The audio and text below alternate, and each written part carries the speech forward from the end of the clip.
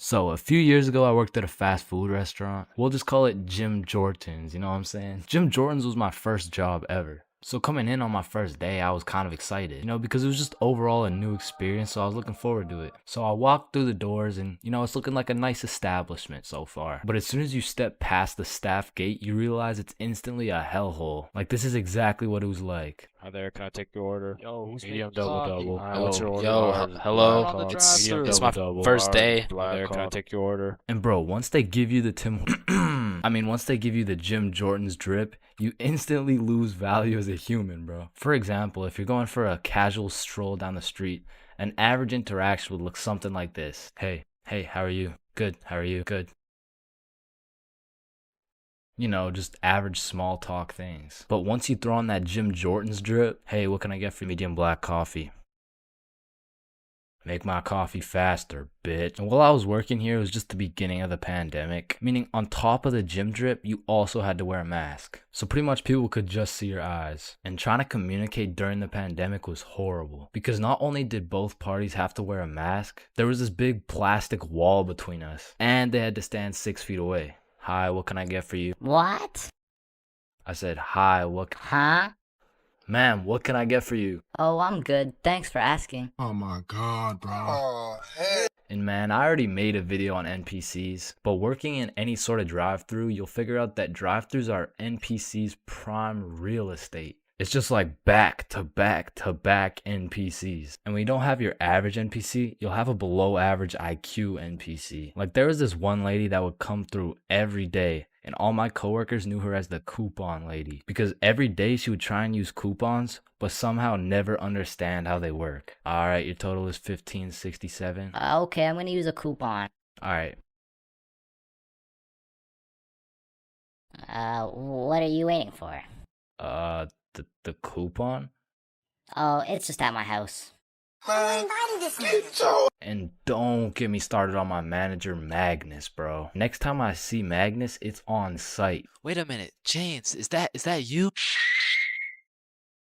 The longer I worked there, Magnus just started getting a little bit too comfortable on booking my shifts. After about 10 months of working there, she just decided to give me 5 a.m. shifts every time. And that wasn't even in my availability. So, I would send a polite and professional email, and she would just hit me with some shit like, okay. Then just continue to book me at 5 a.m., bro. So I ended up working there for about a year and a half. And like most people at minimum wage jobs, when you're there for long enough, you just start to care a lot less about getting fired. I mean, I was snatching donuts, whipping myself up some food whenever no one was looking, and hooking up all my homies with free everything. And eventually I just got tired of waking up at 4:30 every shift. So I put in my 2 weeks. And during these last 2 weeks, I did not give a fudge cake, bro. I was out here setting up coffee cups and playing basketball with the gym bits. And if someone was kinda polite to me, I would just hook them up with a free donut. And I remember on my last day, I was working a night shift, and it was just about 15 minutes before I got off forever. And some dudes rolled up in the drive-thru baked as hell. Hey dude, can you check how much is on this gift card really quick? Yeah, you got 21 cents on it. What can we get for 21 cents? One sec. I just went to the back and cleared the shelves of every single donut in sight, and I just sauced them all for free. Yo, thank you so much, dude. You're the GOAT. Can't believe this cost 21 cents. So yeah, that was my experience working fast food, and it's definitely not fun, but I feel like it's a valuable experience. Because now that I know I hate working there so much, I'm gonna work hard enough so you will never catch me working in fast food ever again, bro. Hey. Yo, wake up. Bro, wake up. Hey man. What? Who are you? Dreams, we all have them whether you remember them or not. And at one point in our lives, we've all dreamt about the same shit, bro. Like your teeth falling out, or running through your school butt booty naked, or being reincarnated as a chicken laying eggs. But when you really step back and think about what sleeping is, it's mad weird, bro. Like, imagine an alien crash landed on Earth and saw a bunch of motherfuckers sleeping, like... Why is everyone dead? Oh, no, they're not dead, they're just sleeping. Man, what the fuck is sleeping? Yeah, so basically they just play dead for 8 hours and live false realities in their heads and shit. Strange. Yeah, like, you see this guy? He's probably dreaming about sunshine and rainbows.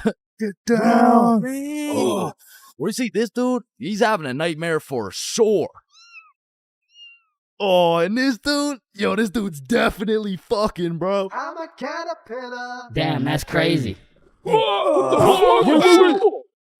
Now, we all know there's only 3 questions in life that have yet to be answered. What's the meaning of life? What's Obama's last name? And why do we dream? Dude, it's all your subconscious talking to you, man. You just gotta find the true meaning of each dream, dude. Bro, what the actual fuck could this possibly mean, bruh? You're autistic. Anyways, the craziest part about dreams is the fact you're the one telling the story and you're the one listening to that shit. My dumbass still falls for the plot twist every time, bruh. I'll never forget this one dream I had back in grade 6 where me and my 2 homies were walking. Don't know where, don't know why, but as we're walking, a dude in a big white van pulls up talking about, Hey, if you kids come in my van, I'll give you some candy. shit. I mean, I'd come in your mouth for the whole bag. So obviously, we hop in, and the driver looks absolutely cracked out, talking about, Hey kids, eat this candy. and so we unwrap this piece of candy, and it's literally just a razor blade, bro. Like, he didn't even try and hide that shit. Nah, I think I'll have to pass on this one. Alright, okay, then eat this piece of candy. Nah, this is a perk 30. You got any Reese's cups? Yeah, nah, I got Reese's cups. Here. Sir, this is just a Glock covered in peanut butter. Alright, fine, take this. Shit, okay. So we eat this unsuspicious looking candy and instantly start tripping balls, bruh. Like the van is deforming, we're seeing rainbows and shit, and worst of all, we see this big ass grin on the driver's face. And I don't remember exactly what he said, but he said some crazy shit like, Get ready, I'm coming for them cheeks. it was more like Looks like your private square just went public. okay, no, that wasn't it either. It was it was something more like You boys ever had your buns stuffed like a meat mountain from Arby's? yeah, I can't remember exactly what he said, but all I know is if we didn't act fast, we were getting our cheeks snatched up, bro. So Billy's like, yo, quick, call your dad. So I'm rushing to start calling my dad, and this is the most dream logic shit ever, because I don't even got a dad, bro. And this is where my own brain hit me with the meanest plot twist I never saw coming, because as I'm calling my dad, the driver's phone starts ringing, bruh. Bomba Club. Now, I don't remember the rest, but the fact my own brain hit me with some Star Wars Darth Vader type plot twist, god damn, bro, that shit was a movie. But still, I probably got my shit touched, so I'm gonna have to leave this as a B tier dream, bro. B tier? What the fuck could possibly be worse than a crackhead tickling your pickle, bro?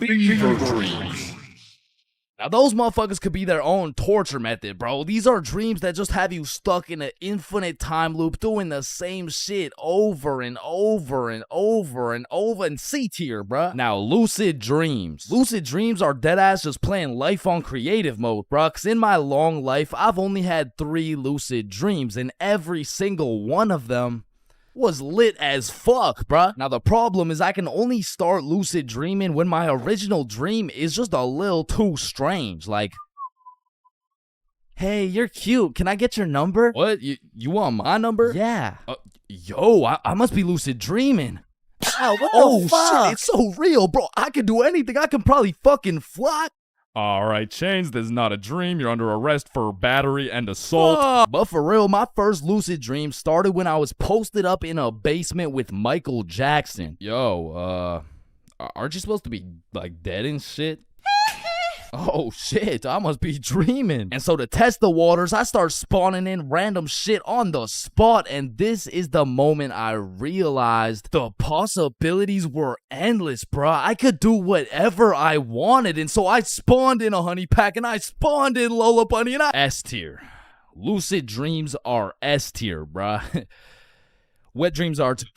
Now, we got a few popular reoccurring dreams on our hands, like running through your school butt booty naked. Now, back in the day, this dream used to have me scared shitless, bro. I was like, oh shit, where's my pants? Yo, what's my crush gonna think? What are the boys gonna say? But ever since graduating high school, That dream has me scared even more shitless, bro, because now it's like, oh shit, yo, what's the police gonna think? Hands behind your back. Bro, what's the judge gonna say, bro? Shut the fuck up. Fucking C tier. Teeth falling out, B tier. Random adventures with your homies, A tier, bro. Me, Bob, and Billy have fought bears together. We've been to the nether. We've even fucked around and ran a 3-man on the Totally Spies cast. Like, these dreams are so lit that when I wake up in my raggedy old lonely ass bed, I be trying to go back to sleep to continue the plot, bruh. Look who came back for that meat mountain, boy. Oh, hell no. You better run. Bro, I'm trying. Now, trying to run in your dreams, man, this shit really pisses me off, bro. Because I never told anybody this, but I was the fastest kid in my elementary school. So when I'm dreaming and I got 2 hordes of zombies, Michael Myers, and fucking Diddy himself chasing after me, tell me why my ass starts running like the fastest kid in the special needs class, bro. So trying to run in your dreams has got to be C tier, right next to all the common shit like falling, drowning, losing your phone, explosive diarrhea all over your bed. Damn, bruh, shitting your pants, fever dreams, and being butt booty naked around a bunch of minors is C tier. What the hell is D tier, bro? Sleep paralysis. This might be the scariest thing that can possibly exist, bruh. You're telling me at 4 a.m. I could open my eyes, unable to move, while struggling to breathe, and start seeing demon shadow figures while hearing screams in the distance, bruh. Fucking Z tier, bro. What the fuck? Now I'm grateful I never had to experience that shit, because the fact that while you're paralyzed, you'll start to see the scariest thing your brain could possibly imagine is beyond me, bro. Knowing me, I'd be there enjoying my beauty sleep, dreaming of me and the boys playing fucking Mario Kart or some shit, and I would open my eyes stunned, unable to move, when slowly a devious creature begins revealing itself out of the closet, casting a shadow over top of me until I can see exactly what it is.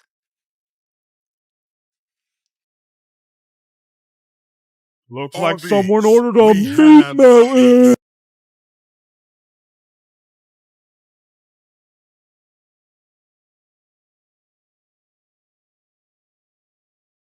Hello, can I get a green apple and bubblegum, please? Of course, that'll be 25 cents. Oh, gee, what a deal. Life sure is good, huh? Oh, it sure is. Hey, yo, Unc, pass me that green apple and bubblegum, gang. Oh, wow. I remember when I was your age, I used Didn't to... ask plus ratio, all right? Just give me the vape juice, bro. Vape juice? I thought we were talking about real green apple and bubblegum. Of fucking course, dude. These fucking old heads nowadays, right, guys? Just give me the vape juice, please. All right, well, in that case, I need to see some ID. Yeah, I got you, Unc. Your ID says you just turned 11 years old. Type shit. No, you gotta be at least 21 to buy vape juice. Oh, shit, yeah, no, I guess it's a robbery then. Oh, wait, what? Aw, shit. Listen, the times are changing, bro. Not too long ago, kids were just playing outside, playing sports, and climbing trees and shit. But nowadays, I swear these kids are just grinding TikTok, playing GTA in real life, and the only thing they're climbing is the spectrum, and I blame the internet, bro. Cause now these kids are coming straight out the womb watching Skibbity Toilet Brain Rot, and if that was my kid, shit, I would want to restart, bro. Like take 2 from the top, bro. And honestly, I feel like most of these kids were coming along just fine, you know? Like, they were developing into some cool dudes. They had a banger theme song and shit. Like, yeah, I was low-key fucking with this new generation. And then... the birth of brain rot. Millions of people scrolling TikTok, Instagram Reels, YouTube Shorts, and even... It was great. I mean, we had all the free time in the world to fill up our brains with dog shit, and it didn't even matter until we had to talk to each other again. Like, Oh, shit. hey, oh, hi, oh, what's up? What? Hi. Oh, what's popping?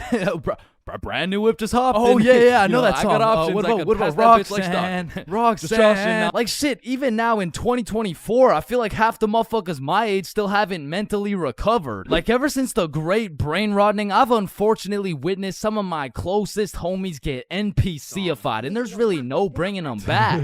Yo, bro, you've been watching a lot of TikTok recently, huh? Oh yeah, nah. I mean, this shit's fire, bro. Just look at this We one. can go gut for gut. Fuck that, we can go Riz for Riz. Yeah, no, bro, you have a problem, like dead ass. Like you gotta put the TikTok down, bro. Like really lock in up here, bro. Nah, bro really just phantom taxed my phone. And minus 100 aura for throwing it and shit. Like, that would have been El Riz if I wasn't Sigma.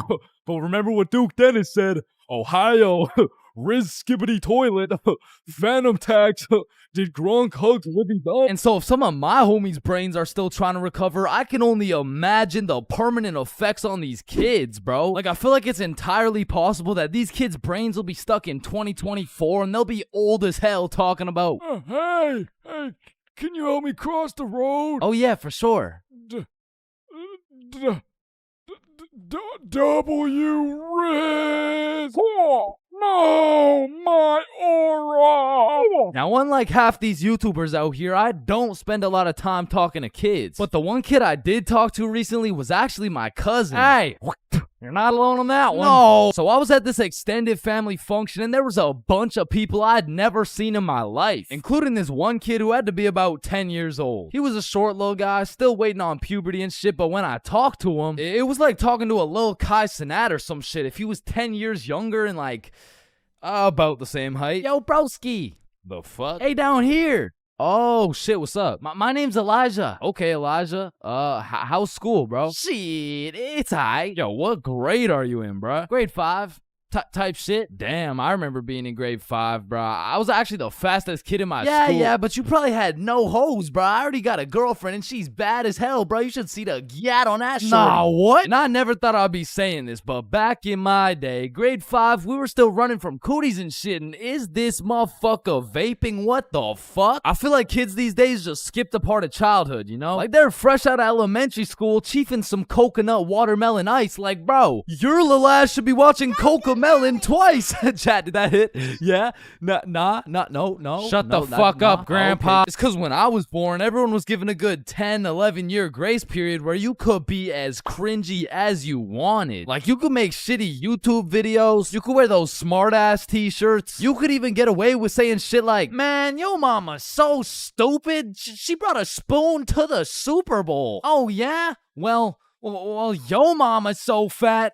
When she walked in front of the TV, I missed 3 episodes. Okay, but yo mama's so fat, she takes selfies in panoramic mode. Well, yo mama's so nasty, she got fired from a sperm bank for drinking on the job. What's a sperm bank? Shit, I don't even know. And I feel bad for this new generation because they don't got no cringe grace period or anything, bro. They just pop straight out the womb like, and it's a boy. Yeah, I'm a dude, whatever. Now snip me up, bro. I can't have the host seeing my foreskin, dog. And maybe I'm just jealous, but to me, it's wild that these kids are getting new-ass phones in elementary and middle school. Because they'll never understand the absolute crucifixion I would get every single time I whipped out my phone, bro. Like, that shit was staying in my pocket unless it was 100% necessary. All right, class, everyone get your phones out for our end-of-year Kahoot. Oh, let's go.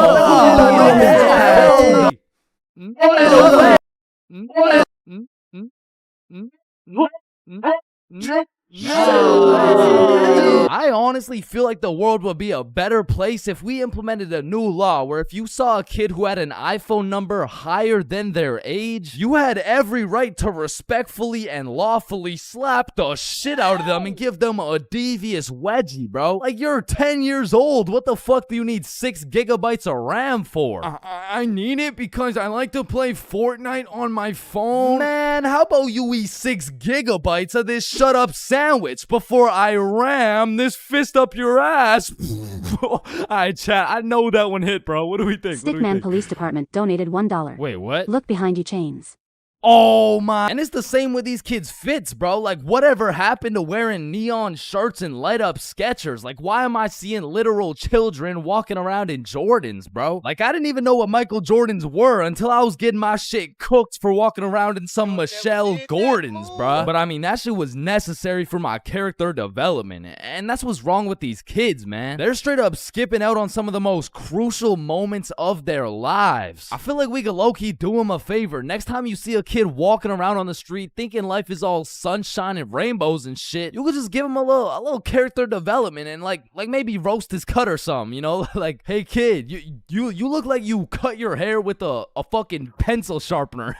or no, you look like Peter Griffin if he never hit puberty. You look like... Yo, we giving kids some character development? Did he? Now, I don't know why I'm talking like I was born in the 1900s or something, because for the homies who are around my age, we were low-key in the same boat as these kids, bro. They're growing up on some skibbity toilet brain rot. We had MLG brain rot. They're always scrolling TikTok. We had Vine. These motherfuckers are out here looking up to I Show Speed, bro. We had fucking Jake Paul. So the moral of the story is, even if these kids nowadays are absolutely cooked, I was once cooked too, bro. So worst comes to worst, these kids will just end up like me. Oh, fuck no, please, no.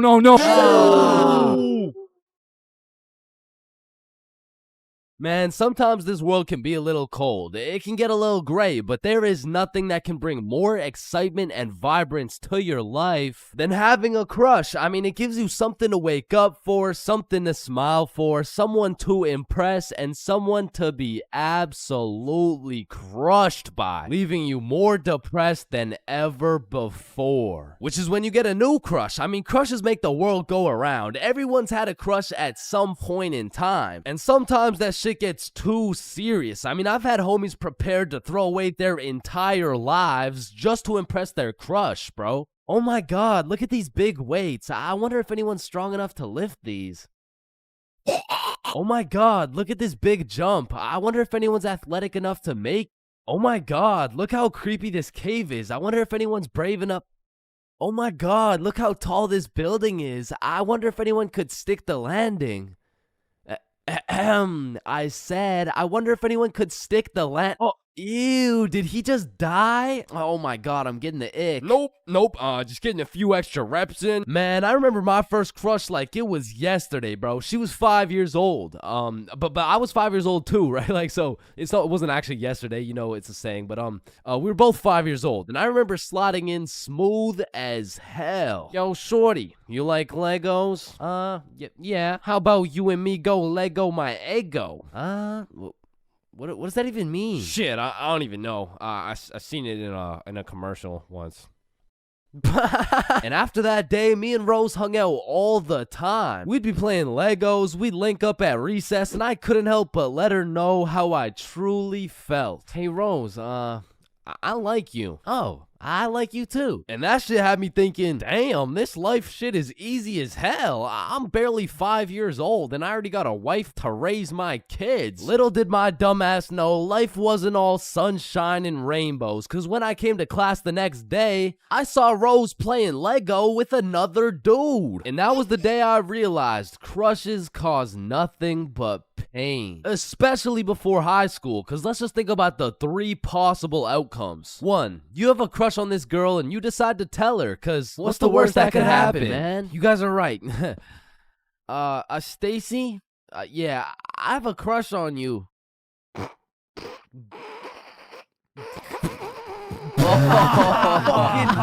Ugly as fuck. Or 2, you never build up the courage to tell her and end up watching your crush sit in a tree with the faster kid who had the light up Skechers and the Charizard EX. And we all know what happens when Stacy and Jimmy are sitting in a tree. Or outcome 3, you confess to your crush and it's the perfect scenario. I like you too. Now you've officially started your first middle school relationship, which is probably the worst outcome of all, bro. Cause now you've been sentenced to 14 days of relentless cringe and countless awkward scenarios. And I say 14 days because that shit's lasting 14 days max, bro. Hey, Stacy, do you want to be my girlfriend?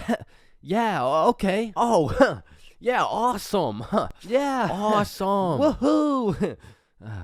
So do you want to like hold hands or something? Yeah, sure. So, Stacy, I've been thinking. I don't think this whole thing's gonna work out. Oh, okay. It's not me. It's you. Oh. Wait, what? Yo, fuck my ass, bro. Or what's even more tough than having a crush in middle school is having a crush on a fictional character, bruh. Cause it's like, you'll just be chilling, watching some Teen Titans eating cereal or whatever. All of a sudden your crush is kissing other dudes right in front of you and you can't even do shit about it. I remember back in my day, I was down horrendous for Lola Bunny, bruh. And I really don't know how I feel about admitting my attraction towards a 2D cartoon bunny, but you gotta remember, this was in the past. Like, this was at least at least 2 months ago. And maybe I'm tweaking on this one, but the red fish from Shark Tale, bruh, she was different, bro. And her name, I think it was Lola as well. Shit, maybe I just like cartoon girls named Lola or something. That's exactly what I want to hear. No. And I don't know about you, but for some reason, whenever I would talk to my crush, it was like I got an instant nerf, bro. I'm talking minus 10 charisma, plus 15 stutter, minus 5 strength, and plus 350% chance of getting put in a random ass headlock. Like, I could be in the worst scenario of all time with a girl who has 5 kids and is married to a member of the cartel. And just cause she's not my type, I'll get an instant stat boost that'll have me pulling like Mr. Duke Dennis himself. But put me in a room with my crush and all of a sudden I got the same charisma as fucking McLovin. Hi. Hey, it's 10:33. What? AM, like in the morning. Like I'm saying, it's 10:33 in the morning. Fuck. And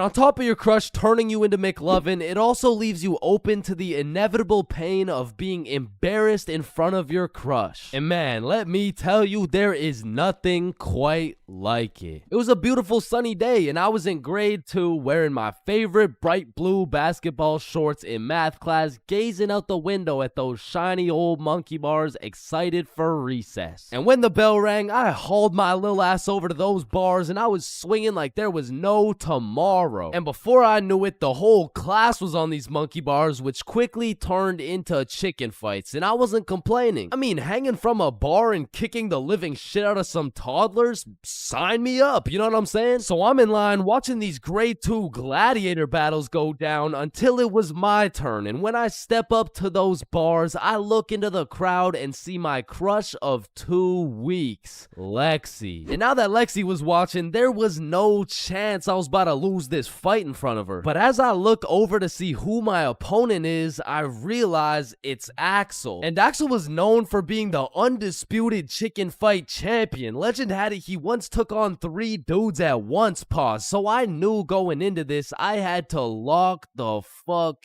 in, bro. So we climb over to each other and he's kicking my shit in off rip until I hit his ass with my specialty move, the Python Squeeze. And in 10 seconds flat, let's just say I folded that motherfucker's clothes with him still in him. And everyone was hyping me up because I just did the exact equivalent of dunking on Michael Jordan in his prime with Beyonce watching. So of course Axel's pissed. Hey Chains, you, me, rematch now. And I look over at Lexi and she looks over at me and now I can't back down. So we get back in position, climb over to each other, and I go for the Python Squeeze again, and this motherfucker Axel just winds up and kicks me in the balls. And I'm not gonna lie, that hefty kick to the dick accessories was the worst pain I had ever felt in my 7-year-old life. But I couldn't just drop and lose to Axel in front of Lexi, so with all the pain and anger I feel radiating from my nuts, I hit Axel with the meanest 20-piece combo in chicken fight history and he drops. And then he pantsed my shit, bro. And embarrassed, I drop and try to run away, but the shorts around my ankles trip me and I face plant. Face down, tighty whities up, balls in shambles in front of everyone, including Lexi. And some people like to say, oh, it could always be worse, but this time, I don't know. I don't know, man. I don't know. So the moral of the story is, man, fuck Axel, bro. Bigfoot, the Loch Ness Monster, leprechauns, unicorns, two pretty best friends, and love. They don't exist, bro. I've looked far and wide. I've searched the depths of the valleys and the highs of the mountains. And yet still, one of the friends always gotta be chopped, bro. But love too, though, man. I've searched everywhere. I've scoured my hometown. I've gone from the coast of Mexico to the cities of Japan. But one way or another, I always just end up with nobody to love. Or I end up getting robbed by a gay homeless dude. I mean, I was down bad, bruh. It got to the point I thought maybe I just wasn't meant to find a girlfriend. Maybe this was just a face only a mother could love. Ew, get that shit off the screen. What? Mom! So I hopped on a flight to Barcelona, and this story takes place a few weeks ago. It's a new continent, new city with new people, and maybe even a new girlfriend. And so as soon as I stepped foot on that Spanish soil, I downloaded Tinder and got the swiping, bro. Fine shit, swipe right. Cute shit, swipe right. Chop shit, swipe right, bro. It's a numbers game. I done swiped so much my thumb had a 6-pack and I ran out of girls to swipe on. But shit, I mean, it's a numbers game. And since I pulled up solo dolo, I went and checked into a hostel. Now, if you don't know what a hostel is, it's pretty much like a little hotel, except you share your room with like 6 other motherfuckers. But to be fair, you save a lot of money. And I low-key don't mind sleeping with some random dudes if it means I get some extra change in my pocket. You know what I'm saying? Is 15 enough? Nah, the hostel was like 30-something. Oh, nah, I don't need a hostel. What? Wait, no, not like that, bro. Anyways, sleeping in that hostel was fucking crazy, bro. Like, first night I got there, I hopped in my little twin bunk bed and closed the curtains, and everyone was like, all right, good night, boys. Good night, gang. Love you, motherfuckers. Love you too, Love man. y'all, motherfuckers. Yo, motherfucker on the top right bunk, say it back. Good night. And? I love you. Love you too, bro. Lights out. So the sun came up and my ass didn't get a drop of sleep. But regardless, I got out of bed, got some coffee, explored the city, hit the beach, got some food, all the normal shit you do when you're in a new city. But after a long day of tourist shit, I went back to my room. I went back to our room. I hopped in my little bunk bed and prepared myself to open up Tinder after letting that shit cook for a solid 24 hours. And when I opened that shit up, yo, I got 28 matches. Yeah. Yeah, thank you, bro. Thank you, man. Yeah. Oh, hell no. Now I'm gonna keep it a buck. Initially, that number 28 was looking mad nice until I clicked that shit and started looking through my matches and realized, yo, this shit is not a numbers game, bro. Like, you know you're cooked when the chuds are sliding on you, saying shit like, hey, yo, I'm trying to put you in chains for real, and then touch your stick, man. Yeah, nah, I'm deleting this shit, bro. And just as I'm about to give up on my dreams of finding my other half, I get a new match. It's Yvonne, straight dime, certified fine shit, bro. I had to slide in with some heat. So I'm like, Yvonne? Nah, more like King Von, because I'm trying to take you to the of marriage. Now that would be a crazy story. Opening bracket featuring Lil Durk, closing bracket. And before I send her some absolute bullshit like that, she hits me with a, hey. Oh, you know, nah, that works. What's up? How are you? Great, how are you? And we end up having a marvelous conversation. We share a bunch of beliefs, perspectives, and above all, we got the same taste in music. So I'm like, you free tomorrow? Yeah, I'm free tomorrow. What's your favorite food? I'm a drinks type of girl. Say less, I know a place. I don't know shit. I literally just got here, bro. Okay, see you tomorrow. And just like that, I just got myself a date. I'm coming. Nah, you can't come. It's my date, bro. Oh, hell no. So that night, I did a little research and found the coolest bar in Barcelona. But when I went to make a reservation online, they only do in-person virtual queues. So instead, I went to sleep. Ever heard of jerkness? So the next day, I woke up with some pep in my goddamn step. I looked at some fire architecture. I hit a mean leg day, ate some gas Spanish food, and before I knew it, it was time to get ready for my date. So I hopped in the shower, put on my toughest fit, sprayed on a little Valentino, hopped into Uber, and arrived at the bar 30 minutes early. So this way, I could join the virtual queue in order to get into the bar at 9 p.m. sharp. So I'm waiting outside and Fine Shit messages me like, yo, I'm gonna be a little bit late. I'm still doing my hair. And I'm all like, that's no problem. I know some people. I can make some calls. Don't worry about it. So I walk up to the security out front like, yo, so Fine Shit says she's gonna be a little bit late. Can I change the time or something? Nah, bro, just rejoin. I bet. So I rejoin, go sit outside and wait, and then I get another text message. I'm so sorry, but my makeup took longer than I thought, so I'm gonna be a little extra late. So I walk up, rejoin the queue, and security's like, Yo, what's going on? it's nothing. Fine Shit's makeup took a little longer than expected, you know. Hey, listen, man. This Fine Shit of yours, you sure she's even coming? Nah, nah, of course, that's Fine Shit, she's coming. So I go back and sit down outside, but looking back, I definitely gave her the benefit of the doubt, but that was her first red flag. So now it's about 9:40 p.m. and I get a text message from Yvonne that reads, I'm here. So I go to link with Yvonne for the moment of truth, whether or not I'm about to go on a date with Fine Shit or 50-year-old neck-bearded catfish shit, and fortunately for me, no catfish.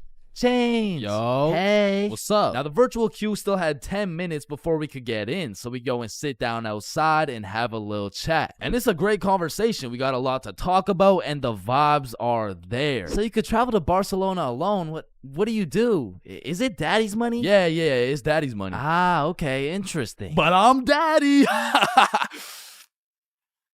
Yeah, no, I need to drink some alcohol. Yeah, nah, me too. me too. My phone beeps and it's our turn to go inside, but this is no regular bar. So I'm like, yo, just follow me. So we enter this pastrami shop. I open the fridge. We go inside and we go through this tunnel that leads us to the bar. We order our drinks and continue talking. Okay, so if it's not daddy's money, then what do you do? And so obviously, I just told her, like, OnlyFans. You're lying. I am dead ass serious. My meat is all over the worldwide net. What? No way. Show me. Shit. Like, nah, shit. Maybe after a few drinks, you know what I'm saying? And right on time, our drinks showed up, and my shit was radioactive, bro. Like, here's a picture. There are no filters or effects on that shit. And I'm not gonna lie, it tasted exactly how it looked. But regardless, I'm tanking that shit, and I don't know what it is, but that shitty ass drink was giving me superpowers, bruh. That shit had me cooking up the greatest answers to her questions possible, bruh. Okay, so if you had one wish, what would it be? Damn, that's a good question. Shit. Okay, if I had one wish, period cramps. What? I would rid the world of period cramps, man. I hate the fact that they exist. Just even thinking about it, like, ooh, they sure do get me riled up, man. I hate them. Wait. Me too. Nah, that's crazy. We have so much in common. And from that moment on, I could tell she took down her guard and got comfortable, because she started saying shit like, this guy from my school is obsessed with me and he won't stop snapping me. Damn, maybe you should stop responding or some shit. She snaps a picture of us and captions that shit. He getting it and you not. Lol. Red flag number 2. What kind of anime villain origin story are you trying to create for this motherfucker, bro? But I digress. We order the second round of drinks, but as she's sipping that shit, I can hear an accent starting to form in her speech. So I'm like, yo, where's this accent coming from? Oh yeah, nah, when I drink, my French accent starts coming out. And I kid you not, she went from one drink sounding like, yeah, so my favorite food is pasta, to drink 4 dead ass talking like, Actually, I changed my mind. My favorite food is croissant. Shawty turned from fine shit to French shit so fast, I didn't even know who I was on a date with at this point. And then she hits me with a, I'll be right back. She grabs my face and hits my ass with a big ass smooch. Now that shit took me aback. I was not expecting it. However, maybe it's just a culture thing. Maybe it's normal for her. So I can't say that it's a real red flag. So she's still in the game. And when she comes back, she's like, Yo, Chains, let's go to the beach. Say less. So we're walking down to the beach and she says some shit like, So when's the next date? oh, it's on Saturday at 6 p.m. Oh no, I'm not free on Saturday. Oh, you mean date with you? Yeah, nah, this is the last one. Now, I said it as a joke, but she wanted to get all mad and shit and storm off. Now, in this situation, I have 2 options. Option A is chase after her and beg her to stay. And option B is standing there like an absolute peak male specimen to the point the gravitational pull of my testosterone retrieves her back to the very location she left. And I went with option B. And she came back, bruh.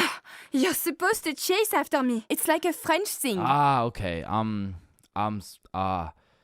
I'm not French, bruh. So we continue with our walk, and I'm cracking jokes, entertaining her and shit. But honestly, that little stunt shorty pulled back there was red flag number 3 for me, bro. So at this point, I'm not in it for the game of love. I am simply just in it for the love of the game, bruh. So we arrive at Barceloneta Beach. We sit down, and at this point, it's about 1 a.m., but we're still chatting, having a good time. But out of the corner of my eye, I see a man hooded up walking towards us from the darkness. And as bro's approaching, I'm ready for anything. I'm getting ready to take a stand, throw some hands, get in the sand. Shit, I'd even go band for band. But if this dude gets any closer, I'd be damned. And this motherfucker hits us with a drive-by compliment. You have a very beautiful girlfriend. Oh, thank you.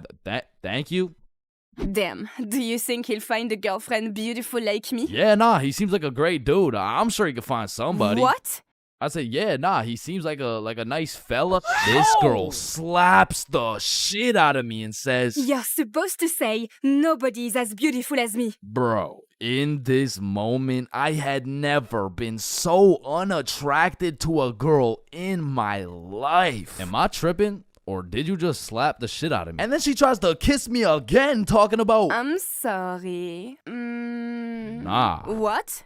No, what? And even after getting my shit absolutely Will Smith, I'm still trying to be polite. Like, listen, I don't kiss girls on the first date. You don't kiss girls on the first date. Yeah. So, you're telling me, for a living, your occupation is laying down that pipe on film and then proceeding to post it online and you can't kiss me.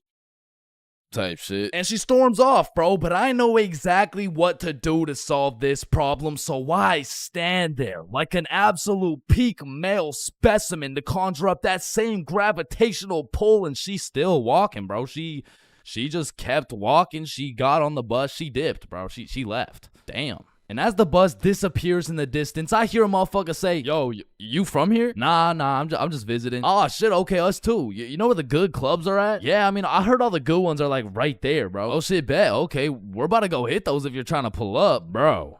Say less. So these two random-ass dudes I just met and I start heading to the club together, and I'm like, yo, where you guys from, by the way? We're from France. Yo, that's crazy. I just had a date with a French girl. Oh, no way. How'd it go? Ah, shit, I think it went pretty good. That's what's up. Yeah. So why's your cheek so red? Oh, I mean, she just slapped the shit out of me. Wait, she what? Nah, I mean, it's probably just a French thing. You know what I'm saying? Nah. Not a French thing. You just got assaulted. Aw, shit. So me and the new French homies pull up to the club and it's jumping, bruh. We start taking shots, shooting shots, airballing shots, and then I get a bunch of voice messages from Yvonne talking about, All the good feelings I had for you are gone. You are a literal piece of shit.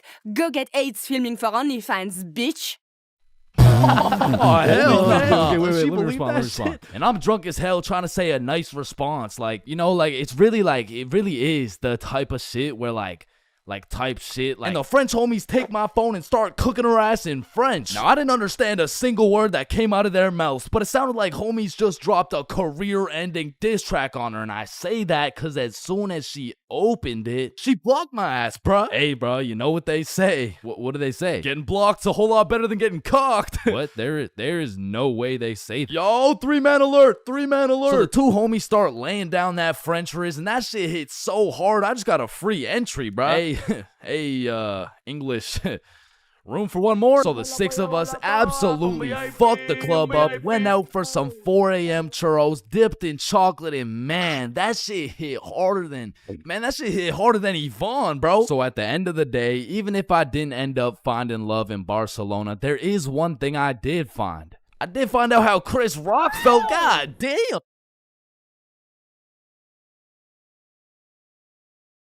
As a broke stick man like myself, I spent my fair share of time on the bus. And if you spend a long enough time on the bus, you will see some weird ass shit. I mean, I remember my first time getting on the bus by myself. I was feeling strong and independent. Next thing I know, a crackhead sits down beside me talking about, Yabba dabba doo. The world is ending and you're gonna die a painful and lonely death, buddy.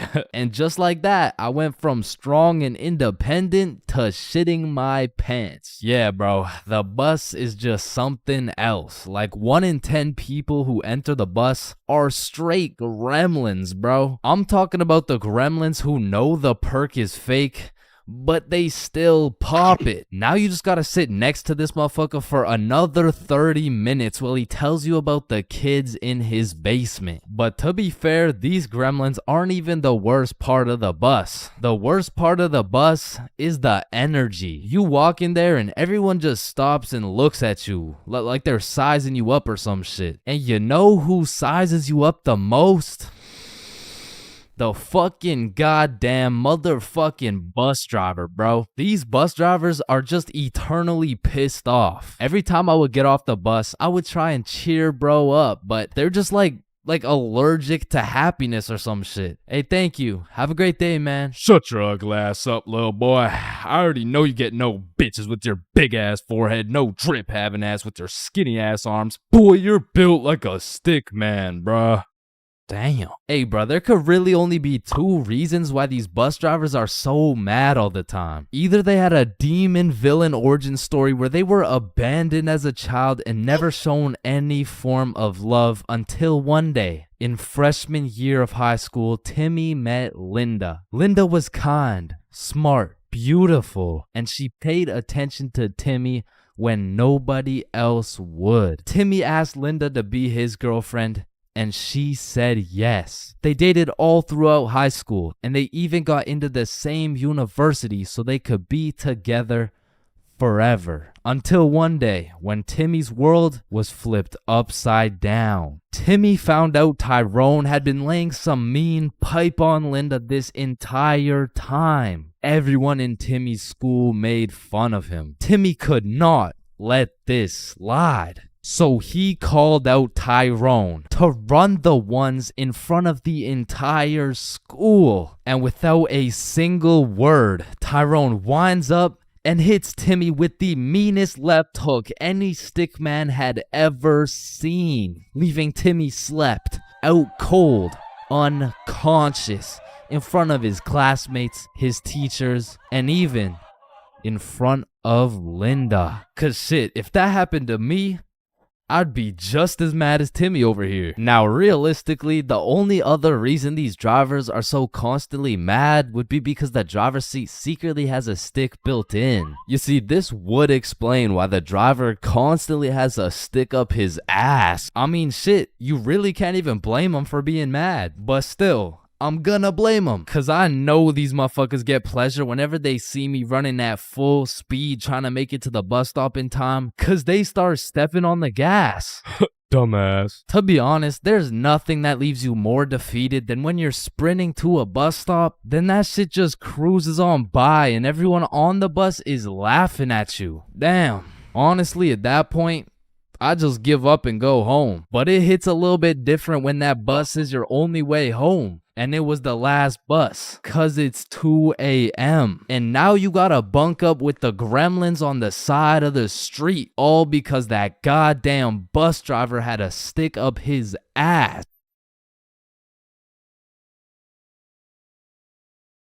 There's a lot of awkward things in life, like the handshake fist bump dilemma, or waving back to someone who is waving to the dude behind you, or the you too situation. Enjoy your meal, sir. Thanks, you too. Actually, wait, no.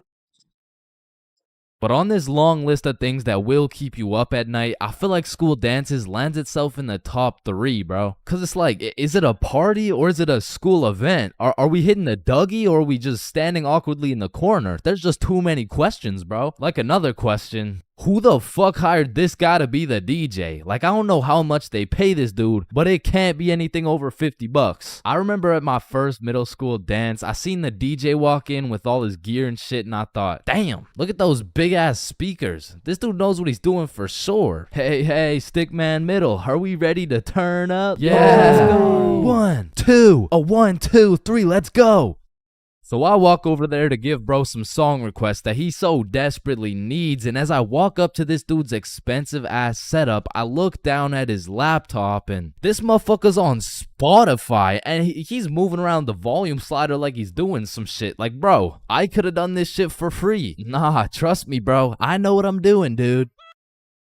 Want a break from the ads? Now, to be honest, it was really the middle school dances that had me fucked up. Like, you took a bunch of self-conscious, prepubescent little kids and threw on some music and told them to dance with each other. Like, shit, of course they're gonna start hitting those Fortnite emotes, bro. That's all they know how to do. Like, these grade 6s are fresh out of elementary school. There's no way you'll catch one of these youngins asking a girl to dance. Like, they're still scared of catching cooties, bro. Or what about the grade 7s? These kids were straight menaces. Like, I remember at my grade 7 dance, there was a duo. We'll call them Greg and Roderick. Greg and Roderick would run up on some unsuspecting students, and Greg would slide behind them on his hands and knees, and Roderick would casually strike up a conversation. And just when the poor guy was expecting it least, Roderick would shove his ass, causing the unsuspecting victim to trip and eat shit. And they went around to damn near everyone pulling this shit, until one time they messed with the wrong dude. Hey bro, it's just a prank. Now, grade 8s. These boys are damn near in high school. They don't dance. It'll ruin their street cred, bruh. Instead, they prefer mosh pits, rap, EDM, fucking smooth jazz. It doesn't matter what song. These grade 8s will be relentlessly jumping up and down for no apparent reason. And soon, these grade 8s will turn into freshmen. All that street cred they once had,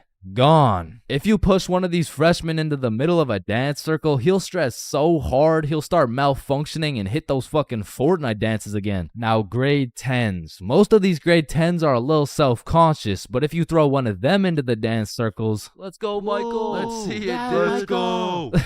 Guys, what? I don't know how to dance. Fucking Michael. Let's go, Michael. Well, I guess I can bust out a few dance moves. All of a sudden, dude's got moves like Jagger. Come to find out, bro's been practicing for this moment in his room for months. So once these grade 10s soon become sophomores, those YouTube tutorials start paying off for real. And if they're lucky, they might even catch some cooties, bro. And these seniors just simply don't give a fuck. Bro, watch this. I'm about to hit the worm. What? You know how to hit the worm? No.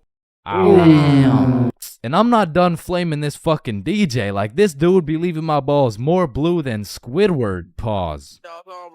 These bitches lost. Oh, hell nah. Is that lo-fi? And then out of nowhere, really quick, the DJ will throw on some heat and it'll have everybody turning up. But just as fast as Pop Smoke got that shit jumping, Ed Sheeran shut that bitch right back down. Like, mixing drill with The Shape of You has to be some sort of felony, bro. Like tell me this dude deserves to roam the streets freely after pulling some shit like that. In fact, funny story, I had seen the DJ after the dance in the parking lot one time, and we walked up and we jumped the fuck out of him. Alright, but not all DJs were out here committing war crimes on my ears. Like, you know, the DJ was onto some shit when he got the students and the teachers turning up. Like, you play the right song and these teachers will forget they're on chaperoning duty. Shit, even the principal will start wilding out. Once you got the right song playing, motherfuckers will get hype over anything. Like, remember how hype it was when someone would land a flip in the middle of a mosh pit? Shit, remember how hype it was when someone didn't land a flip in the middle of a mosh pit? These motherfuckers were excited as ever, like they didn't just witness a dude snap his neck. Poor guy's probably getting trampled down there. Rest in peace. Sacrificed his life for a few Snapchat memories. But you know that one song, that when the DJ throws that hoe on, everybody knows what to do. Motherfuckers will run in from the bathroom, teachers will hop in, the Redditors will hop off the bleachers, and the school dance will be looking like something straight out of High School Musical, bro. Speaking of High School Musical, back in the day, I knew a dude named Troy. I fucked with Troy, but let's just say, he had a little bit of a lean gut.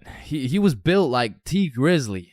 Nah, fuck that. He was built like DJ Khaled. And I remember this dude, Troy, was just coming off a school suspension, but for whatever reason at the dance, this motherfucker must have been looking for another one. Cause Troy came up to me talking about how he was gonna beat Jordan Johnson's ass at the dance tonight, and honestly, I ain't believing him. So once the dance came around, he was beefing JJ every chance that he got, until soon JJ wasn't gonna stand for it. Now, a school dance is simply the best time for a school fight to take place. For the dude who wins. For the dude who loses, you literally have every single motherfucker in your school gathered in one place to get several different 4K angles of you getting pieced up. So Troy was really putting everything on the line here because JJ was known for handing out whoopings like food stamps. But to be fair, Troy loved food. Regardless, JJ wasn't scared. In fact, he threw the first punch. Boom. But Troy ate that shit like a Wendy's 4-for-4 combo. And instantly, the entire school gathered in a circle. The circle was so big, there was no escaping. They were gonna have to fight to the death. But the DJ was so locked in that he was completely oblivious to what was happening. He was playing some happy-go-lucky ass shit. Oh shit. Ooh. Damn. Yeah. Get his ass. Let's go. Beat his ass, Troy. JJ. Yo, I'm Troy. Jordan Johnson. Now the moral of that story is don't get into a fight at the school dance. Unless you know you're gonna win. Now on another note, asking someone to dance is a very important topic when it comes to school dances. Now girls, I'm sorry I can't help you with this one. I've never asked a dude to dance before. But boys, shit, I can't help you either. I'm like 0 for 15 with this shit. But I do know someone who can. I'm talking about the homie Bob. So Bob, how do you ask a girl to dance? Watch and learn. Is this motherfucker moonwalking right now? Oh shit. Oh, what the fuck?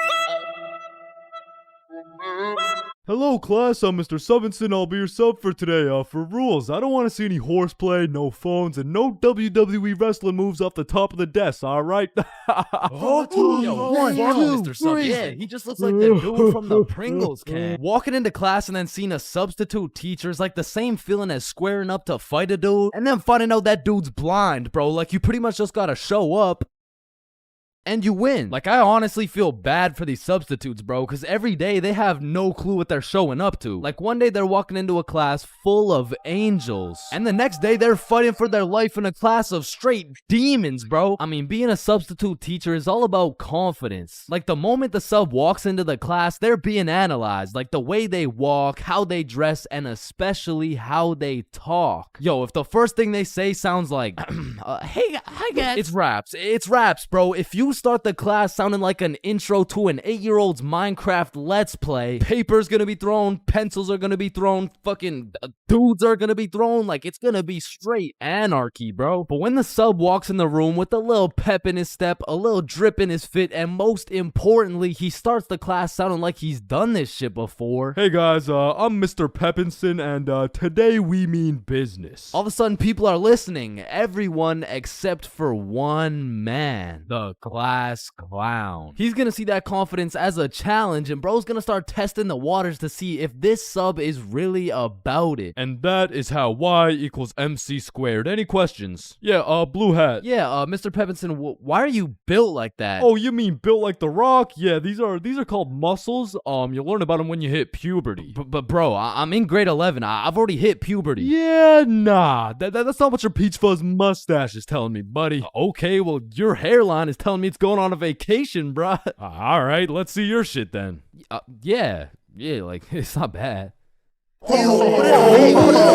Like, some substitutes are so good, you just wish they were your real teacher. Like, I remember one time in grade 10, I had this math class with one of those teachers who used to yap the whole time and then assign a bunch of homework with 5 minutes left in class. And then one day, a goat walked into our class, a goat who went by the name of Mr. G, or more formally, G-Dog. Now, G-Dog was packing a mean 68 years in his lifespan. However, he had the utmost pep in his step, paired with the drippiest of fits. And he was the type of dude who would lay down some respectable rules, and if anyone broke them, he wouldn't get mad. He would just simply flame the living shit out of you in front of everybody. And that's how you calculate the surface area of... no text while I'm talking, please.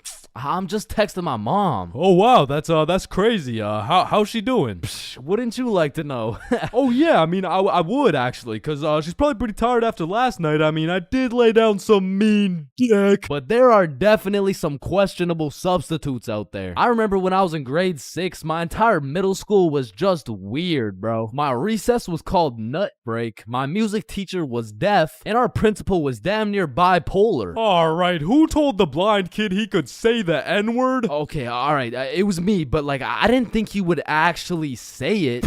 Oh no, that's actually a pretty good one. I mean, I gotta give it to you, kid. Wait, so you're not mad? No, I'm fucking furious, okay? Get in my office right now. Okay, wait, I thought you were just laughing. What's going on right now? Yo, I'm just messing with you, kid. You're good to go.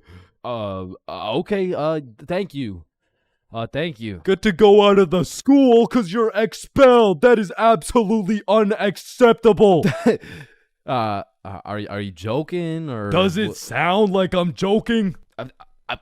Yeah, kinda. Yeah, bro, my middle school was weird as hell, so I can't say I was surprised when a substitute teacher walks into my class talking about, hello class, I'm Mrs. Hutchinson, and I identify as a mermaid. And I'm only 12 years old, so I'm like, dog, what the actual fuck does identify mean? But bless Miss Hutchinson's heart, man, because Lord knows middle schoolers weren't gonna take that shit seriously. Oh, she's funny, mermaid. No, class. I'm serious. Oh, so that's why you smell like the ocean. Exactly. Wait, what? And I remember one time this sub walked into our class and I could have swore they just found this motherfucker on the side of the street, bro. He walked in sagging like crazy, and if he even went to school, this motherfucker most definitely cheated his way through, bro. Yo, hey class. Like, what are we doing today? I mean, shit. You're the teacher. Oh yeah, right. So what'd you guys learn about yesterday? We were learning about agriculture. Oh yeah. Yeah. And I think you're right too, because you know the culture we live in right now is very angry, and the anger culture just needs to take a chill pill. You know what I'm saying? Any questions about that? Yeah. What's a chill pill? Oh, yup. I'm glad you asked. Okay, see, I actually know a guy who can hook you up with some. Just meet me in the parking lot at lunch. Mr. Saginson, are you trying to sell us drugs right now? No. Well, I mean, yeah, but it's for chemistry with neuroscience, or I mean like for microbiology or something like that. And these substitute teachers seem to butcher every single name on the attendance. I mean, shit's gotta be on purpose at this point. Like, hello class, I'm just gonna do some attendance really quick. Correct me if I get your name wrong, okay? Horda Hansa. Is Horda Hansa here? Okay. I mean, my name's Jordan Johnson. Well, you're absent now, so you gotta speak up sooner next time. Wait, what the fuck? Maya? Is Maya present? It's Mia. Wow, quite the name you got there. It's spelled kind of weird, no? No, it's not. It's literally 3 letters. Ariana? Is Ariana here? Sorry, it's Ariana. Okay, and like what's your point? That's just how it's pronounced. Juan? Is there Juan in the room? It's Juan. No, Juan. And some subs be walking into your class with the most bullshit rules ever. Like, hey, Mr. Subinson, can I go to the washroom? Does your teacher usually let you go to the washroom? I mean, yeah, I think you legally have to. I don't believe it. Sit your ass down and get to work. Wait, Mr. Subinson, respectfully, I'm about to shit my pants here. Wait, does your teacher usually let you do that? What, shit my pants? Yeah. Yeah? Alright, I'll allow it. Hey, who the fuck is this guy? And I feel like there's no greater sense of community among a class than when a substitute teacher comes in. The entire class just comes together to gaslight the fuck out of this poor substitute. I remember one time in grade 10, me and my homie had a sub come in who was giving us this multiple choice test. And my homie was the type of dude who'd be getting 0% on everything, and the way his grades were looking, he just couldn't afford to fail another test. So what he did, I just need to preface, I do not condone. But from the moment the teacher walked in, he acted like he needed a little extra help. You know what I'm saying? And to be honest, he put on a spectacular performance. I mean, someone either needs to get this man an Oscar or a diagnosis, bro. And I just acted normal, but I guess by proxy, I got a little extra help. And I don't know what that says about me, but I do know what it means. It means the substitute teacher walked out of that class happy she was able to help 2 students in need. And it also means me and my homie both walked out of that class with 100% on our tests.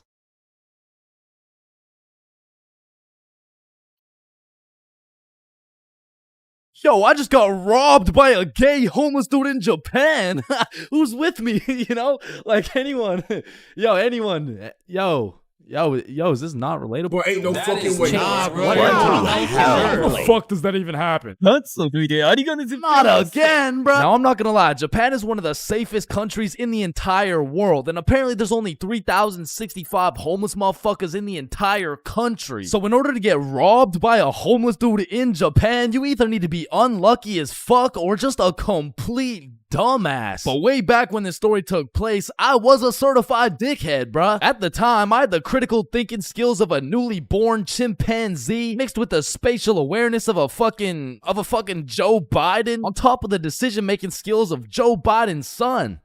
So with that being said, this story takes place way back a few weeks ago when me, Bob, and Billy hopped on a flight to Tokyo. And as soon as we arrived in the city, we started absorbing all that food, bro. Sushi, ramen, fucking cow testicles, you name it, we ate it. And after an entire week of decimating every last crumb of food in Tokyo, we thought, well, that was fun. I guess it's time to go home. Yeah, I guess so. And as we're ready to pack it up, we overhear a few people talking.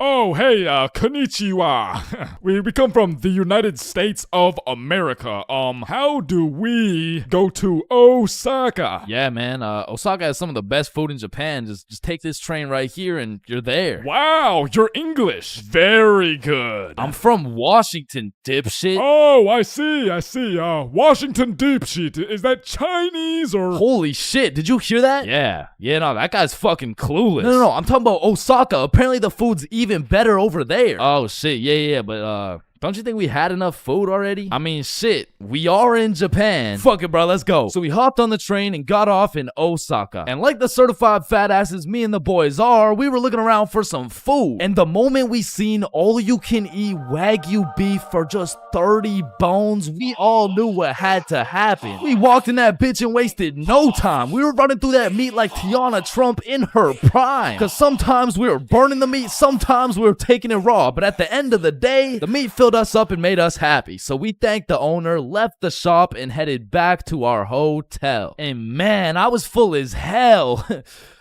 For like an hour, and then I was like, yo, who's trying to get some more food? The fuck? Bro, we just ate a whole goddamn cow. Yeah, we did. Like, we probably just canceled out the life work of 5 vegans in one sitting. Type shit. And it's already like 8 p.m., bro. It's dark as hell. Well, I'm gonna go out anyways. You know why? Why? Cause we in Japan. Man, get your fat ass out this goddamn hotel. So I got my fat ass out the goddamn hotel and started walking around. And all I took with me was my phone, the key to the hotel, about $100 worth of yen, and a smile on my face, knowing I had never in my life been robbed by a gay homeless dude in Japan. But little did I know, all that was about to change on this wild ass Friday night. Now, if there's one thing I learned about Japan, is that everyone there is very kind, extremely polite, and a raging alcoholic. I'm talking they clock out of work at 6 p.m. and they clock into the bar at 6:02, and they don't leave until...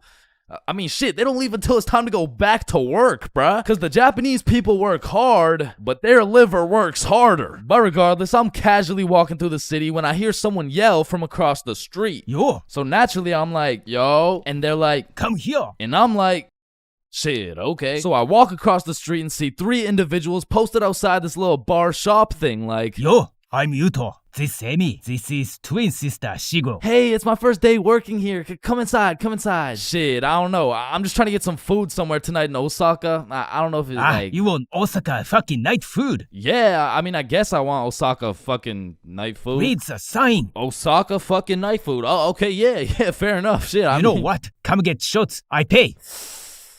Shit, we in Japan. So they take me inside and everyone there is just happy as fuck. They got Rihanna playing on the speakers, dudes bringing out shots, and the chef was turning up so hard, dude started twerking, and damn, that boy was cooking. Bro, what? Shit, I mean, like, he was cooking with the food, like, man, fuck. But the vibes were just so good and inviting that I felt like I just got welcomed into this Japanese family. And so we all cheers and take the shots. And now I'm drinking, and I'm drinking with only one goal in mind, and that's to keep up with my newly found Japanese family. And so to prepare my stomach, I get me some Osaka fucking night food, and it was scrumptious. But as I'm slurping up this kebab, I see Emmy come back with 3 more shots, and she's like, "You want one?" Shit.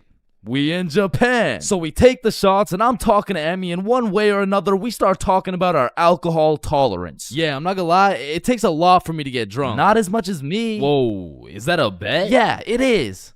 Bitch. So we're drinking everything in sight. Vodka, soju, sake, tequila. It's a competition. Now, I made the bet in the first place because I'm twice her size. But one thing I forgot to account for was the fact her entire lineage had been training generations for this very moment. So she's taking these shots to the face like...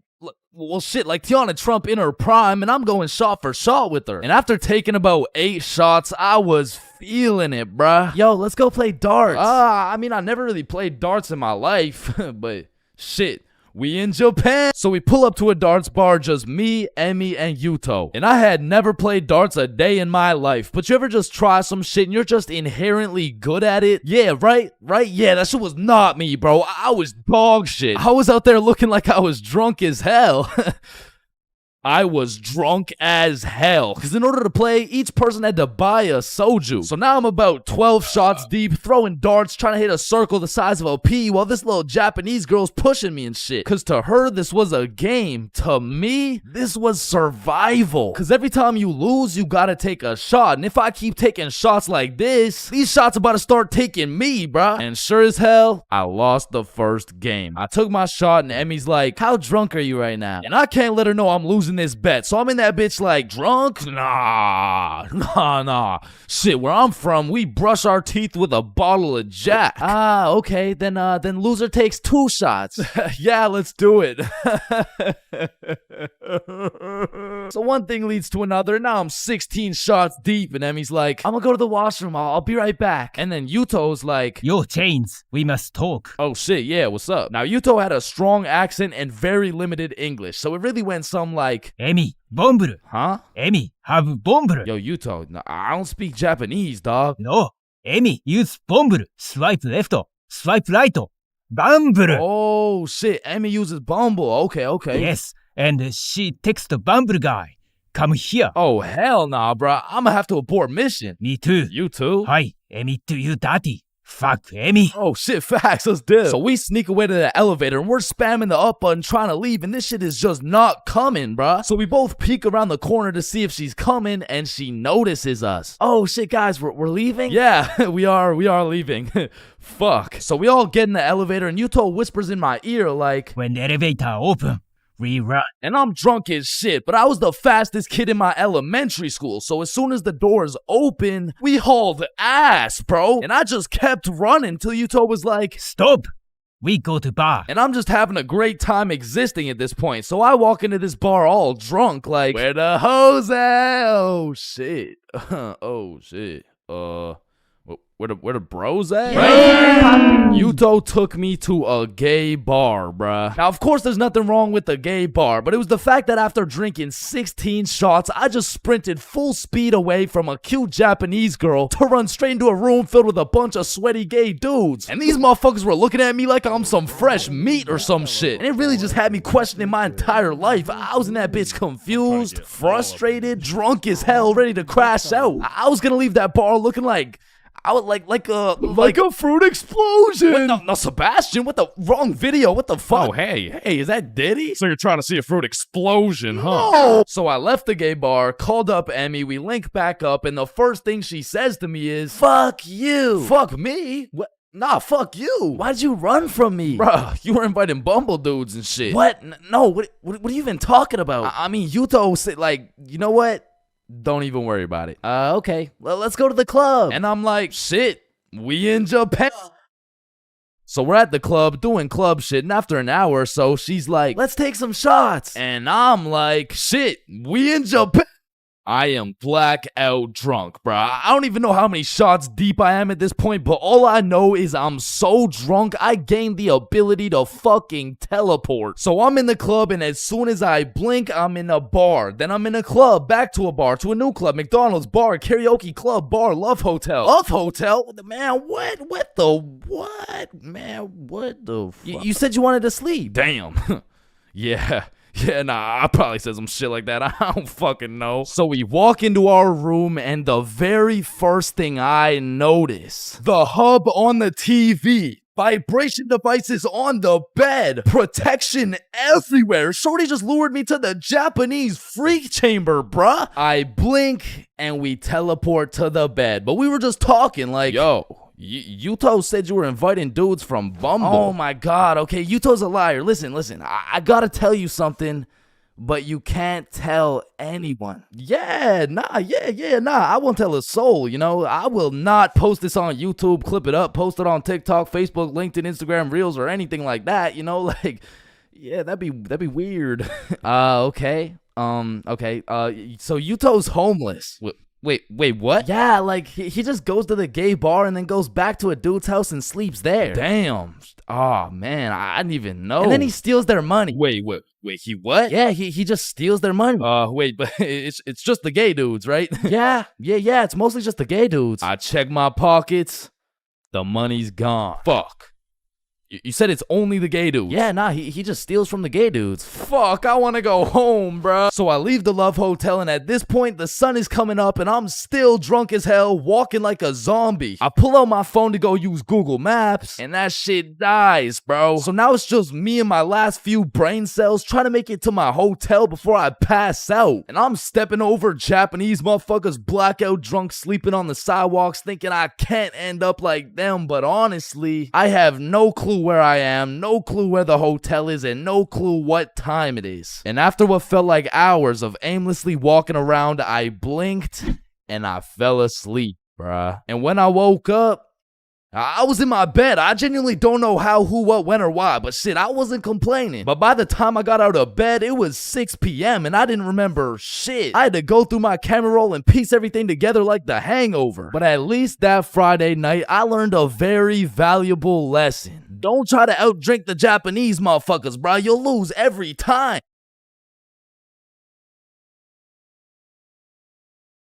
We are currently facing a life-threatening epidemic that is threatening the lives of many teens around the world. Oh, what's that? Yeah. Oh, okay. It has been brought to my attention that there's a new strain let loose that is infecting more teens than ever. The strain is propylene glycol formaldehyde.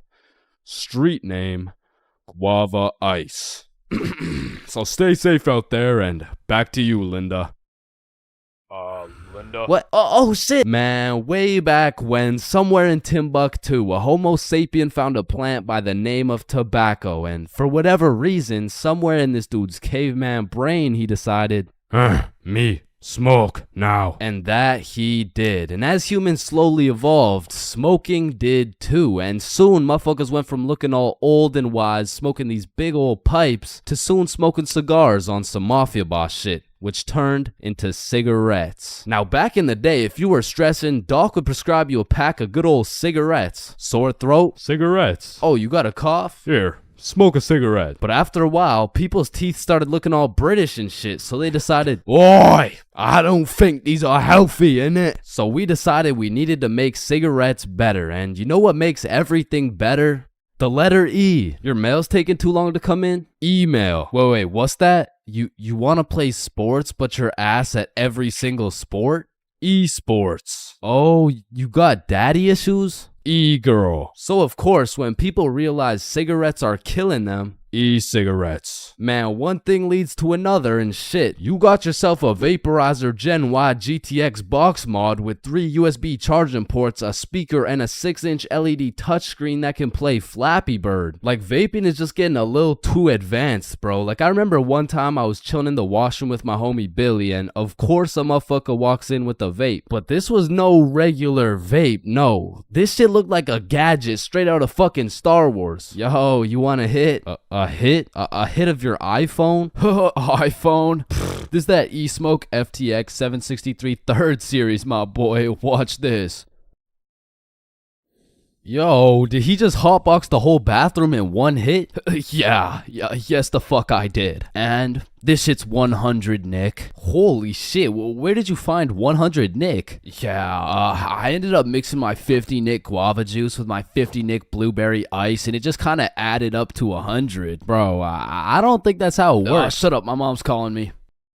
Yo, fuck you, mom. And that was the moment I realized there really is levels to this shit. Level 1. Level 1 is the type of dude who isn't addicted, but he'll occasionally take a hit of somebody's device. But level 2, bro's borderline addicted, but he's still in the denial phase. Bro, are you addicted to vaping? Addicted?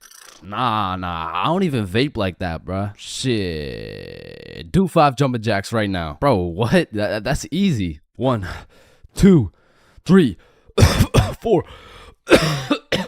Oh shit.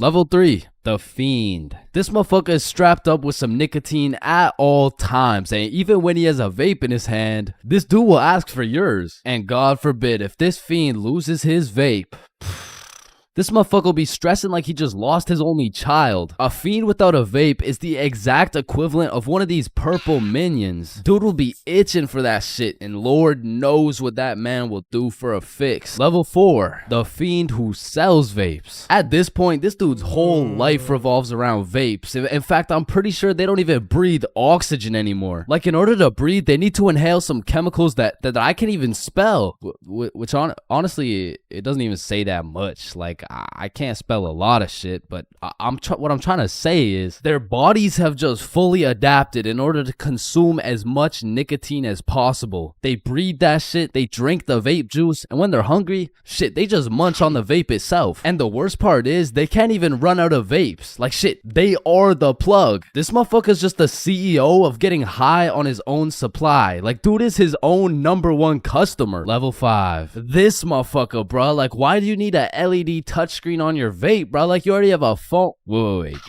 Did you just order that pizza from your vape?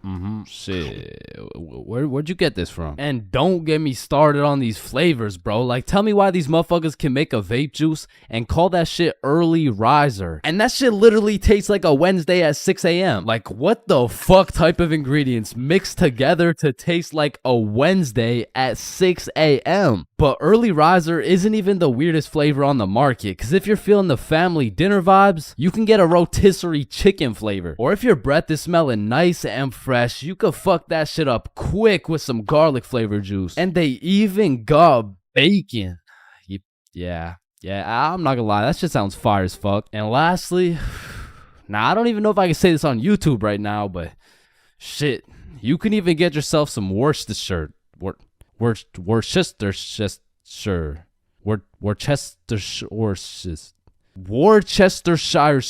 But regardless, I think we all know the home of nicotine, the eternal hot box, the communal vape sesh. It's the high school bathrooms, man. You walk into one of these joints and there's at least 15 dudes hotboxing that shit at like 10 a.m. You come in trying to take a piss and now you got a head rush. You walk over to the urinals, but it's so goddamn hotbox, you start pissing all over the walls. But shit, you can't even piss on the walls in peace, man. You got that one fiend coming over to you trying to suck your device dry, and dude's so down bad for that hit that's not the only thing he'd suck dry. And listen, you may be thinking, Chains, how do you know what you know about vaping? And that's a great question. Back in the day, I was a curious little George, man. And back in grade 7, I was chilling at my friend Becky's house. And when I walked into Becky's crib, I was nothing but an innocent, curious young man. But little did I know, I would leave Becky's crib far different than I entered. So you know, me, Bob, and Billy are posted in Becky's room, and I was sitting with Becky. So Becky asked me, have you ever hit a vape before? Hell no, I hadn't, but you know I had to play it cool around Becky, so I said, yeah.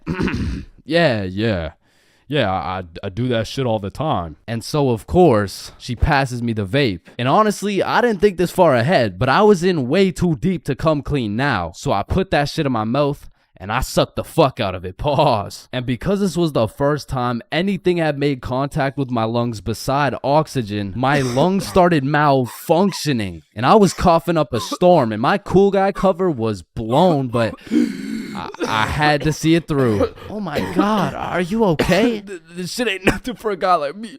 Guys, I thought Chains was dying. And as I went on with my life, I would hit a device here and there, and eventually I even learned some tricks and shit. But one day, me and my homie had to run to catch a bus. And so we started running, but the homie doesn't even make it 100 meters, and he starts rolling on the floor, coughing up blood. And I was like, yeah, no, no, fuck that. And you know,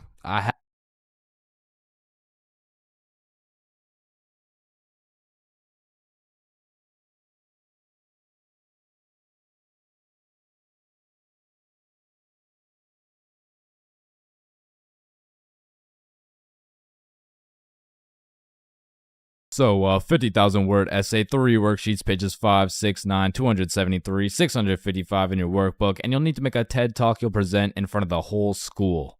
What do you want, Chains? well, how much time do we have? Everything needs to be handed in at 12 p.m. on Thursday or you'll get a 0. Wait, Mr. Cummingson, that's in 2 minutes. Actually, it's 1 minute now. Any other questions? Yeah, can I go to the bathroom? Fuck no. Sit down, Jeremy. Oh, okay. Man, imagine being a high school teacher, bro. Like, as soon as you hit the ripe age of 5 years old, they throw your ass into school and you just don't make it out until you're like fucking 65. And when I was younger, I always used to wonder, like, why is Mr. Cummingson so angry all the time? But as I got older, I realized I would be pretty fucking pissed if I was in the exact same spot I was 40 goddamn years ago. Which brings me to the first type of high school teacher, Mr. Angerson. This is the type of motherfucker whose wife divorced him 7 years ago and he takes his heartbreak out on the students. What was that? Oh, nothing. I just had to sneeze. Oh, so you think it's okay to just sneeze in my classroom now, huh? Well, no, I just needed to sneeze. What if I just broke into your house and started sneezing on shit, huh? Well, no, that's just... Matter of fact, get your ass up here. Yo, this isn't the 1950s. You can't just... Linda, come back, please. Now, I don't know how Mr. Angerson continues to keep his job, but it feels like this dude's mission is to ruin the day of every student that walks into his class. Like, he'll be putting in extra effort into his tests to make them as confusing as possible. The type of motherfucker to make a multiple choice test with the first 4 letters all as A. Bro will have me changing the correct answers into the ABCD strategy. Next up, we got Mrs. Talkinson. Some teachers really just don't give a fuck about teaching, bro. I mean, Miss Talkinson over here, she really just wants someone to talk to for real. And that's when Franklin D. Roosevelt became president. You know, actually in high school, I had a friend named Franklin. He was a really nice guy. We used to go to the movies together and stuff, and then he went to jail for multiple hate crimes. Like, by the end of the class, you'll know her home life, her family, how she takes her anger out on her children. So me and my classmates would recognize the fact that if we could just keep Miss Talkinson talking, we wouldn't have to do shit all class. So in 1938, Germany invaded Austria. Yes, Chains. Miss Talkinson, have you ever been to Germany? Oh my goodness, you would not believe what we did in Germany. And for my personal favorite teacher, we got Miss Cakinson. You know, the teacher that is caked up for absolutely no reason. Like, she's got that dump truck for what? I mean, I'll be failing all my classes, rocking with a 1.5 GPA. But I walk into her class, fuck, all of a sudden I turn into a... Miss Cakinson, actually, you forgot the homework for today. Oh my god. Shut up. Oh, I thank you, Chains. I almost forgot. You're welcome, Miss Cakinson. All my homework is done, all my tests are aced, and at any given chance... shoot, my computer isn't working. Does anyone know... What do you need, Miss Cakinson? And I'm there. Miss Cakinson, if you're watching this, just give me a chance, please. And next, you know we got Mr. Questionable. Inson. Now I know what you're thinking. Bro's name is a little bit of a mouthful, and that's because he may or may not have a mouthful of little boys. Okay, listen, I'm not here to point fingers at anyone, but if I was to point fingers at someone, it would be fucking him. Like, I'm really not trying to accuse anyone of anything, but there does come a point when some things this man does gets a little a little questionable. Maya, let me help you. So you put your hand like this and you. OMG, Chains, you will not believe who just followed me on Instagram. Oh shit, was it at ChainsFR?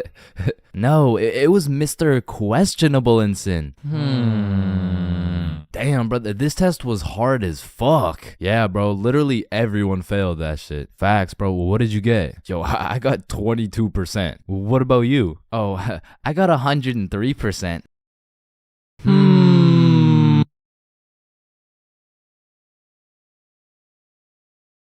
Yo, when you think about it, every light switch is also a dark switch. Light switch, dark switch. Light switch, dark switch.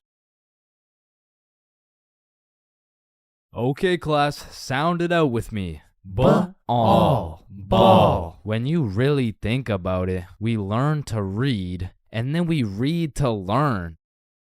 Teacher, yeah, I think Chains is high. What the fuck? This is kindergarten. Shit. Ow. Damn. Any staircase can be a staircase to heaven if you're not careful enough. Baby, I've spent the best 4 years of my life with you, and I can't imagine my life without you. You're a 1 in a million, so will you marry me? So 1 in a million, huh?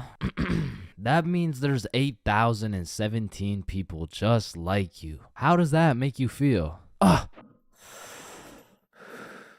Yo, if you cut your leg off, would it hurt? Of course it's gonna hurt, bro. Nah, think about it. Where would it hurt? Your leg. Oh, 'cause you cut your leg off. Yo, what happens if you push down the gas and the brakes at the same time? Shit, let's find out. Oh shit, it takes a screenshot. Damn, my eyes are dry as shit. Just close them for a minute. Damn, bro. You never actually close your eyes. You just look at the inside of your eyelids. Damn. Yo. Can anyone answer 547 to the power of 3? Yes, Chains. Yo, did you know every single odd number has an E in it? Damn. Chains, are you high again? No. Wait a minute, bruh. Since you were born deaf, what language do you think in? Oh shit, you right.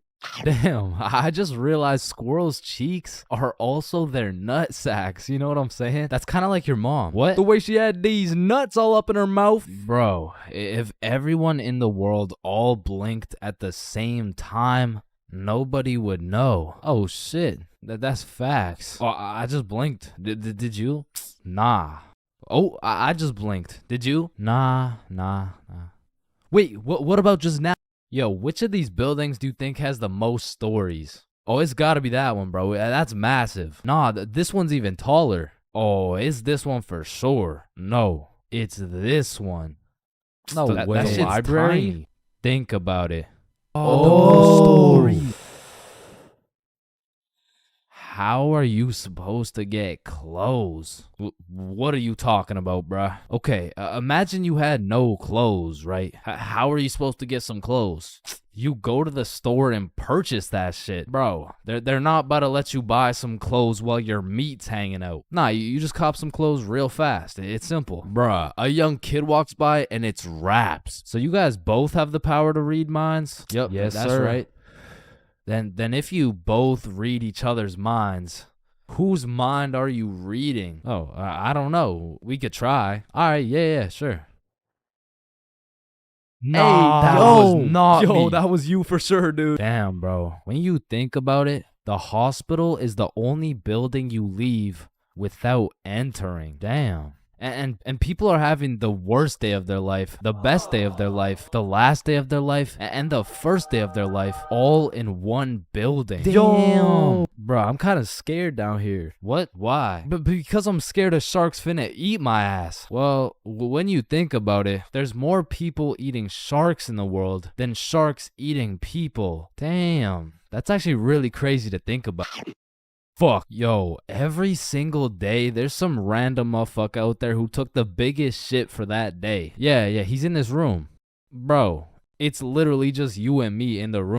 Yo, this Taco Bell is bussin'. So he incorrectly assumed his position. You spelled that incorrectly. But spelled what incorrectly? Incorrectly. Yeah, but what's incorrect? Incorrectly. Wait, what? Wait, guys. When you really think about it, the only time incorrectly isn't spelled incorrectly is when it's spelled incorrectly. Shut the hell up. Yeah, shut the fuck up. You know, the number of people older than you never increases. It only gets smaller and smaller. Damn. What? It just got smaller. Yeah, pizza's here. Shit, I got the munchies. I'm about to fuck this shit up. Wait, I ordered a mushroom pizza. Why'd they give us cheese? Hey, any pizza can be a mushroom pizza if you're patient enough. Damn, I guess you're right.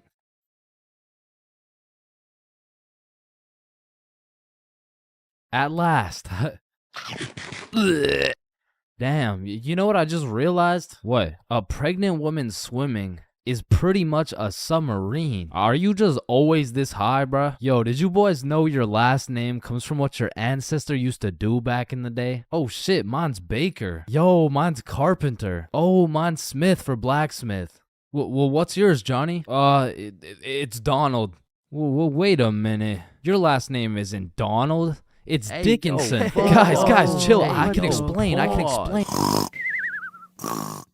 fuck out of bed, bitch. Go. Your alarm is really your theme song because it plays at the start of every episode. Well, why the fuck are you in my house?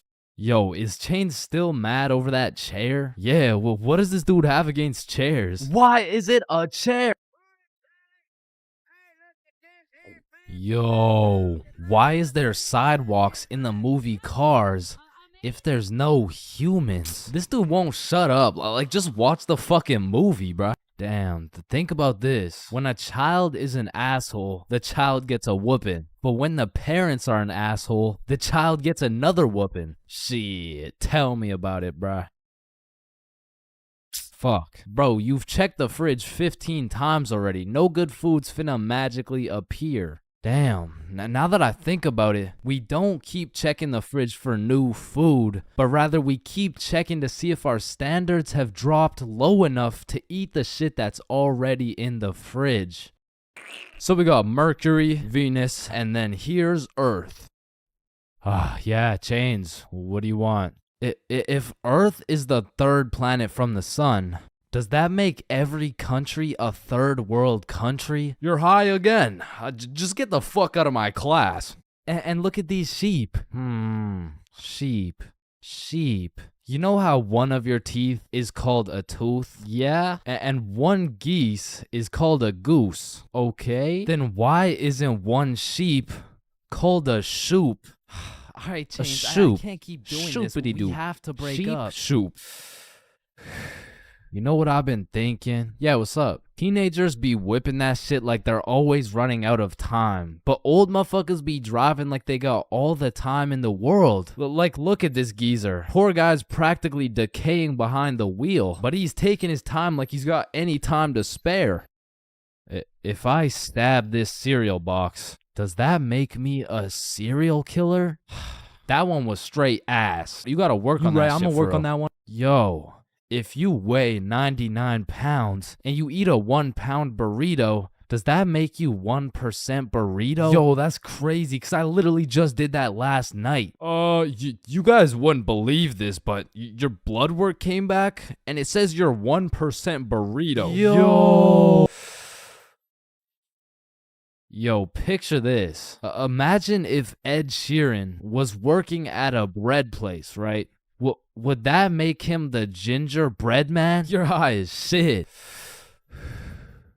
Alright, bro, I'm a dip. Nah, don't leave me alone in this forest, bro. Hey, when you really think about it, you're not scared to be alone in this forest. You're scared you're not alone in the forest. You feel me? Yo, that's actually so true. Bro, you know what?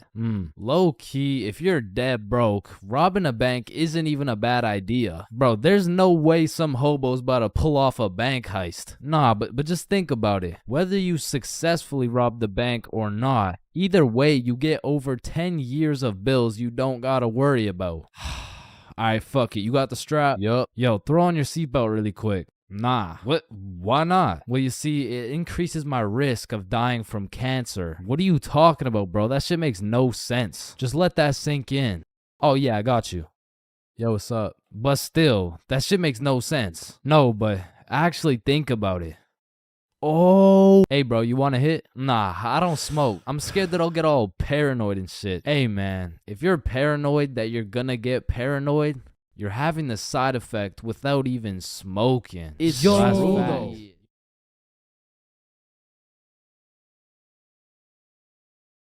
Honestly, bro, I'm not scared of much. I'd go skydiving, I'd swim with the sharks, run with the lions, fight a gorilla, beat some ass, and not even get my ass eaten. No, I would not. What the fuck? Wait, no. I mean, I'd even get my ass beaten, bro. But if there's one thing that leaves me scared shitless, it's a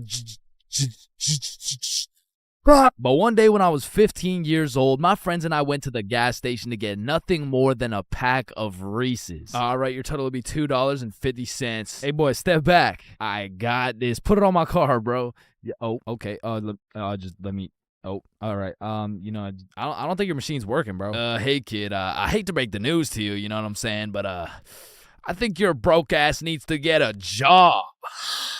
No! So I got my first job at Jim Jordan's and I was grinding, bro. I made every coffee fresh, every customer happy, every toilet squeaky clean. I was putting the potato wedges in a goddamn bag until I'd stacked up my first few bands and I'd never seen this much money in my life. I thought I was rich, bro. So I quit my job. And then the government took some bands. I bought a few Fortnite skins, one ugly-ass t-shirt, and before I knew it, I ended up exactly where I started. Damn, dude, you fucking suck. Your broke ass still needs to get a job, bro. Man. Firstly, my name is Chains, and I would love to work here at this summer camp. All right, Chains, do you know how to read? Yes, sir. Do you speak English? I do. Can you count to 10? Indeed. Can you ride a bike? Of course. Do you like little kids? Yeah, no, wait, no, yeah, well, no. No. Final answer, no. All right, you're fired. Wait, no, I love little kids. All right, you're hired. Now take this helmet and teach those kids how to ride some goddamn bikes. Okay, yeah, thank you. Really quick, how much do I get paid? I mean, as little as legally possible. Now get to work, buddy. Hi. My boss threw my ass straight into the deep end, bruh. No training, no nothing. Now, what's crazy is every other worker went to a training camp and was taught exactly what to do and exactly what to say. But one of those dudes quit last minute and they needed somebody, anybody to fill in, and that's the only reason they hired your boy. Anyways, I grab a bike, go outside, and there I see my group of 5 little 5-year-olds waiting for me. And I can see the hopes and dreams of learning to ride a bike glistening in each and every one of their little eyes. And I didn't want to let these little motherfuckers down, so I wasted no time and got straight to work. Listen, it's simple. You get on your bike and you just start pedaling like, look at me go. Right, guys? Shit. Listen, teaching one kid to ride a bike is legwork. You grab the seat, you push them, they pedal, they fall, then you pick them up and start gaslighting their ass like, wow, buddy, you did an amazing job. I've never seen somebody sweep the floor with their face before, man. Next time you can use your hands, though. Thank you. But the real problem is having 5 different kids with 5 different personalities and skill levels. Because the first kid was named Miles, but he couldn't ride a bike for 5 feet. Then we had a kid named Noah, who didn't know a single thing about how to brake. Parker, who couldn't park for shit. We even had a kid named Noel, but his little ass couldn't stop taking L's. In James. But it was just one motherfucker, bro. Like, why is your name plural, bro? Where's the other one at? So my group's out here looking like 5 chimpanzees on bikes with one bigger chimpanzee supervising them. And I look over at my coworkers' groups, and these motherfuckers are out here biking in perfect unison, weaving through cones. I even seen a little kid doing no hands, bro. Hey, James, look, no hands. Oh, shit. Oh, shit. Hey, James, look, no teeth. So after painting the pavement like Picasso, we get under the shade for some lunch break. And talking with these kids was such an interesting experience, bro, because since I was their biking instructor, they just assumed I knew everything, bro. Hey, Chains, why's the sky blue? Shit, I mean, it just... And who even decided that it'd be a Monday today? Oh, that was definitely Abraham Why Lincoln. does my sandwich taste like pennies? That's the taste of blood, my And boy. what's the biggest number? Infinity. How old are you? 300. What time is it? 12:37. And why do my parents wrestle without any clothes on? Yeah, mine too. So, Here. okay, Yeah, time to so get back weird. riding bikes, bro. But this time when we got back out to riding bikes, I set up a cone drill. All right, group, lock in. Here we got an easy cone drill. You know what I'm saying? I'll show you how it's done. So you just want to go through the cones just like this. You know what I'm saying? I like to call this drill. Oh, fuck. Wait, what's it called? I don't know. I think it's called fuck. Are you sure? Fuck. Yeah, nah, it's definitely called fuck. Well, that's a weird name. Okay, who's gonna fuck next? Yeah, bruh. I'm not gonna lie, I dead ass fell. Like, there was no type of biking test in order to get the job. All they asked is if I could ride a bike, and I can. But I did not know we'd be doing NFL drills on these fucking bikes. But needless to say, when the parents came to pick their kids up from the first day of bike camp, they were not impressed. Hey, there's my little man. What did we learn today? Oh, you know, we just took the training wheels off. We got started on a few cone drills. He showed us how to fuck. Oh my God, okay, it's man. true. No, He even I'm sorry. I'm demonstrated. so sorry. This is a catastrophic miscommunication. And Chains told me I had the best grip. Hey, yo, said I'm the that. handlebars, brother. You gotta Chains specify. says I have so much potential for a kid my age. Okay, yeah, that sounds same bad. here. That sounds really And bad. Why does all this Chains shit said sound he so likes bad? me better without any teeth. I'm just trying to cheer him He up, told man. us to always use protection before riding. Okay, that's enough. True. Just stop. Chains, None of them came back, bro. So I got a new group, and the best part about this new group of kids is that they were already level 4, meaning we'd all just bike to the park, eat lunch, and then bike back. Damn, bro, that sounds easy as fuck. Surely this couldn't go any worse than your first group, right? Yeah, It does. Yeah, no, it gets worse. It gets so much worse. So for this little journey to the park, I'll pair up with my coworker Natalie. So Natalie's in the front and we got 10 kids in the middle. We'll call them Liam, Ava, Milo, Zoe, Tucker, Cornelius, Jackson, Bradley, Quandale Dingle Jr. the third, and Riley, which is the only name you'll need to remember. So I count up the kids so we don't leave any behind, and as expected, I count 10. So we take off on our journey to the park, and all these kids were really good at riding. You know, out of the whole group, we only had one little fall. But I just scraped my knee, you know what I'm saying? Like, I didn't even cry or anything, bro. It wasn't even that bad. And before I knew it, we made it to the park. We all put our bikes down. Natalie and I ate our lunch while the 10 kids ran around and played. Liam and Tucker were playing tag. Zoe and Ava were picking flowers. Meatloaf and Quandale were eating cockroaches. Riley and Cornelius were in the bushes picking berries. And Jackson and Bradley were wrestling. And after a peaceful 45 minutes passed by, Natalie and I round everyone up to get back in line like we started. I count them up so we don't forget anyone. 1, 2, 3, 4, 5, 6, 7, 8, 9, 10. And we head back to camp. And after a very successful trip, the parents pick their children up one by one until Riley's very sweet mom shows up with a pack of 20 gym bits to thank me for my great work taking care of her child. Hey there, I just wanted to say I appreciate you so much for taking care of Riley today. Yo, what? Thank you so much. You really didn't have to. No, it's my pleasure, truly. Okay, well, thank you so much. So, where's my little guy? Oh, he's right here.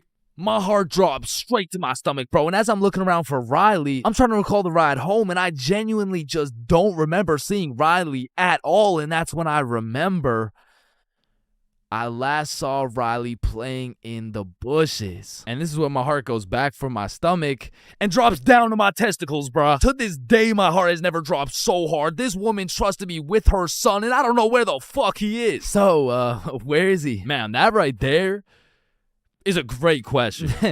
What do you mean that's a great question? You know, all the greatest questions in the world make you think, don't they? Yes. Right, and as you ask me this question, I really get to thinking, you know, like, I really get to rack in my brain, and, well, to be quite frank, well, I'm stumped. Okay, what do you mean you're stumped? I don't know where Riley is. What do you mean you don't know where Riley is? Okay, yeah, nah, let's just put it like this. Do you know where Riley is? No. Yeah, nah, me either. Yeah, ice cream. Holy fuck, he's right there. Oh Holy my God, fuck, he I gave me knew a it. I knew heart it. attack. Fuck, I oh thought my this God, he's right dumbass there. lost you. I knew it the whole time. He's right there. It's April Fool's. Give me Yeah, these. take him. Oh my God, Jesus, God bless America. And that was genuinely the day I realized I can't work a fucking job. I'm not built for that shit, bro. I gotta start a Stickman YouTube channel or some shit.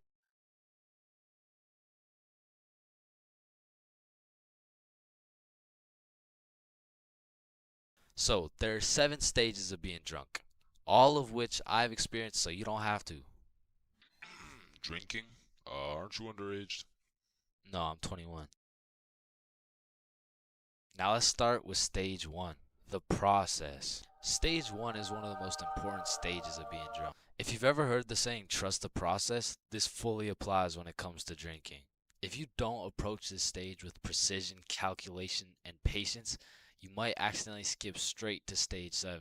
And trust me, you don't want to skip straight to stage 7. The process is pretty much where you've started drinking, but you don't really feel anything yet. Because when you drink alcohol, it takes time for it to be absorbed into the bloodstream. And some people just don't have the patience to wait and end up overestimating their limit. Oh, I feel fine. Let me take another shot.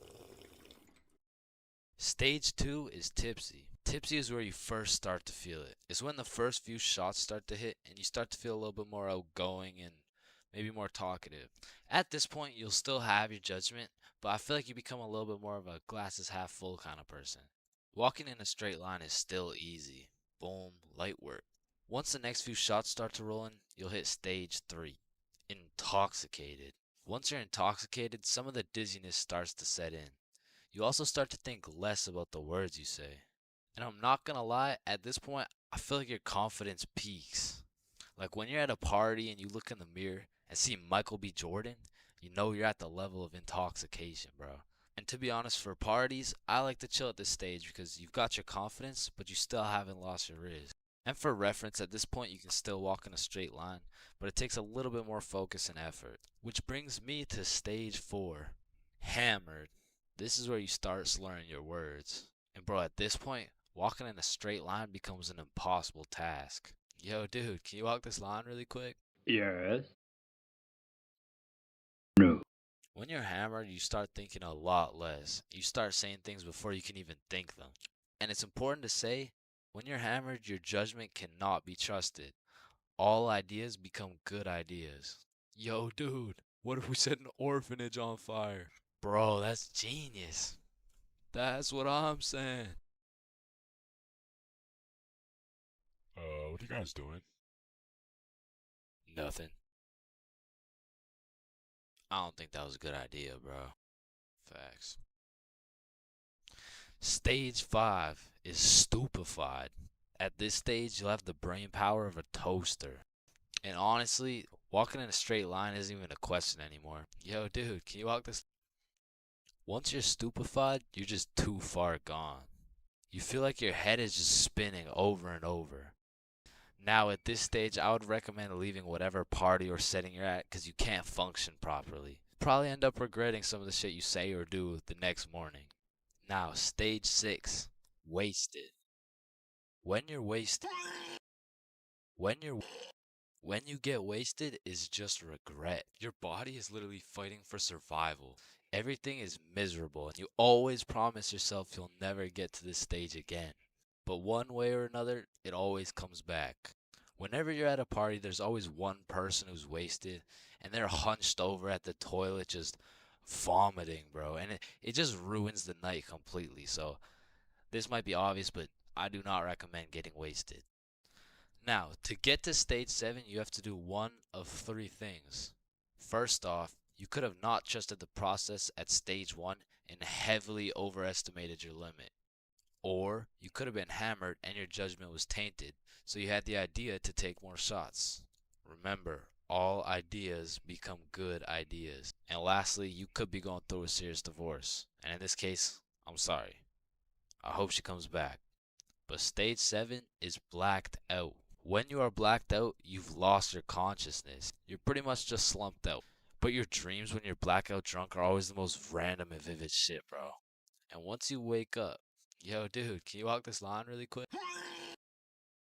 So, I think it's safe to say that I would strongly not recommend going past stage 4. But I'm not gonna lie, I have a few times, and I got lots of crazy stories from them too. So let me know in the comments if you want to hear any of these stories. But yeah, I think I should end the video by saying, please drink responsibly. Here at Stickman High, we understand the importance of learning. That's exactly why our new curriculum has been perfected to accelerate the learning of each and every student. Like, hey, look at this kid. Wait, what? Look how big his head is. It must be full to the brim with all that knowledge we provide. Hey, it's not that big. No, it's pretty fucking big. Anyways, let's take a look at how the new curriculum pushes our students in the weight room. Oh, wow, impressive. See, I didn't even know legs could bend like that. They can't. All right, stop recording. Stop the recording. Stop the recording. Stop the recording. All right, Stickman High, welcome to the new curriculum, and let's study those textbooks. All right, class, are we ready to learn about this new curriculum or what?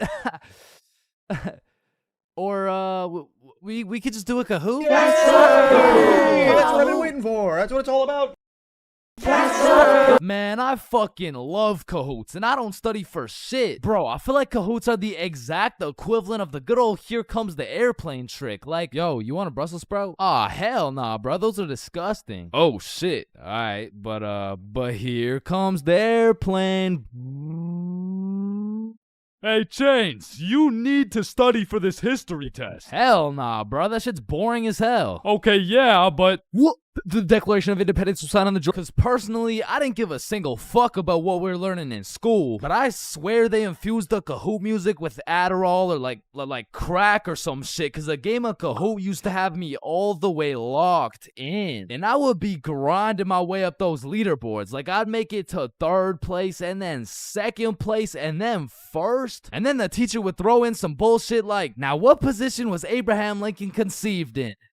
So I go for the safe answer, and all of a sudden I dropped 14 places, and I'm getting passed by goddamn Dildo and Duncan McCawkiner. And the teacher's over here yapping about, yeah, guys, you should know this one. It's chapter 13 in your textbooks. Like, bro, why the actual fuck should we know this one? But in these Kahoots, people were coming up with the most outrageous names of all time, bro. I remember any time a teacher would pull up a Kahoot, the first names would start off normal as hell. Jessica, Eric, maybe a little Bartholomew. But as soon as one dude drops a name that's ever so slightly comical, every single name after that ends up being more and more out of pocket than the last. It's like a competition to see who's gonna push that shit the furthest. Like Richard Long quickly turns into Ben Dover, which nicely parlays into Hugh Janus, which passes it over to I Swallow Cum, who alley-oops it for Wilma Dickfit, which eventually somehow always ends up with the teacher just catching mad strays. Like somewhere along the line, that shit goes from Dixie Normus to Miss Jackson's built like Mike Wazowski. Alright, who said I'm built like Mike? I remember I had this teacher who used to love Kahoots. Shit, she loved her Kahoots so much, we'll call her Miss Cahooters. Nope.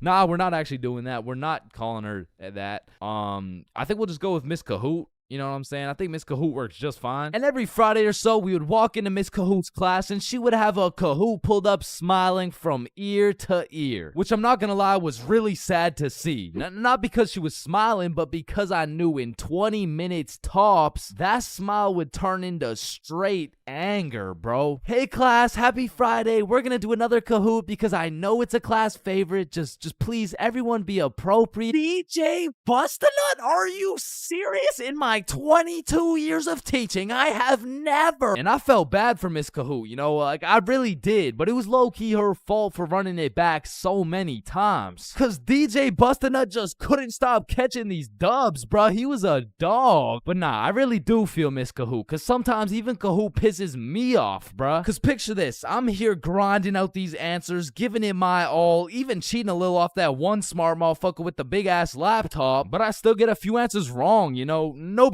perfect. But imagine my pain as I read my screen and find out I'm 76 points behind fucking Sebastian, bro. And I look up at Sebastian and this motherfucker doesn't even know what he's playing. He's just happy to be here and shit. But there's only one feeling worse than being 76 points behind Sebastian, and that feeling always came from the easiest questions. It would be like, oh, what? This is a little too easy? How do you say hi in English? And you're trying to speedrun this shit, so you click the first thing that kind of makes a little bit of sense and the answers come up, And you're the only motherfucker to get that shit wrong. Nah, dumbass dumbass starts is to a get Konnichiwa. and everyone's looking around for who got it wrong. Like, Yo, whose dumbass got that shit wrong, bruh? Facts, bruh, type shit. Dumbass type shit. The fucking dumbass. Chains? Were you the dumbass who got that shit wrong, bruh? Me? Dumbass? Nah, shut up. Shut the fuck up. Nah. It was probably it was probably Sebastian, bro. Just look at that motherfucker. And I feel like there's only 7 types of people in class when you're playing a Kahoot. And the first is Dover. Bend over. We all know him and we all love him. He's got a smart name, but not a smart brain. He might get the first answer right, but then he falls off the face of the leaderboards, never to be seen again. But on the leaderboards, we got Genius George. Cause George actually studied the material like a well-prepared and studious nerd, bruh. Cause George was the type of dude to be like, calculate for the common denominator. oh man, this one is too easy. Like, bro, if you don't shut the fuck up, I'm about to commonly dominate that ass. No, it's called a denominator. Oh, I know. And I swear every game of Kahoot had that one person who took their sweet time to answer every single question. Like, it could be 1 + 1, and this motherfucker would be 30 seconds deep into the question. Like, okay, 1 + 1. Is it a trick question? No, just answer the question. Oh, okay. 1 + 1 equals... The answer's 2. Dumbass. Okay, can I use a lifeline and phone a friend? All right, chat. How do we kick Jasmine out of the lobby? And then we got Flying Fuck Frederick. And Flying Fuck Frederick doesn't give a flying fuck. Dude will give his best shot at the first question, and then he's aborting mission and playing some goddamn Clash Royale. And then there's always that one dude yelling out the wrong answers. All right, what's the biggest mountain in the world? Ooh, I know this one. Chains. It's blue, bro. Trust. Oh, shit, bet. Wait, no, I meant red. Sorry, my tongue slipped, bro. My bad. Bro. Oh, and it looks like Chains is off the leaderboard. Everyone, let's point our fingers and laugh at him. And we got the radiating Redditor. And I say radiating because that boy is radiating the most profuse body odor known to man. And I don't know, maybe it's all a part of their strategy to win because that shit throws you off your game, bro. They'll be invading your nostrils with a concoction of Doritos, Skibbity Toilet, and Badussi. And if you've ever played against a Redditor in a game of Kahoot, you may be wondering, yo, how is this dude getting every answer right while sitting back drinking Mountain Dew watching Best Sigma Moment compilations? And the answer is he's cheating, bro. And not the normal kind of cheating either. This dude's using a Kahoot bot to get every answer right. And now you may be thinking, nah, why would someone cheat on a Kahoot, bro? It's not that serious. And that's facts, but the thing is, the prize was a gummy bear, and this dude can't leave no calories behind. And then we got the casual Kahooters. Fuck, I gotta stop saying that shit, bro. I was trying to say we got the people who just play the game. They got normal names. They get some right, they get some wrong. But at the end of the day, they probably still get their shit yelled at. All because DJ Bustin' couldn't stop catching these dubs. All right. Okay, Chains, welcome to your first day at Jim Jordan's. These are our new product, Bieber Bites. Just smile and remember. The customer is always right. Okay, yeah, nah, I could do that. All right, I'll leave you to it. Okay, yeah. Hey, sir, Hey what can there, can I get some Bieber Bites? Yeah, how many? Right. How about this? Hey, let me get a pack of Justin Bieber's balls. That's funny, yeah. How many do you want? Hey, let me get a pack of Bieber's sack. Okay, yeah, how many, bro? Hey, let me get a taste of Justin Bieber's wiener. Back in my day, I used to work at a fast food place called Jim Jordan's. Now, for legal reasons, this is not Tim Hortons, okay? It has J's and shit. Like, they don't even look that similar, bruh.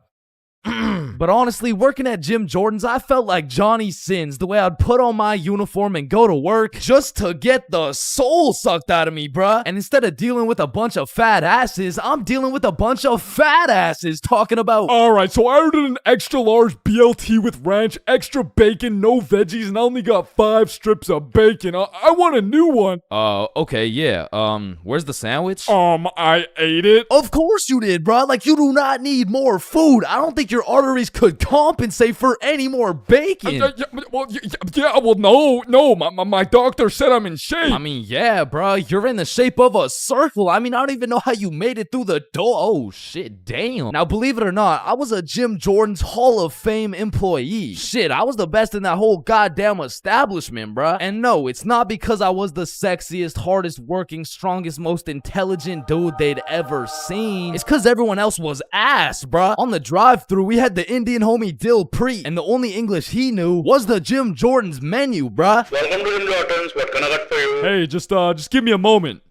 I give you donut. No, I need time to think. You need chai, tea, drink? No, can you wait or not? Okay. One tater tot. No! Wait! You want it? No! Okay, stop it. You know what? Okay. Chocolate donut. Then over making the food, we had this sweet 83-year-old lady Linda who was 20 years too old to be doing this shit. Okay, Chains, here's the cheese bagel. Thank you, Linda. But yeah, this is the 9th cheese bagel you've given me in 20 minutes. Oh my good gracious, I'm sorry. I'm sorry. Oh, what's this? Oh, cheese bagel coming right up. And overworking the counter, we had Sebastian. Now, don't get me wrong, Sebastian was a really nice guy, but he had a little hint of the tism, you know, no, he had a lot of the tism. Like, it was more like the tism had a hint of Sebastian, which is cool, of course, but it did mean that he would absolutely yap at every single customer who came in the store. Shit, I'll never forget this one time a girl came in the store and just ordered a muffin, like, welcome to Jimmy's, what can I get for you? Hey, can I just get a fruit explosion muffin? Can you guess what Sebastian said next, bruh? Maybe your total is $175? Cash or card? For here or to go? None of the above, bruh. The sentence that came out of this motherfucker's mouth was... A food explosion muffin? Yes, please. That sounds an awful lot like a hate crime to me. Yeah, can I get my muffin, please? Do you get it? Yeah, you get it? Yeah, I get it. Okay, listen.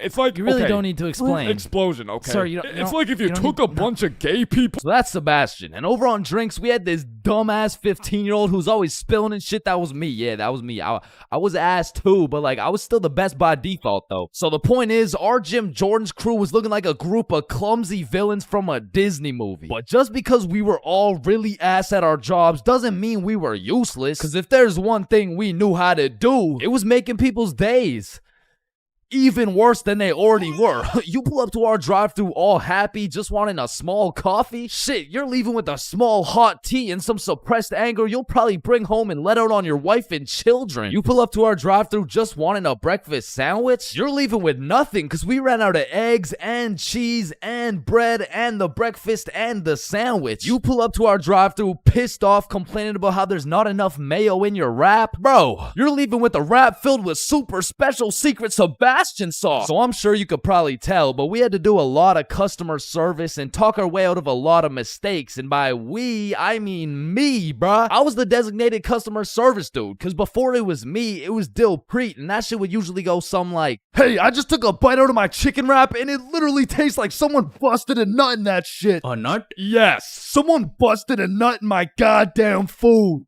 You want a donut? No! And then before Dill Preet, it was Linda. Hey, I just took a bite out of my chicken wrap, and it literally tastes like someone busted a nut in that shit. Oh my heavens, that's horrible. I'm sorry, I'll get you a refund right away. Thank you.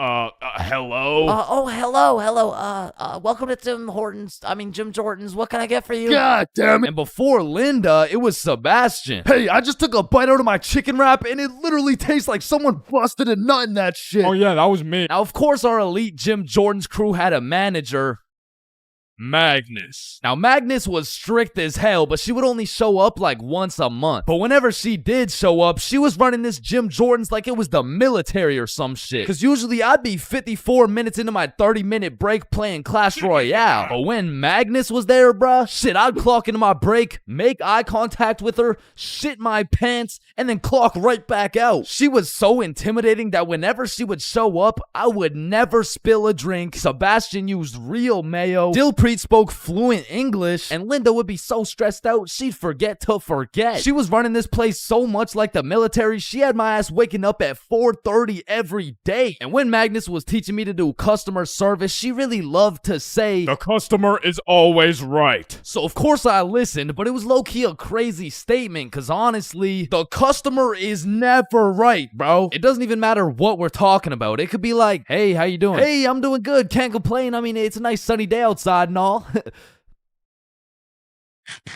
Damn, this chicken wrap is good as hell. I am 100% sure nobody busted a nut in this.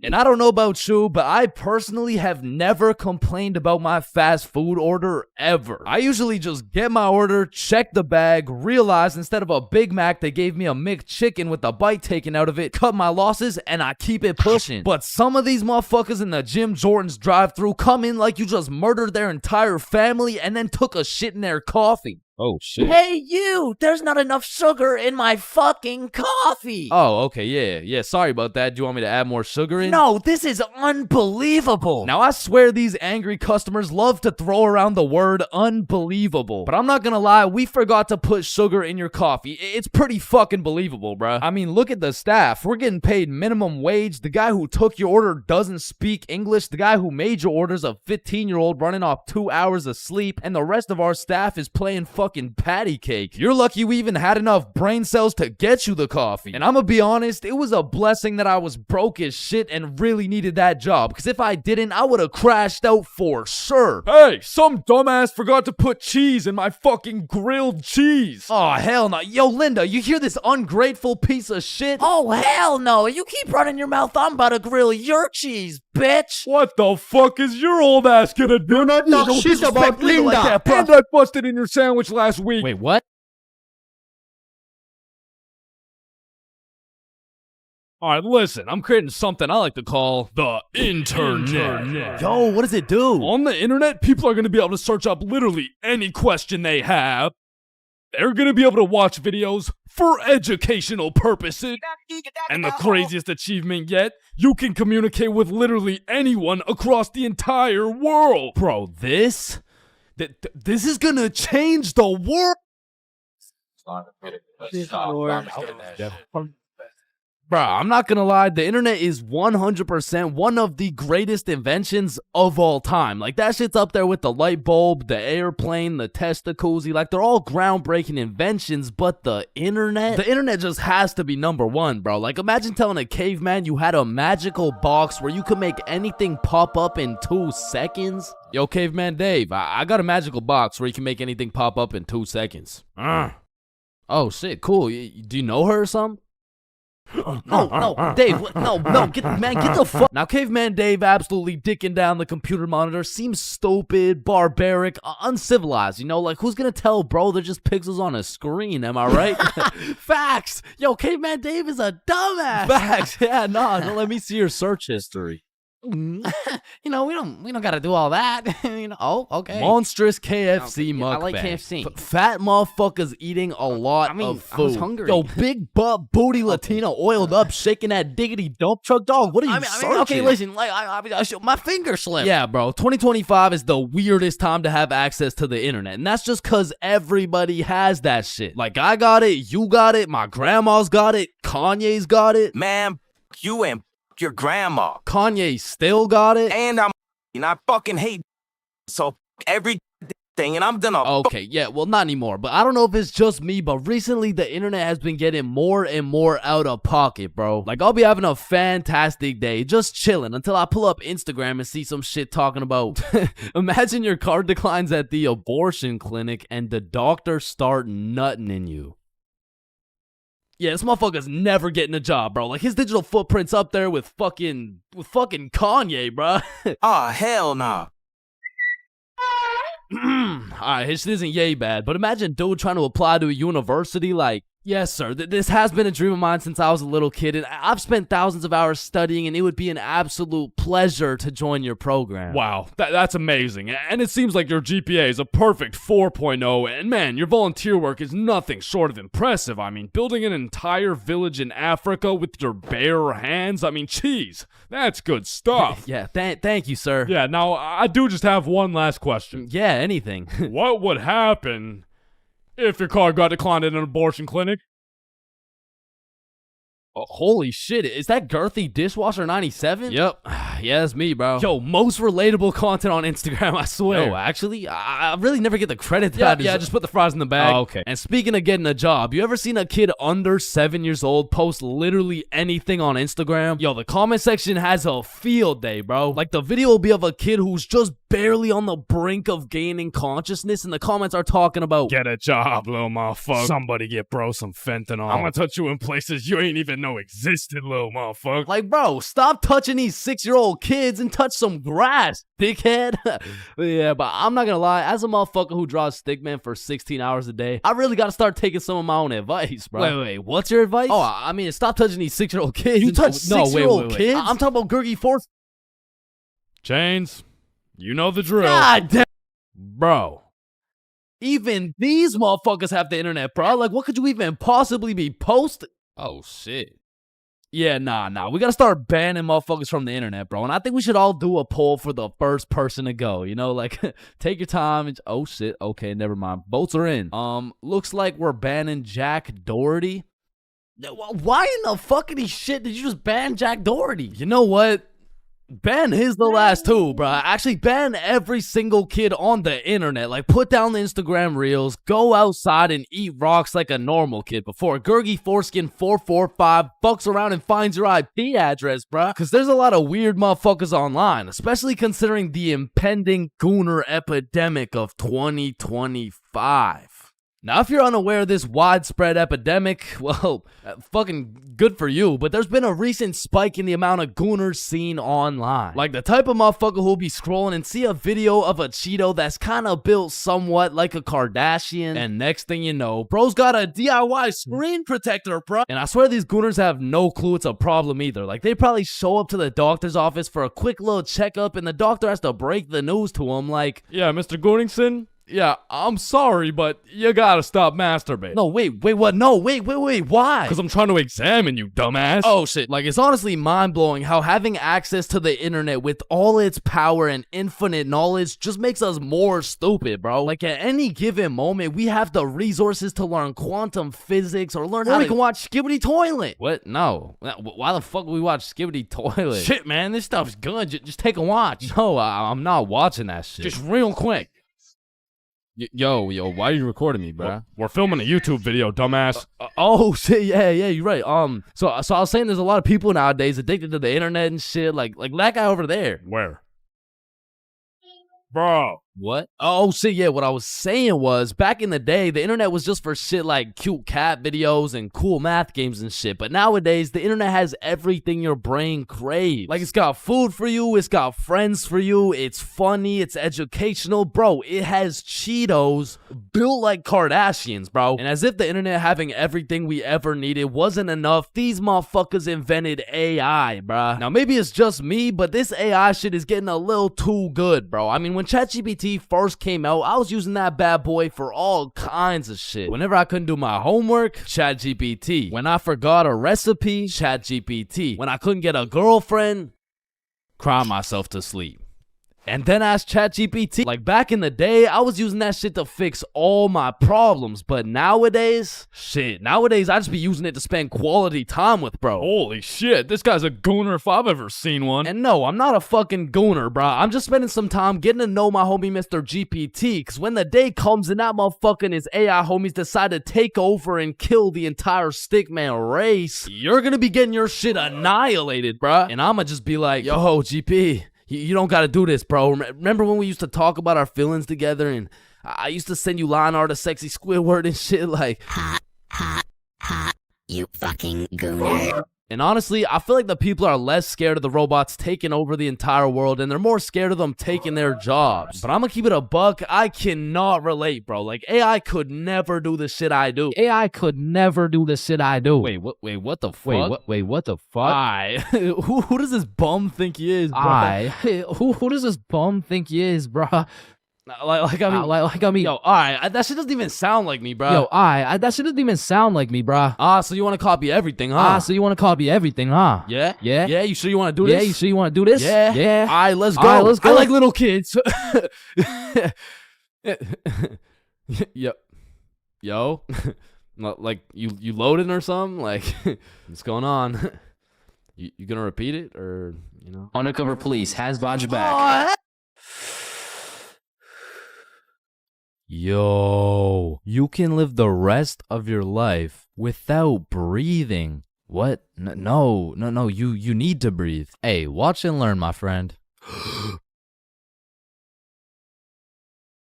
Oh, shit. Would you look at that? Okay, class, today we're gonna be studying atoms.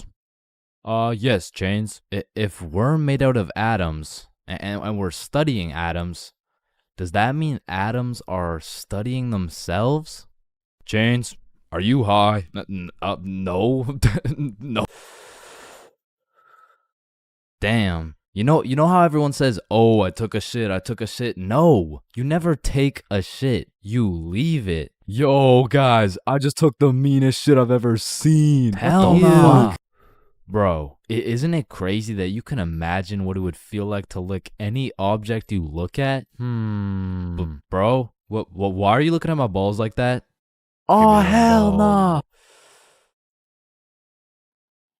You know what I just realized? Yeah, what? Walking around with one crowbar is much more suspicious than walking around with 3 crowbars. Bro, is that your car? Oh, shit. Yo, this burger is busting in my mouth right now, bro. I know, this shit is scrumptious. The ham is just exquisite. Wait, ham? There's no ham in the burger.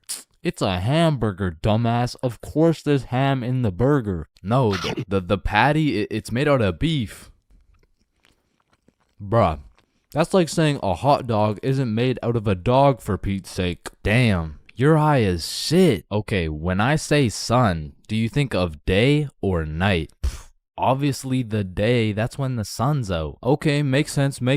But what if I were to tell you that you see more suns in the sky at night than you do in the day? Whoa. You are hereby sentenced to 35 years in jail for repeatedly kicking a pregnant woman. Objection, Your Honor. When you really think about it, everyone in this room has repeatedly kicked a pregnant woman before. Even you, Your Honor. Fuck. Holy shit. Horses are naysayers. Sir, I am very sorry to inform you the STD results came back and you are positive for chlamydia, gonorrhea, trichomoniasis, syphilis, chlamydia, herpes, HPV, HIV, and chlamydia again. Somehow you got 3 cases of chlamydia. Damn, you know what that made me realize? That you should wear a condom? Nah, life is a sexually transmitted disease that will 100% lead to death. Damn right. Sir, you got 3 days to live. You ever think about how old cars are looked at like, look at this dude's old ass car. He's broke as shit. Damn, at least my car isn't as old as this dude's. Holy shit, this guy's car is a shitbox. Damn. Look at that vintage car. Wow, that guy's car is insanely old. He's got to be a millionaire. What the fuck? Is that Fred Flintstone? Whether we like it or not, we were all once inside some balls. Facts. I'm talking in the testes. Damn. I'm talking in the family jewels. I'm talking in the nut storage. I'm talking in the semen spheres. God damn, Todd's really laying down some mean pipe over there. You know, Todd beating down those doonies really got me thinking. Most people are made in a bed, born in a bed, and die in a bed. Damn. Bro, stairs were made to make a really big fall into a bunch of small falls. Oh, shit, are you good? You know, someone probably still gotcha knows from years and years ago. Gotcha knows, give it back. It's me. What? What do you mean? It's me. I am the one who gotcha knows. Wait, are you serious? Yes. Dude, give it back. Or what? Give it back. No, it's my nose now. You gotta eat the frog. No, just eat the frog. Nope, one bite. Not doing it. You just gotta try it. I'm not eating the frog. It tastes like chicken. Yo, mama tastes like chicken. Come on, it's tradition. You have to eat the frog. Damn, traditions are really just dead people peer pressuring us. Eat the frog, pussy.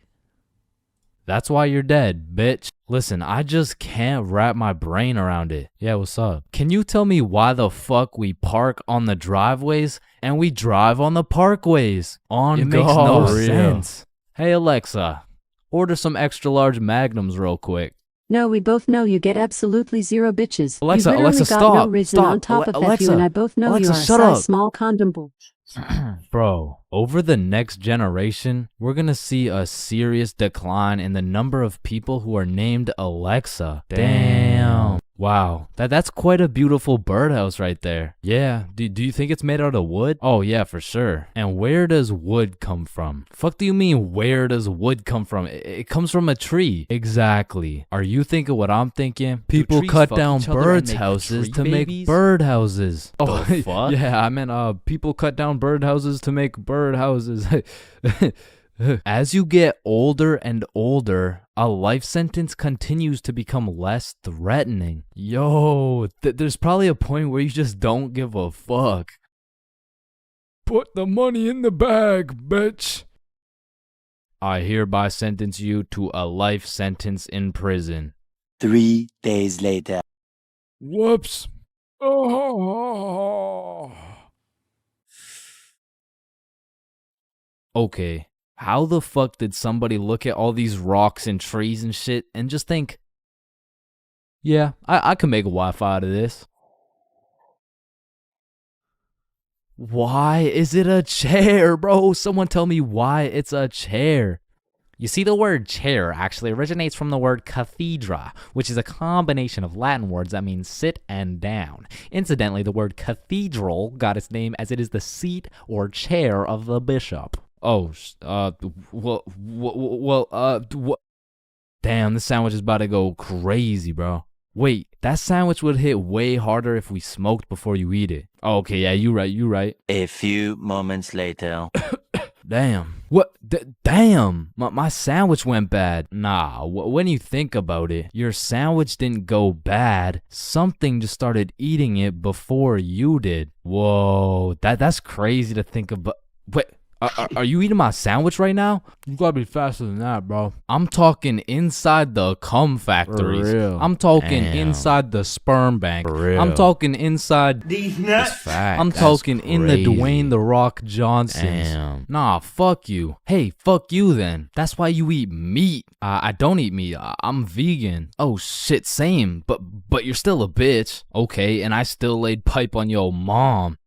Yo, what's going on here? He called me a bitch, and he said he had sexual intercourse with my mom. Yo, calm down. I thought you guys were both vegan. Yeah, we are. What about it? If you guys are both vegan, are you guys really beefing? Damn, that was unfunny as fuck. Should we just beat his ass? Yeah, we should. Shit, damn. I see here. Looks like your toothpaste hasn't been doing the job. Try this one. 9 out of 10 dentists recommend this toothpaste. Wait a minute. If dentists make their money off people having bad teeth, and 9 out of 10 dentists recommend this toothpaste, why would I choose to use this one? Go. Shit, he knows. Man, you ever think about how the ocean is just some really big soup? Damn, I guess you're right. Or have you ever thought about how there's more airplanes in the ocean than submarines in the sky? Oh shit, apparently not. Damn, we're high as fuck. Man, you know what I just realized? What's up? Your balls are kind of like a body bag of sorts. You know what I'm saying? You gotta stop looking at my balls, bro. Okay, but who named it a chair? Like, who just looked at this thing and was like, oh, yup, this is gonna be called a goddamn fucking chair. Boo. Oh, you scared me half to death. What happens if you get scared half to death twice? Oh, I don't know. It's just a saying. Boo. Oh shit, is he dying? I think. Damn. When you really think about it, most guys will get their first set of flowers at their funeral. That's some real shit. Wait, Chains, are you high at a funeral? No.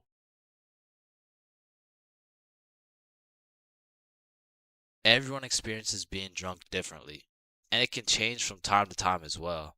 But I'd say most people fall into a few general categories, one of which is the aggressive drinker. These people have to have pent up and saved anger for years. They just decide to let it all loose when they take a sip of alcohol. I feel like they might even just be using drinking as an excuse to sock someone in the face. And the main problem with aggressive drinkers is there's always at least one of them at every function. Sometimes they can be tamed, but if you just let them do their thing, then the function just turns into the Battle of Vimy Ridge, bro. You don't want your friends to be aggressive drinkers, because when they do something stupid, you just have no choice but to back them up, because that's your homie. Coming up next, we have the depressed drinker. I know lots of people who are usually happy and energetic, but when they start drinking, all of a sudden they think I'm their therapist or something. Like, of course I want to help my boy if he's in his feels, but I'm hammered too, bro. I can't help you get your ex back. Now listen, I'm no scientist, but alcohol is a depressant, which means like it means it makes you depressed. Bro, I don't, pretty much what I'm trying to say is if alcohol makes you sad sometimes, don't worry, it's normal. Next up, we have the flirty drinker. Now these types of people are a common appearance at parties. They just kind of stumble over to someone and just start spitting game. One thing I do respect about flirty drinkers is that they're perseverant, bro. When they get rejected by someone, they just take it like a champ and keep pushing to the next one. Usually flirty drinkers go rotate around the party and try for their first few contenders, but eventually at the end of the night, flirty drinkers will end up attracting other flirty drinkers, then boom, everyone's happy. And come on, everyone knows the I love you guy. Man, I love you, man. Nah, like, I don't think you understand. Like, I really love you, man. And whatever you need, I got you, bro. And I just really love you, man. Bro, who the fuck are you? And of course, we got the designated driver. Next, we got the loud one. Hey, bro, sometimes the alcohol just makes people talk way too loud. In some settings, it'll slide. But in other settings, at parties, these are usually the type of people to be in the mosh pits because they're always super high energy, and sometimes they can be kind of annoying. Man, who would be this type of drunk, am I right? Alright, it's me. And if anyone else is this type of drinker, I know you can relate. When you wake up the next morning, not only you get hit with the hangover, but your voice is just completely gone. And I'm not even usually a loud person. But man, alcohol just works its magic and has me yelling like Kais and Nat. Hangovers being this type of drinker has to be one of the worst. I guess next to aggressive drinkers, you know what I'm saying? Anyways, we're moving on. You also might have encountered the philosopher. I couldn't tell you why, but for whatever reason, after taking 5 shots, some motherfuckers just become a philosopher, bro. They just have philosophical questions coming out of nowhere. And they low-key be spitting too. Hey man, love doesn't even exist, bro. It's all just an illusion. Love is just a chemical reaction that occurs in your brain that was programmed to make us inclined to reproduce. Next up, we have the OD, overdrunk. This is the 7th and final stage of being drunk. If you've seen the 7 stages of drunk video, you'll know exactly what I'm talking about. But some people are just prone to drinking way too much. And somehow, they always find themselves blackout drunk. But yeah, there's not much to say. They're pretty much just unconscious. And of course, we have the chill drinker. These people are just pretty neutral. They just be talking at a normal volume about normal stuff. And honestly, these people are just overall enjoyable to be around, especially when you're drunk. Let me know in the comments if I missed anything. And also let me know which type of drinker you are. Man, I don't know about y'all, but for me, having an older brother is like, oh, chin check. Damn, bro. L chin, am I right? Nah, I got you a gift, though. Damn, for real? Yeah, open them up. Oh, these are tough. Let me try them on. Yup. You know what these are good for, bro? Yeah, what is it? Wedgie! I'm not gonna lie, bro. I still love having a big brother. Like, yeah, you get your ass beat bi-weekly. Yeah, these motherfuckers will steal your food. And they be frying your shit for no reason whatsoever. ChainsFR, not as Chipotle for real. Because he's wrapped like a burrito. But let's think about it, bro. What is the alternative? A big sister, bro? Hell nah. These motherfuckers will force you to do your makeup and shit. Alright, yeah, pull the plug. But it looks good. Pull that shit. Like, pull the plug. So I don't think pull we can the do plug. that. Pull the Damn, plug. are you Pull serious, the bro? man, pull the fucking plug. Like, having a brother's an interesting situation, because I would trust this motherfucker with my life, no questions asked. But I'm not trusting him with my Chipotle for a second, bro. Like, I was born with my very own #1 hater and my #1 supporter who just happens to have the same mom as me, bro. But listen, nowadays, I'm a grown-ass man. My brother, a grown-ass man. Now that we're both grown, we get along like PB and J. Yo, that's what I was about to say, bro. For real, though. We get along like chicken and waffles. Okay. Yes, sir, bro. We get along like salt and Vic. Nah, I don't get it, bro. I don't know what you're trying to say. Nah, I mean, what I'm trying to say is if I'm eating, worried, if he gets into a fight, we get into a fight, If someone reads my search history, we searched up Lola Bunny furry buns, lubed up, shaking it wild style, Nah, hell nah. What are you doing, we didn't do that? Fuck no. Okay, yep, no, that's fine.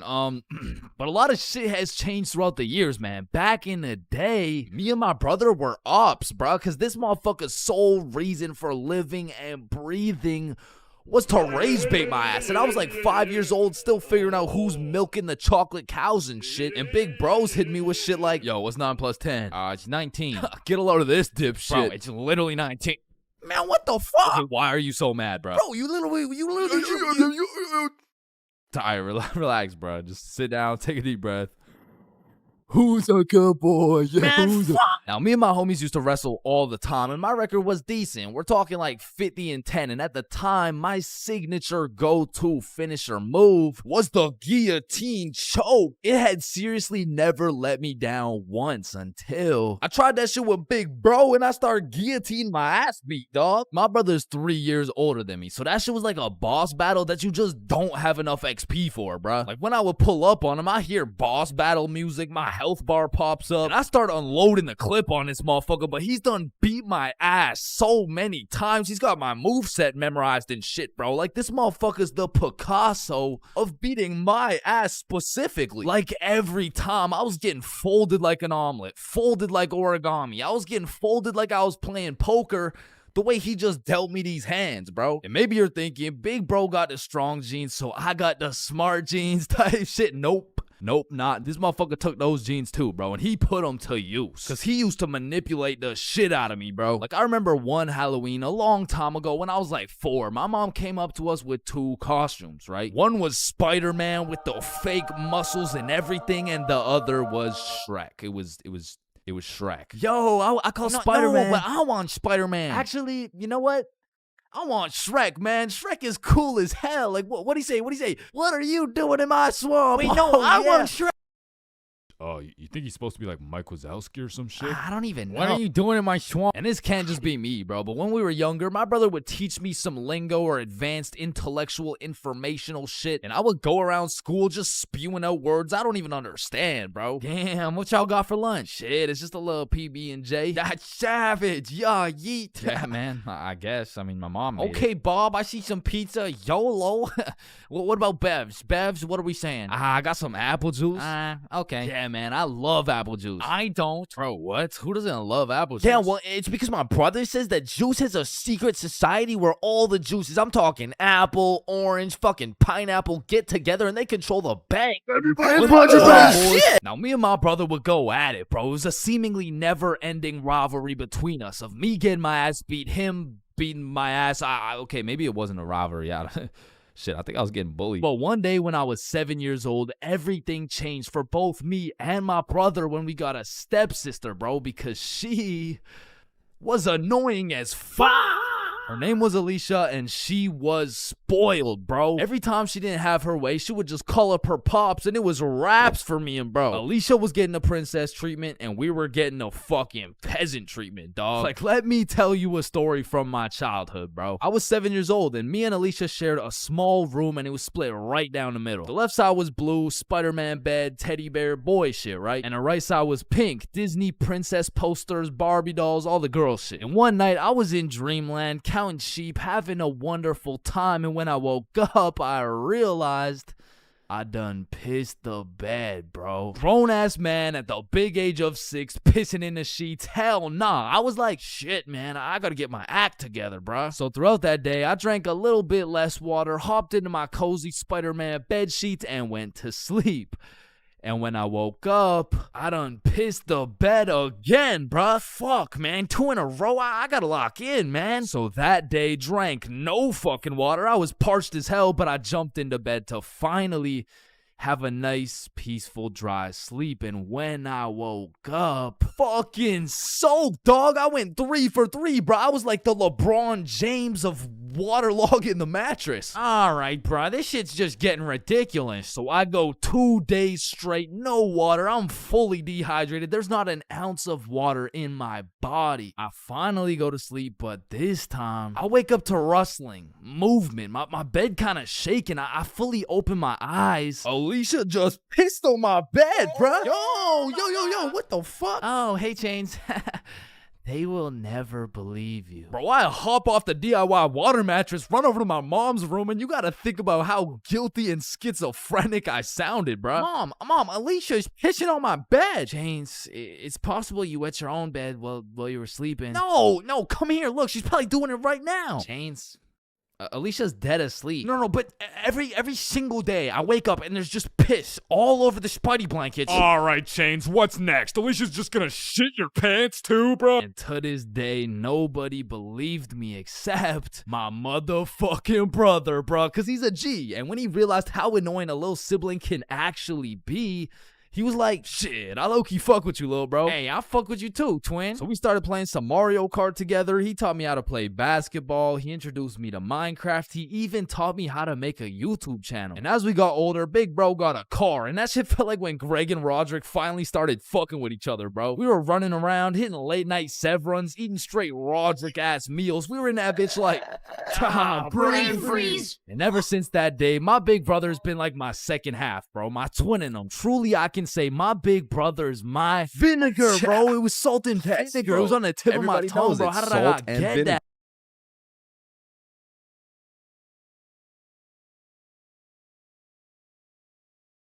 What are you doing in my show? When you link a girl and you both bring a friend. Man, what could possibly be better than a 2-man mission? 3-man mission. And when you go on a 3-man mission, you need to be able to trust those homies with your life, bro. Cause I don't know why, but 100% of the time you go on a 3-man mission, somebody's gotta take one for the team, bro. Like, it's just inevitable. And if your homie isn't willing to eat the shit sandwich in order to see the gang succeed, the entirety of the gang is eating the shit sandwich, bro. And on top of that, you need your homies to have your back when you crack a shitty ass joke. Cause if you're in a group of 6 people and not a soul laughs, nah, you're done, bro. Like, you're cooked. You're sauteed, bro. Like, pack it up. It's over with. Like, yo, guys, what do you get when you mix human DNA with goat DNA? Oh my god, what do you get? Wait, no, let me guess. No, I don't know. What do you get? Kicked out the petting zoo. Fuck, I sold. Actually, that's a really good joke. Facts. Wait, it was? And lucky for me, I got the 2 most perfect dudes for the job. Bob and Billy, so you know we were no strangers to the game. Like, we had 99 chemistry, bro. We were like Jordan, Pippen, and Rodman, setting up these plays, passing, alley-ooping, and dunking that shit. In these streets, they called us the real Big Three, and one day, the real Big Three hopped on a plane to Mexico. And this story takes place way back. Like a month ago. And this story doesn't just contain one 3-man, not 2 3-mans, but 3 different 3-man missions. And with these 3 different chances, will me, Bob, and Billy be able to find love in Mexico? Or will we get set up and kidnapped by the cartel? Find out coming up on this episode of Billy, Bob, and Chains. Wait a minute. So, boom, we get to Mexico and we're staying at an Airbnb. So we start with all the essentials. We unpack, get some food, check out the rooms, download Tinder, play some music, get settled in, you know, shit like that. And some of you may be thinking, damn, Chains, Tinder? Shit, I didn't know you were down bad like that. And let me just clear this up, all right? I'm not, okay? I'm down horrendous. And you really don't know me at all if you thought I was gonna leave Mexico without running a 3-man with the homies. So I'm just doing what I gotta do. Don't hate the player, hate the game. So we got there on a Monday, and for the first few days, we're exploring, we're trying some food, going to the beaches. It's great, you know, a bunch of nice and relaxing shit. But at night, it was grind time, bro. I was swiping more than a girl with daddy's money, and I was shooting more shots than Drizzy Drake at his local middle school. So by the time Thursday rolled around, I secured the first 3-man mission of the trip. And when I told the boys, they were hyped as fuck. I mean, Bob was so excited, dude almost made a facial expression. So before we went out, we had to get teed up. And lucky for us, we spent half our food budget on a few bottles of vodka. So we're absolutely down in that shit until our Uber pulls up. We hop in the Uber and get dropped off by some bars where we plan to meet the girls. Now keep in mind, at this point, all I've seen of this girl is pictures. And you know there's a brutal catfishing epidemic going on. So let's just say it's completely in the realm of possibility that I set up a link with 3 big buff Mexican dudes. And Lord knows I'm crossing my fingers. Hopefully there's like no big buff Mexican. I don't want the big buff Mexican dude. So my heart dropped to my balls when I got a tap on my shoulder and turned around to see a not so buff Mexican dude with another not so buff Mexican dude with the 3 girls. Hey. Oh no, don't worry. These are just my friends, by the way. Hey. Oh, shit. Okay, yeah, what's up? And not only was I relieved that she wasn't a jack dude, but she was fine, nice, and she spoke English. Same with Bob's girl and Billy. Yeah, nah, he had to take one for the team for sure. Hey, bro, I'm sorry, but this is just the way the cookie crumbled. Shit, bro. Can we get another cookie? It's too late, bro. It's already crumbled. And Billy took that shit like a champ, bro. So all 8 of us go to a bar and we're just talking, getting to know each other and shit. And I noticed Billy just keeps the tequila shots coming. I mean, we were only 10 minutes into the conversation, but this dude is 10 shots deep at this point. And all of a sudden, this dude starts laying down that Google Translate riz, and he's dropping hard eye emojis and shit, and I'm like, damn, respect. I mean, he's taking this extremely well. And after about 30 minutes of talking to this girl, I look over at Billy and I start to see some wild ass emojis being thrown around. Like, oh shit, Bob. Yo, I think Billy forgot he's the one taking one for the team. So me and Bob cut him off of the tequila, and then my girl is like, hey, do you guys want to come over to our place? Yeah, Hell yeah! Is he alright? Yeah, he's fine. So we hop in their whip and go to their crib. And at this point, it's getting kind of late. So we're just chilling, listening to music and things of that nature. When me and Bob realize Billy and his girl are nowhere to be seen. So I turn to Bob and I'm like, yo, should we stop him?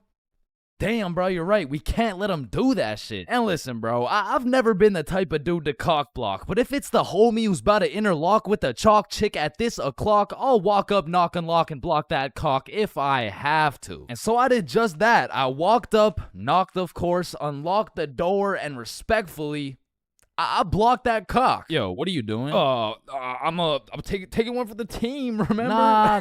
I think the team's doing just fine, But bro. you know me. I was gonna do it for the team, like for I don't think the team needs this one, gang. No. Remember, I'm supposed to be like taking it for the team. Like this is for the. Yeah, you right. Let's just go home, Billy. No, wait. Well, how are we gonna get home? We're in Mexico. Man, shut the So we said our goodbyes, got in the Uber, and man, I felt like a basketball coach whose son just lost to a special needs team, bro. Hey, listen, bro. I had a lot of tequila tonight. I'm sorry. I just Billy, I'm not mad. I'm just disappointed. Damn, bro.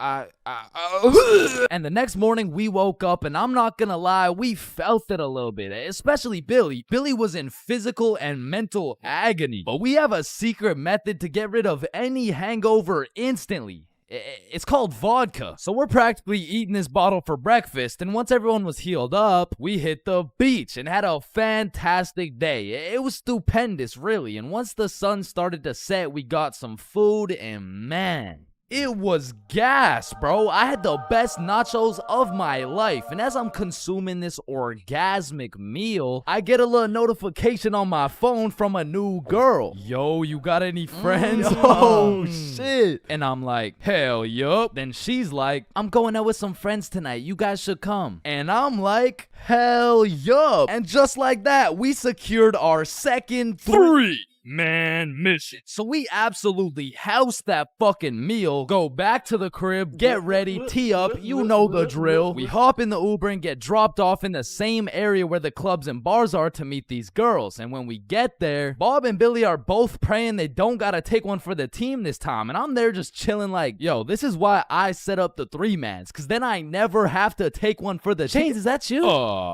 Shit. Who's asking?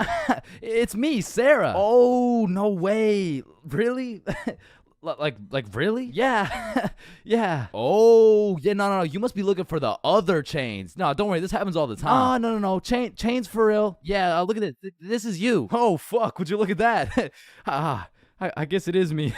Fuck. Like shit, I don't know how she did it, but she got my ass, bro. I got catfished nicely. But I guess it was just my turn to take one for the team. And I look up at who she brought, and she pulled up with 4 straight dimes for the homies to choose from. Like, bro, why me? So we're walking, and the girl I'm temporarily associated with is like, hey, let's go to the club. Yeah, let's go. So we go to this club, 8 people deep, and the girls are like, yeah, let's buy a bottle. Yeah. Where's your money? ¿Qué? No entiendo. Wait, I could have swore you spoke English. Oh, yeah, no, I'm fluent for sure. Yeah. You said you wanted a bottle, right? Yes, please. Yeah. You got bottle money? No entiendo. No hablo inglés. And now I'm starting to get the vibe that whole time these girls just wanted a free bottle. And as soon as I start catching on, she starts upping her game like, oh my God, you're so strong. Look at these muscles. So I go to give Billy one of those side eyes, and when I look over, these motherfuckers are completely lost in the sauce. Yeah, I'm buying a bottle. Everyone, bottles on me. So Billy pulls me aside like, yo, we gotta split a bottle, bruh. Nah, I'm really not fucking with this girl. Come on, bruh, please. I need it, bro. Just take one for the team. Come on, take one for the team. All right, bro. I'll split it with you. Thank you, bro. I got you. So are you guys getting a bottle? Yeah. We're getting a bottle. Oh my God, you're so strong and you're a baller. Yeah. Baller? The fuck? I don't know, bro. She's weird as hell. Yo, can I get a bottle for this table? Yeah, for sure. What do you want? Listen, bro. Just give me the cheapest shit you got. Oh, I feel you, bro. Times are tough, you know. That'll be 1,100. God damn, that's a lot of pesos, bro. Pesos? Yeah, like 1,100. That's a lot. That's a lot of pesos. Nah, amigo, that's USD. Damn. Plus $500 to walk it to you with the Chicago fee of $350, and for the tip, it'll just cost you your left testicle. No, that's my favorite nut, bruh. Yo, Billy, we don't got it like that. Yeah, hell no. Let's just not get it, bruh. At least these girls are already fucking with us without it, though, right? Yeah, facts. Yo, we're not gonna get the bottle. Oh, why not get it? You can just buy it. It's not that big a deal. Nah. It's cause we we don't got enough money. They fucking dipped, bro. Quick as hell too. They all just evacuated, bruh. No, bruh, that was my wifey. And I'm just over here thinking, damn, I'm just glad I didn't have to see that shit through, bruh. But Billy, yeah, he was really going through it. until he got distracted by some other random girls in the club. So at this point, all three of us are on the dance floor, absolutely fucking that shit up, when I start getting spammed on my phone. So I go to check who it is, and it's the gold digger girl. Like, hey, we all went to the club right beside it, but we can all split this bottle. It'll be $86 per person plus tip. That'll be $95 each. And she's literally telling me the whole price breakdown of this bottle. She pretty much just sent my ass an invoice. And I'm like, hell nah. I don't care if that shit would have been free. There is no way I'm ever gonna see this girl ever again. And then I get a tap on my shoulder, and it's three big buff Mexican dudes. Nah, I'm just playing. It was the gold digger girl, but this time I probably would have preferred the buff dudes. Cause this girl grabs me by the arm, pulls me outside with all her homies, and starts breaking down the price again. Okay, the bottle is $700, but you just gotta pay $95 each, okay? Yeah, we're in, let's do it. No, what? Billy, chill. So I call an emergency meeting with the homies, and we huddle up, and I'm like, listen, you guys can go with them if you want, but there's no way I'm going and paying for this girl's bottle. Fuck that, bro. You're right. We could find something better for sure. So we jump ship. Absolutely abort mission. Yo, what's that over there? I'm not stupid. I'm not falling for that shit. Nah, is that Jeff Bezos handing out free bottles to catfishes? Wait, what? Where? So we evacuate and start roaming the streets when I get a tap on my shoulder. I take a deep breath, turn around, and it's the girls from the OG3, man. Like, oh my god, Chains, what are the chances? Yo, what's up? And me and Bob are hyped, but Billy's over here having traumatic anime flashbacks and shit. You guys should come with us. We know the best spot here. Oh shit, bet. Fuck. So they take us to this club bar thing, and it's fucking bumping, but as soon as we get inside, Billy disappears, bro. And I don't even blame him. He's staying as far away from this girl as possible, not because he's scared of what she's gonna do, but because deep down, he's scared of what he might do. But regardless, me and Bob continue to respectfully obliterate the dance floor for about an hour straight, and then the girls are like, hey, it's getting kind of late, so we're gonna head out now. I bet. Wait. Yeah! And once me and Bob had officially decimated the dance floor beyond repair, we realized there's an upstairs that leads to a balcony. So of course me and Bob go to explore that shit. And as we walk out onto the balcony, we see Billy with this one girl who looks our age, who happens to have a friend who also looks our age. And once again, Billy is absolutely laying down that Google Translate riz, but this time he's really cooking. So me and Bob start talking to her friend named Mia. I get her Instagram, and then Billy's like, alright, let's go. The Uber's here. Uber? Uber to where? Oh, yeah, no, my bad. I forgot to tell you, but Camilla and Mia are coming back to the B&B. What the fuck? Don't you think we gotta discuss shit like that? Nah. Bro, what? Alright, Uber's here. Let's go. So Billy and the girls go to the Uber, but me and Bob stay back to discuss what the actual fuck is going on right now. Yo, this is a bad idea, right? But we can't let him do this shit alone.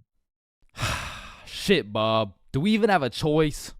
So we leave the bar and start walking to the Uber when this girl stops me and she's like, hi, what's your name? Oh, I'm Chains. What's your name? Oh, my name's Sophia. And Sophia's trying to make some small talk and shit like that, but Billy's already waiting in the Uber. So I'm like, well, it was nice to meet you, but I gotta go. Oh, well, let me get your Instagram real quick. So I give her my phone, she follows herself, and then gives me my phone back. And when I lay my eyes on the screen, I realize we have a mutual. And I'm just surprised because we're in Mexico, bruh. So I go to check who it is, and it's Mia. And at this moment, everything started piecing itself together to make our third three-man mission. So I'm like, yo, you know Mia? Oh, Mia? That's like my best friend. Why? Word? You mean this Mia? No oh my god, way. Mia. So Sophia hops in the whip and we're all just talking, and then Mia says, yeah, so like, we don't have work tomorrow. Oh shit, do you guys work together? Yeah, we do. Damn, what do you guys do? Oh, you know, we dance. What, where do you guys dance? Like in the club? Oh shit, yeah. That's what's up. Yo, how old are you guys, by the way? 21. 24. 25. Damn! Sorry. Do you guys happen to have any, kids by chance? Of course, I have a baby boy. One of them is 3-year-old boy. I also have 2 daughters. Oh, fuck. Yo, Bob, you think it's too late to, abort mission? And I don't know how, but none of that information seemed to faze Billy in the slightest. Cause now he's out here making out with this girl like, fuck them kids, bro. And the whole car ride, I'm just thinking, what the fuck is going on, bruh? But soon enough, we arrive. We all hop out of the whip, go to our B&B, put in the code for the lockbox, get the key, unlock the door, and go inside. Now for context, the crib had 2 couches and a master bedroom. And that bedroom is where I used to sleep, and I say used to because as soon as we got to the B&B, Billy and Camila went straight to my room and start playing patty cake loud as hell too, and so all of us are just sitting on the couch like hola ¿Cómo estás? Fuck. And this motherfucker Billy was just making up for every single time he had to take one for the team. And after the longest 20 minutes of my life, Billy walks out of the room smiling from ear to ear like, what? Well, why's everyone looking at me? Shit, you guys could hear that? Then Billy cops the girls an Uber, they dip, and I'm looking at Billy like, bro, what the actual fuck just happened? Hey, man, listen, it's just the way the cookie crumbles. Nah, bro, you are crazy. And at this point, it was probably 4 a.m. or something, so I go to my room to look at where I'm supposed to sleep, and there's a bunch of looped up rappers on my bed, and I'm not talking Diddy. So needless to say, after a long night, I slept on the couch, and we all woke up rotten, bro. So rotten, even the vodka method wouldn't work. So we decided if anything could make us feel better, it would be a plate of the world's best nachos. So we get ready, leave the crib, and then Billy's like, yo, who's got the key? Shit, I don't got it. Bob, you got it? I mean, it's probably on the counter where we always put it, right? Yeah, facts. We check the counter, it's not there. We check the tables, not there. We check the couches, bedroom, kitchen, nowhere to be seen. So we scavenged the entirety of the Airbnb. We even looked through every single bag of garbage and it was nowhere. Bro, did those girls finesse our key? Nah, Camila wouldn't do some shit like that. She would, bro. You don't even know her. No, she wouldn't. How would you brought her to the crib? You don't know her, bro. I know her better than you know her. Chill. Mia texted me. She said, let's go to the pool today. Oh shit, Camila texted me the same thing. Damn. And in my head, I'm thinking about it and I'm putting everything together. Shit. Are you thinking what I'm thinking? I think so. These girls stole the key and invited us to the pool so the crib would be empty so they could get 3 big buff Mexican dudes to pull up and loot the crib. Fuck, I knew it. Damn, she got my ass, bruh. So hell no, we didn't go to the pool with them, and for the next few days, we were on high alert. We would only leave the crib in pairs and one dude would stay back, strapped up with kitchen knives, ready to take on 3 big buff Mexican dudes. Pause. Until it was Monday, the night before our flight home. So we're packing everything, getting ready to go home, and I hear Billy shout, Chains? Yo, what's up? Yo, guess what I got, bruh? Chlamydia? No. Gonorrhea? What? No. Herpes? No, it's in my suitcase. Your suitcase got herpes? No, it's the key. How the fuck? I don't know. Yeah. Man, growing up, I was a great kid. No, I was a good kid. Man, growing up, I was a kid, bro. And as a kid, you hit a certain age where your own parents become your number one up. Like, hey, mom, can I go to this girl's house? No. Hey, mom, can I sleep over at Billy's crib? No. Hey, mom, can I go do crack under the bridge with my new friend Jorge? Hey. Hell no. Come on, all my friends are allowed to. Yeah. Okay, well, if all your friends jumped off a cliff, you're not just gonna... Now, to be fair, my mom wasn't the strictest parent out there. I mean, I've seen motherfuckers get the belt for speaking too loud, speaking too quiet, bro, for speaking at all. Like, one time, me and my friend wanted to have a sleepover, so homie went inside to go ask his mom, and he came out looking like he got a whooping from Prime Goku, bro. Yo, what the fuck happened back there, man? She said no to me, but... I think if you asked her, she would say yes. Bro, are you fucking insane? I'm not asking her shit. Like, I really can't complain, because some of my friends' parents were so strict, they had a fun limit, bro. Yo, George, we're gonna hoop after school. You wanna pull up? Damn, dude, I'd love to, but, man, I watched a movie yesterday. Okay. So do you want to play basketball? Dude, I want to, but my fun meter's maxed out, man. My mom won't let me leave the house till Monday. Holy shit, fun meter maxed out for a week off a movie? Yo, what's this movie, bro? Yeah, what? Yeah, no, it was good, man. It's called the Veggie Tale movie. Yo, George, I feel bad for you, bro. Because don't get me wrong, I've seen a lot of kids with super strict parents turn out to be straight A students, go to good colleges, stay with a good crowd of people. But with that being said, a lot of these kids whose parents were too strict to let them watch fucking SpongeBob, they end up going to college and catching Krusty Krabs after letting a dude named Patrick explore their bikini bottom, bro. Nah, but for real, my mom was far from one of those parents. I mean, she was reasonable, but the thing was, all my friends were a year older than me. Now, mentally, we were all dumb as shit. But when you hit that 12, 13, 14-year-old age, that 1 year is the biggest difference, bro. Like, us doing shit together just didn't look right. Yo, Bob, can you pass the Zot? Yo, Billy, let me hit that. Yo, pass me that shit, cuz. And cuz of this, I wasn't allowed to do a lot of the shit that my friends were allowed to do. Like, these boys could stay out past 10:30 p.m. on a weekend. I could not. They could have a sleepover on a weeknight. I could not. They could all go to a girl's house without having to call her goddamn parents. I could not, bro. Because have you ever pulled up to a function, motherfuckers are drinking, motherfuckers are doing drugs, and you gotta ask the host to speak to her parents? Hey, Kelly. Hey, killer party you got here. Like, by any chance, can my mom talk to your mom so I can stay and, like, turn up and shit? Oh, shit. And when you're 12 and all your friends can do shit that you can't do, you're left with just two options. You can either be a good kid, follow the rules, do your homework, eat your broccoli, or you could be a bad kid, break the rules, fuck your homework, and smoke that broccoli. And boy, did I make the wrong decision. I remember the first time my mom caught me lying was back when I was in grade 7. It was just an average Saturday posted up at Billy's crib. Yo, y'all boys know Rosa? Yeah, I know Rosa. What's up? Bro, she's throwing a birthday party at her crib tonight. Oh, shit, man. We about to get freaky deaky on Boy, these I'm about to hoes. get so drunk I forget how to speak. Yo, on God, bro. Dead ass. That's facts. For real. Hey, Mom, I'm just calling to remind you how much I love you. Oh, I love you too, Chains.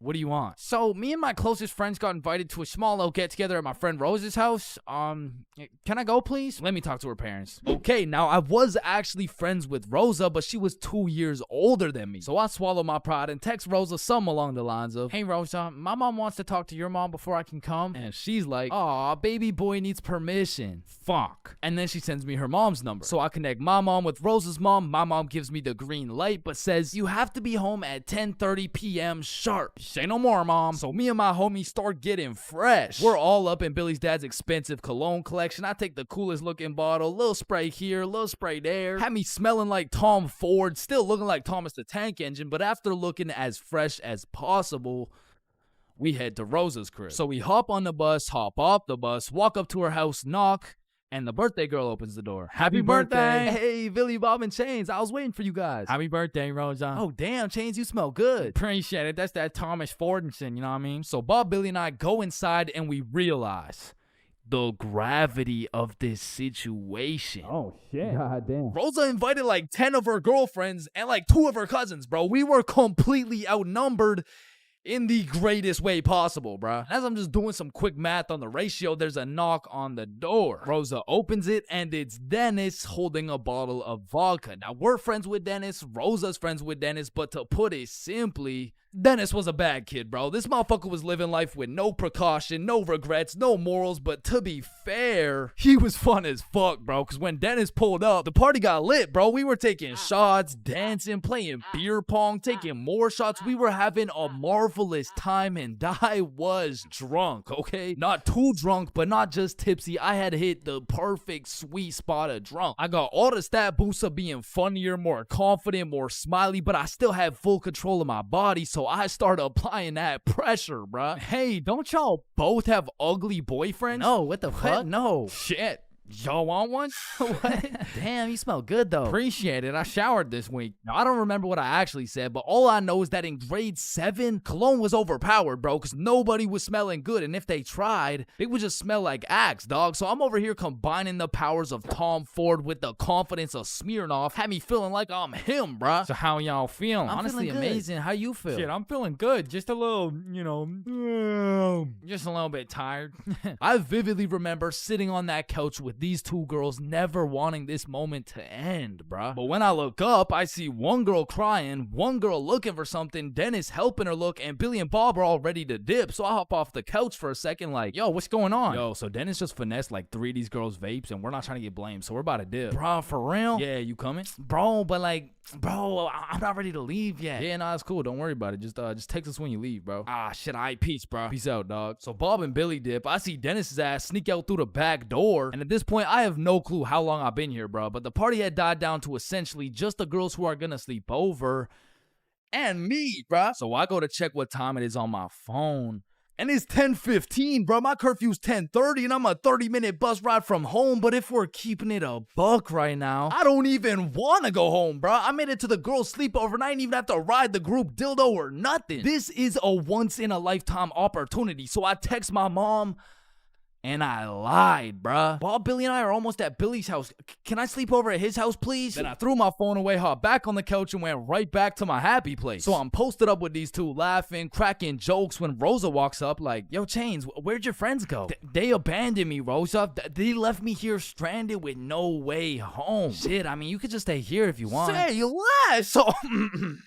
Appreciate it. And eventually, all the girls gave up on trying to find their vapes. They all gathered around to play Truth or Dare, and I prayed for times like this, bro. I was deep in enemy lines, and I didn't want it any other way until one of the girls sees my phone on the ground and is like, hey, Chains, I think someone's calling you. So she tosses me my phone. I check it, and I got 20 missed calls from fucking everyone in my contacts, bro. So I'm trying to be strategic with it to find out what's going on. I called Billy first. Yo, what's happening? Bro, so your mom called my mom and asked if you were here yet at my house. And my mom told your mom that you're not even here, bruh. Aw, shit, what do I do? Bruh, I don't know. And everyone knows when you get caught in a lie, you should just fess up, tell the truth, and apologize. But I doubled down, bro, so I called my mom, and I'm like, hey, mom, we're almost at Billy's house. We just missed our second bus. Where are you? I'm at Stickman Middle School bus stop. You know, like, we're super close. We're just waiting for the bus to come. I'm picking you up right now. Fuck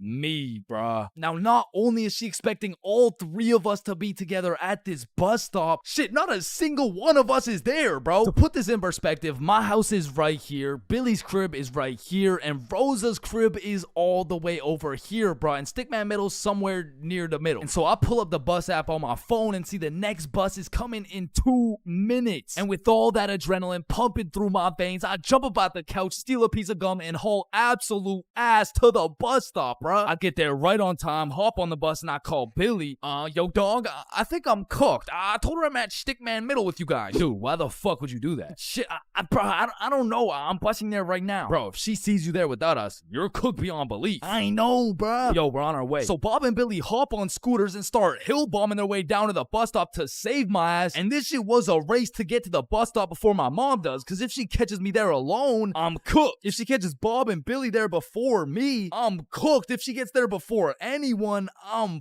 fucking done, bro. I'm on the bus just praying, and when I finally get to the bus stop at Stickman Middle, I get out and take a deep breath because my mom's not here. But I'm shitting my pants because neither is Bob or Billy. And so I'm calling them, no answer. And I look down the road, I see some headlights. And this was not a busy street, bruh. And as the car is getting closer and closer, I can feel the anger radiating from the whip. I can almost hear the belt making contact with my cheeks. And the car pulls up, and it's just some random dude driving by. Yo! These motherfuckers, Bob and Billy, come flying down the hill. They get to the bus stop, throw their scooters in the bush, and pretend like we've been waiting here for an hour. Oh, gee Wilkers, man. I can't believe we missed this bus, dude. Billy, pray for me, bro. Get in the car. I get in my mom's car. I'm stone fucking sober. My heart is pounding. Why did you lie to me? Well, I honestly wanted to spend more time at my friend's house because we were just having fun. I'm not mad. I'm just disappointed, Chains. That shit hurt way more than any punishment ever would have, bro. So even though Bob and Billy clutched up for me, I still got grounded, bro. But I did learn a valuable lesson. Just tell the truth, bro. It makes everything easier.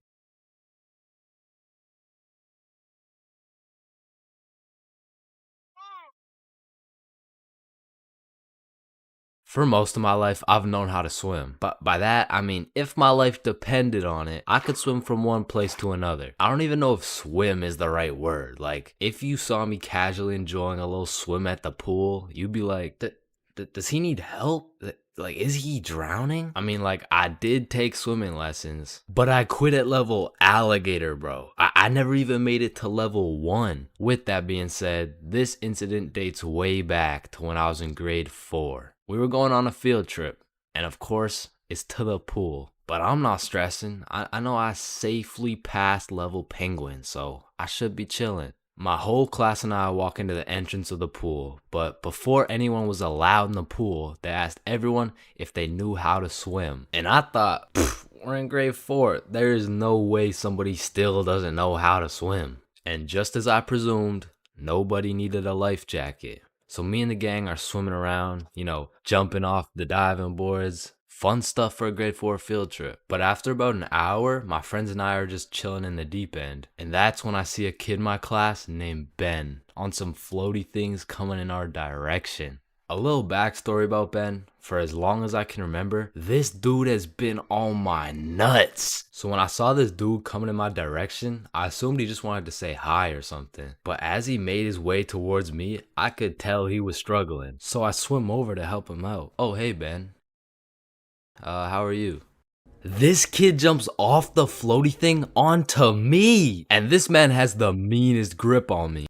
Pause. Well, this shit had to be some sort of attempted murder, bro. Because he had me in a chokehold and his legs were wrapped around my arms. But they did not prepare me for this shit in level alligator. So instantly I start sinking and hit the bottom of the pool. Keep in mind, Ben is chilling on top of me with his head out of the water this whole time. So I jump off the bottom of the pool just enough to get my head out of the water for a few seconds. Ben, get off me. And when I look up, I see this dude Ben with the straightest face in the world. Like this motherfucker has no clue I'm out here fighting for my life. And he says in the most monotone voice, "I can't swim." Ah, hell nah. I'm trying to fight him off me, but keep in mind my arms are tied up. So I gather all the strength out of my skinny ass grade 4 legs, and I jump just enough to get my head out of the water again. Lifeguard, help! Oh, you guys, stop playing around in the pool. That's it. I'm fucked. I'm dead. And out of sheer anger, I decide, fuck it. If I'm dying, you're dying with me. I duck as far as I can under the water so both me and Ben can't breathe. But I'm running out of air. I start to get lightheaded. Man, that's crazy. This is really how I die, huh? And just as I had lost hope, my main man Bob comes in on some Superman shit, pulls Ben off me, and swims me over to the shallow end. I cough up some water, but eventually I catch my breath. So that's the story of how I almost died. And it's also the story of why I owe my life to Bob.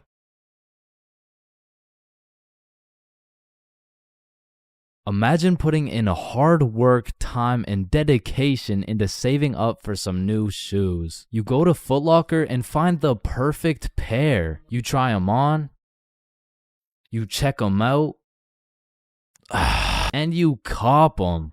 And even though you spent your last $200 on these shoes, you're happy because you feel fresh as fuck and these J's might actually get you some bitches. But as you're leaving the mall, a gang of motherfuckers wearing shiesties take those J's right off your feet, leaving you shoeless, broke, depressed, and with absolutely zero bitches. Now, personally, I wouldn't let that slide. However, when I was just a young, wholesome boy in 7th grade, I still wouldn't have let that slide. But I was weak as shit, so it would have slid anyway. I mean, in 7th grade, I could have got my ass beat by Hezbollah, bruh. I was a walking lick, which is exactly why I got a story for y'all today. So as I said, this story takes place in 7th grade, where I was young, innocent, and built like a string bean, bro. So one Friday night, me, Bob, and Billy were going to this girl's house for the 3-man mission.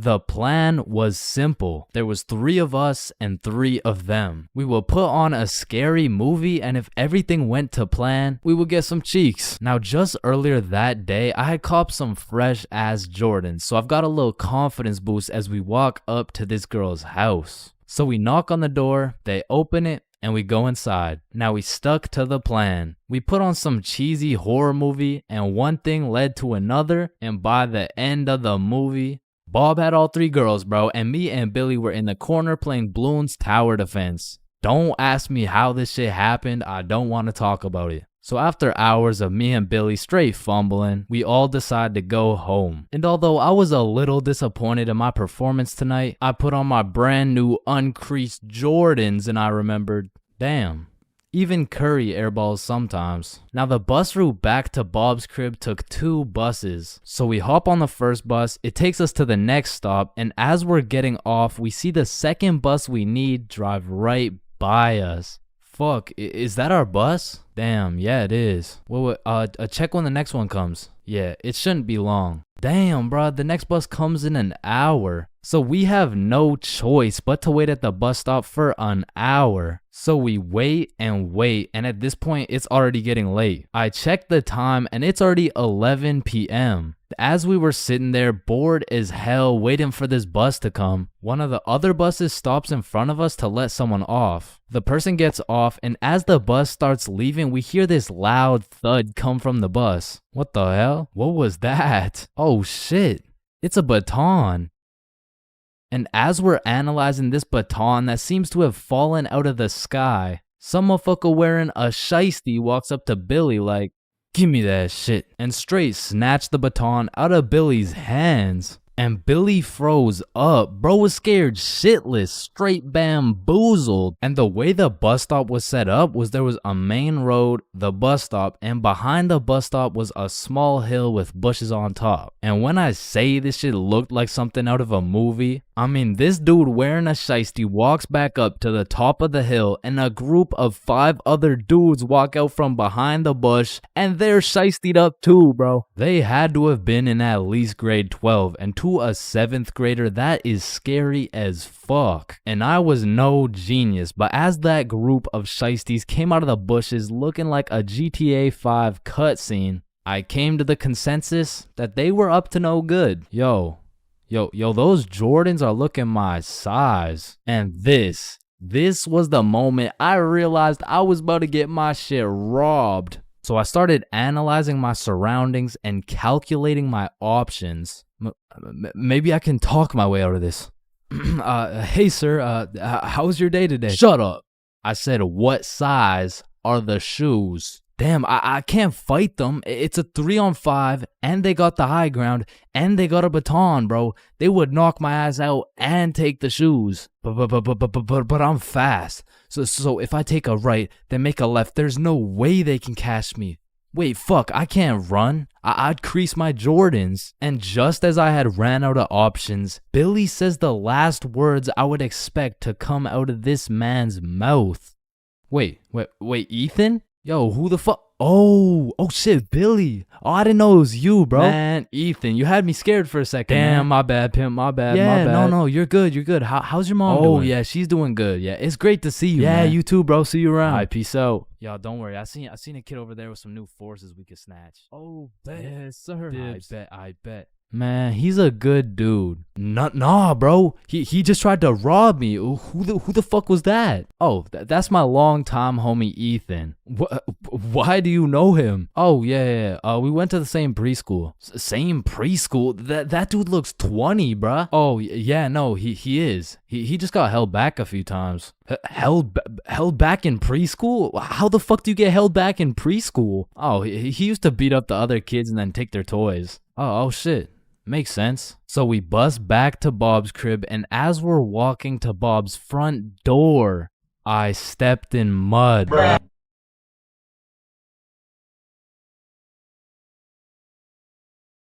You know what they say, there's a first for everything, bro. Like your first steps, your first dance moves, your first words. Dada. Hey, would you look at that? We gotta get some milk. I'll be right back. Your first stepdad? New dada? Yeah, nah, I'm ahead out too, actually. And your first kiss? Man, the things I would do to go back and completely erase that shit from existence. Bro, all these Disney movies I was seeing as a kid had these first kisses turning ugly ass frogs into some fucking giga chads and shit. Like, spoiler alert. Fucking ribbon. And on top of that, the fact you have to close your eyes, like, bro, imagine you're learning how to golf and you're about to take your first swing and these motherfuckers are like, yeah, now do it with your eyes closed. Bruh, this is my first time. What do you expect to happen? Like, honestly, my first kiss is top 5 worst Chains moments of all time. And let's just say it's not 5 or 4. Or 3. That shit was really bad, bro. So with that being said, this story takes place in grade 7, which is the year I got my first girlfriend. Now, I told this story a few months back, but I purposely left out the part of my first kiss. Well, gosh diddly darn, Chains. Why would you do such a preposterous thing? And the truth is, I was planning on taking this shit to the grave with me, bro, but fuck it. Sometimes you just gotta let the world know. Okay, you're right. I got something to get off my chest. Epstein? Wait, with the what? So for the homies who haven't seen the video, one day me, Bob, and Billy were mobbing around our local mall when we seen these 3 girls from our class. So we walk up to them and lay down some of the meanest 12-year-old riz these girls had ever seen. Hey, yo, shorty, I think I just shit my pants. Can I get into yours? What the fuck? Oh, shit, my bad. My fault. Hey, yo, shorty, are you a cigarette? Am I a cigarette? What? Because I'm trying to get lit and put your butt in my mouth. Wait, what? Nothing. Please. Holy shit, bro. Let me guess. You all got restraining orders. No. Worse. We got fucking girlfriends. And 12-year-old me had no business dating nobody, bruh. Like, my dumbass could barely even handle playing Fortnite with a girl. Like, oh, hey, Gamer Girl 97, I'm kind of low. Can I chug on your jugs? Oh, no, sorry. Whoa, I mean, I just want to slurp on your juice. No, I'm sorry. I mean, like, I need heels. Can I trade you? What do you need? Oh, yeah. Is there any way you could give me some mats? Oh, yeah, no, I'd love to give you my wood. Huh? or bricks, or metal, or anything you need. Okay. Anything else? Yeah, I don't have a shotgun yet. Oh shit, I got 3. I Okay. can give you 2 pumps. Or Ew. no, it's 1 pump. No, wait. Stop. Oh, sorry. I can give you shotguns. I mean. Okay. Where are you? I'm in this little wood fort I made. Oh, okay. I see you. Let me come in your box. What? So needless to say, every single interaction I had with my girlfriend was awkward as shit. Cause I had to pre-plan things to say in my head, and as soon as that shit went off script, I was cooked. Hey Jessica, how you doing today? Honestly, just not the best. Oh, that's good. What'd you do today? Oh, I don't know. Just did my makeup. Hey, me too. You did your makeup? Yeah, we have so much in common. Have a nice day. Fuck! And on one Friday after school, me, Bob, Billy, and our girlfriends all went to the mall together as we did every single day. But on this specific Friday, we rubbed together a few brain cells and realized, yo, do you got money? Nah. You got money? 0. You got money? I'm broke. You got money? No. You got money? Yo, why are we at the mall? I don't know. That's a Good thought about question. it. I mean, we could all go to my house. Oh, shit, let's do it. And so, of course, as the good kid I was, I text my mom to ask her to go. Greetings, mother. I would like to know if it's in the realm of possibility that you would be so kind to grant me your permission to visit the household of my dearest acquaintance, Nikki. Looking forward to hearing from you. Your favorite son, Chains. And I immediately get a call. Let me speak to her parents. Now, I, ChainsFR, have never dated a 12-year-old boy in my life, and I honestly don't plan on it. But even in grade 7, I could use my logic and reasoning skills to understand if your boyfriend had to get his mom to talk to your friend's mom for permission to slide to the crib, instant ick, bro. There's just no way. She'd probably break up with me on the spot. So I'm doing anything I can to not let that happen. Hey there, Miss For Real. This is Nikki's mom. I just want to let you know Chains and his friends are welcome over anytime because they're, Because they're goated with the sauce. Shit. Oh, hey, Nikki's mom. Sorry, it's kind of hard to hear you over all this bullshit. You're not allowed at her house. Come home now. Chains, are you coming? Look, Mom, I'm not gonna lie. You gotta lock the fuck in right now. This is the first time in my life I ever been invited to a girl's house and there's cheeks up for grabs. Like, Mom, this is my only opportunity. If you don't let me go, the for real bloodline might just end with me.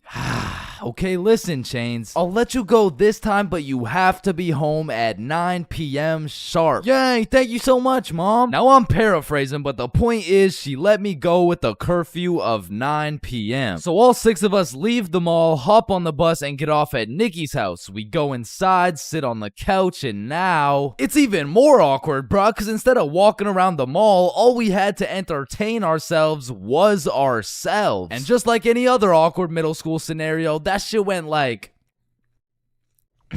So, truth or dare? Yeah, That's I'm exactly down. what I was thinking. And my heart instantly dropped, bro. Cause I knew if I picked Dare, I would have to kiss Jessica and shit, bro. That's a whole lot scarier than playing Fortnite with Gamer Girl 97. But regardless, Nikki starts the game of Truth or Dare. Hey, Billy, truth or dare? Yo, Truth. What's your favorite color? Blue. Oh, what? This shit's not even bad. Okay, then Chains, truth or dare? Truth. No. What do you mean? No, it's truth or dare. I said truth or dare. Dare. What the fuck? Okay, fine, dare. You have to kiss Jessica. Bro, this time it wasn't a pickup line. When I say I just shit my pants, I mean not literally, but metaphorically, I was shitting bricks, bro. And when I turned to Jessica, she's just sitting there straight-faced as fuck. So, Jessica, are you down? like hypothetically speaking, of course. Mm-hmm. Okay, I'm going in. sorry. Let me just, Alright, bro, I'm not gonna lie, this is fucking weird. You guys are just watching and shit. Like, I don't know, it's just kind of... Oh, so if we weren't watching you do it? I mean, yeah, I would actually. Wait, what the fuck? Every single one of these motherfuckers ran to the corner and started staring at the wall. Like, Did you do it yet? We're not looking till you do it. yo, hurry up, dumbass. So now I got all this pressure on me to do this shit, but Jessica's out here looking at me like, hey, how was your day? Yo, shut the fuck Just up. kiss her already. What are you yapping about? And I deadass didn't know how to go about it. I ended up sitting on this couch, nervous as hell, awkward as hell, looking stupid as fuck for 20 minutes, bruh. Now, 20 minutes in general doesn't sound that long, but imagine sitting on a couch in complete silence with everyone just... Bro, just watch this.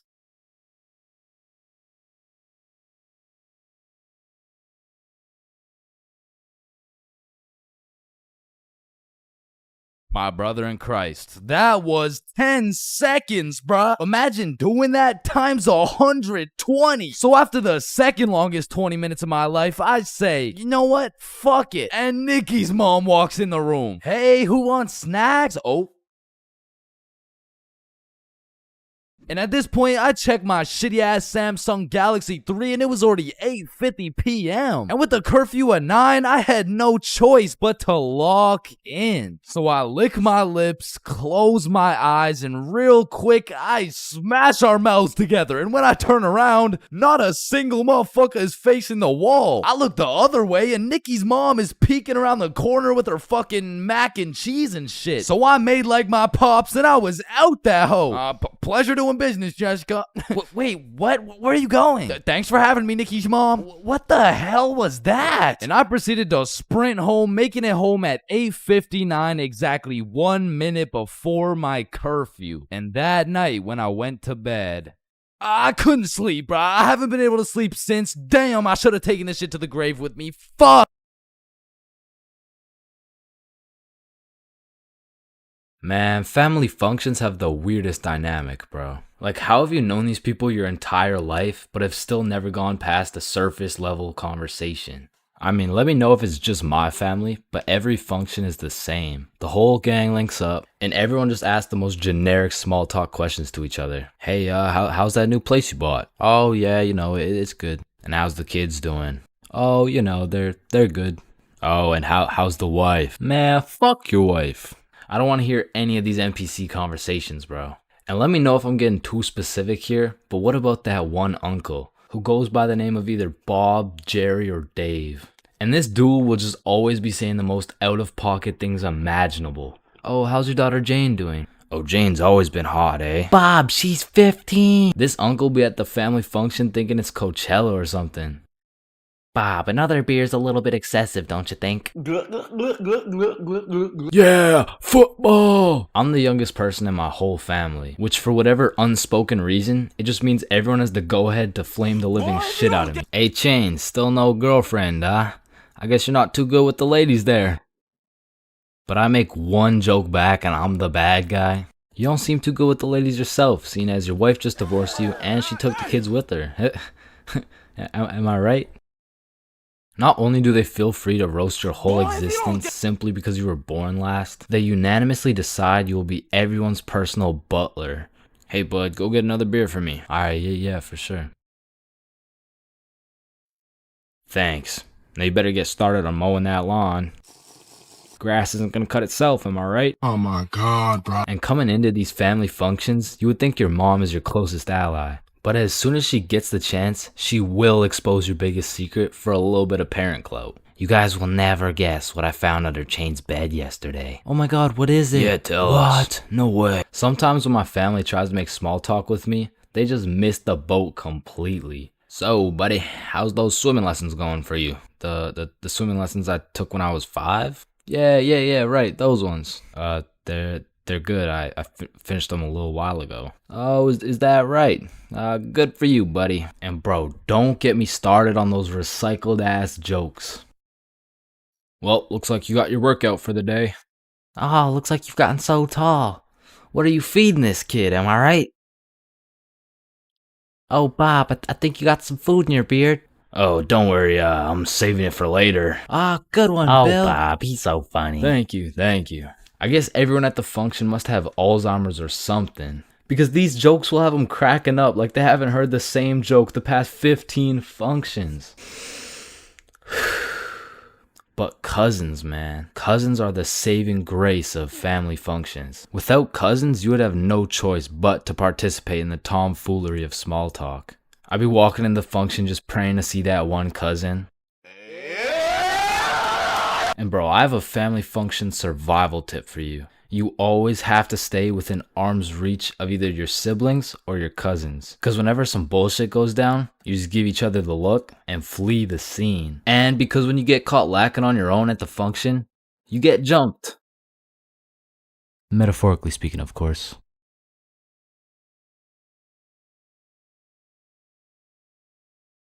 Aw, can I pet your dog?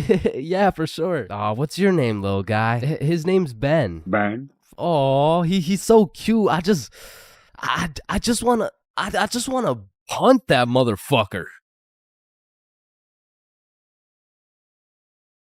Man, these intrusive thoughts I be having make me wonder whether I belong in maximum security prison or not. Like, I don't even mean to, but the thoughts that pop into my head are so menacing that I can't even say this shit on YouTube, or this video will get taken down. Then I'll be canceled. Then my whole channel will get deleted. Then I'll be thrown into a psych ward, and then I'll be put on the fucking death penalty. Like, these thoughts that pop into my head are so alarming that they make me want to beat my own ass, bro. Hey, man, why'd you just sock yourself in the face? Oh, well, you see, I was about to push that unsuspecting toddler into the deep end for no apparent reason, so... Yo, this guy's about to assault a minor. Hey, you can't do that! Cool, but it's not like every single intrusive thought I have is bad enough to get me convicted. Like, whenever I'm walking across a bridge, I have to use every cell in my body to fight the urge of just tossing my phone into the water. Like, there is literally no benefit from doing that shit, but there's just something inside of me that would feel so much satisfaction with just seeing my phone dissipate into the water. You know, maybe you get that urge because it would just be satisfying to do some shit that's out of the box. Some shit that nobody else would do, just to break the simulation a little bit. Cause I could be having the best day of my life. I could wake up, get the meanest pump in, hop in the shower, eat the most fire breakfast, and draw the most pristine stickmen I've ever drawn. But as I'm casually walking beside a bunch of cars that are going 65 miles an hour, I'm still gonna have the urge to just throw myself in front of a car, bro. And it's not even on some emo shit. Like, I want to live, but I also want to dive into some oncoming traffic. But at least I'm not the only one who does this. Like, other people do this. Right? Like it's normal, right? But half the time an intrusive thought will just be to do some goofy shit. Like you're just forced to imagine the consequences of what it would look like to start throwing it back on a Tuesday at 2:41 p.m. And every once in a while you'll just be chilling and you'll witness a motherfucker fall to the intrusive urges. What do you get along the table, bruh? Shit, he let the intrusive thoughts win, man. Now I don't even know if these count as intrusive thoughts or not, but as a dude, when I'm walking down the street, I'll just be going on with my day chilling. Then all of a sudden I see a car and I'm like, if I don't make it to that tree before this car, I'm gonna die. Aw, shit. Honestly, these kinds of intrusive thoughts are kind of motivating. Like it's the same thing as having a hype man at the gym, except instead of that positive reinforcement, if you don't get those 3 extra reps, you're gonna die. It's like whenever I'm at the gym hitting those Bulgarian split squats, I be having mental wars with myself. Ooh, that was a good set, man. I think we're done. 5 more reps or you're a bitch. Damn, good shit. All right, I think we could wrap it up. 10 more, pussy. Who the fuck's gonna carry the boats? I told you we should have stopped, bro. 15 more or you like dick. Now that I think about it, there's a good amount of people in prison right now who just succumb to their intrusive thoughts. Cause intrusive thoughts are just like that demon on your shoulder telling you to do the most devious shit possible. And I know there's a bunch of motherfuckers out there who just listen to that little guy. Hey man, you see that lovely old lady right there? Yeah, you're gonna hit her with a mean right hook. Well, what's in it for me? Nothing. Shit, alright. But to be honest, there is a handful of times where I've let the intrusive thoughts take over. One of the most memorable was way back when I was 5 years old. Me and my older brother were just dicking around, doing some 5-year-old shit. Keep in mind, this story takes place before your boy had even developed consciousness. So I was just a little munchkin doing munchkin shit. Then suddenly, this urge came over me. It was unlike anything I'd ever felt before. It was dark, irresistible. And for no apparent reason, I bit my brother's arm. And this was probably the most satisfied I'd ever felt in my entire life. But it was followed by shame and regret because I had no excuse. Ow, why the fuck did your dumbass just bite me, bro? I felt like it. And one of my lowest IQ moments of all time took place when I was in grade 8. It was goddamn sewing class, bro. And I remember I was having a particularly miserable day, so I was just going through the motions. We were all gathered around this big table with our sewing machines, some fabric, and some scissors. I remember I was working on some shitty little big chungus stuffy. But on this particular day, the sewing machine cable was looking mad thick and juicy. And like I said, I was having a bad day, which is exactly why the intrusive thoughts decided to catch me at my worst. Psst, psst, do it. What? To do what? Oh, you know what to do. You're the one with the scissors in your hand, buddy. How did these even get in my hand? Now cut it. Cut it, Chains. No.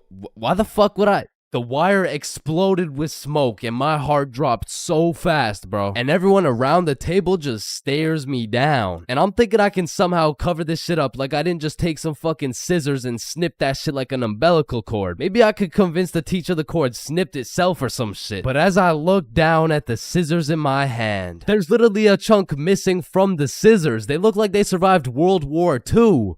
But barely. The scissors are all charred up and shit, and just like that, my plan of convincing her I didn't cut it went out the fucking window. You take one look at the cord, one look at the scissors, and one look at my dumbass face, and you could piece together exactly what happened. So my sewing teacher walks over looking pissed as hell, and she tells me to go sit in the corner. So I take my charred scissors and sit in the corner like I'm a 5-year-old, but to be fair, I made a 5-year-old decision like I was in grade 8. I was 14, bruh. What kind of 14-year-old cuts the cord to a sewing machine cause he felt like it? Like if my 14-year-old son did some shit like that, I would tell the kid I'm going to get some milk and I'm calling it quits. I would have to have another kid and try it all over again, because that kid is going nowhere in life, man. So as I'm sitting in the corner, realizing I'm a disappointment, it was one of those moments where you fucked up so bad, you don't even feel any emotions. I was just sitting there, straight-faced, like, well,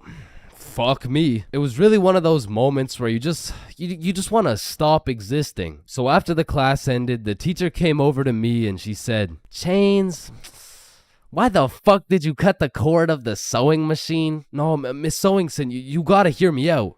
Okay, this better be good, Chains. What was looking mad juicy and the scissors just teleported into my hands. I don't even know. You did what? Mom, it was the intrusive thoughts that they told me to do it. Oh, I'm about to intrude that ass. The fuck?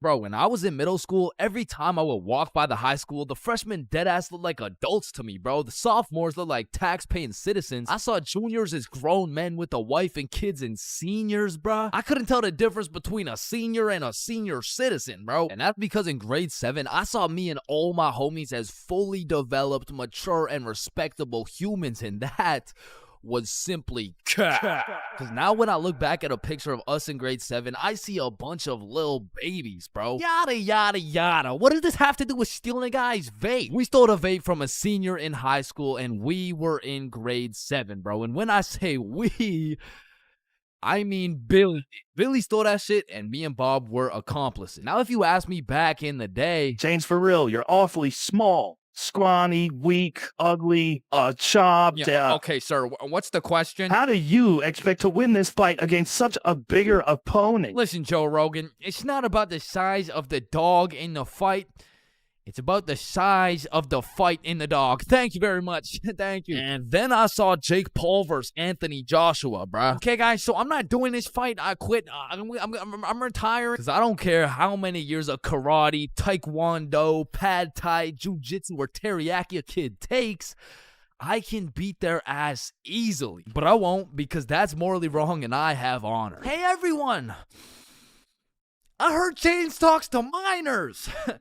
What the fuck? And I heard he fakes all his stories. Man, I do not fake my stories, bro. Sorry, anyways, as I was saying, this story takes place in grade 7. It was a summer day, and it started off pretty slow. You know, me and the boys were just chilling at Bob's crib, playing a little Rocket League and whatnot until we got bored. And when me, Bob, and Billy get bored, it's a problem, bro. Because every time we were bored, we would do one of 5 things. Light public garbage cans on fire, ding-dong ditch houses, light more shit on fire, buy things from 7-Eleven, with the 100% discount, or climb our middle school, bro. Yo, let's go let some garbages on fire. Yo, I don't know if there's any left at this point.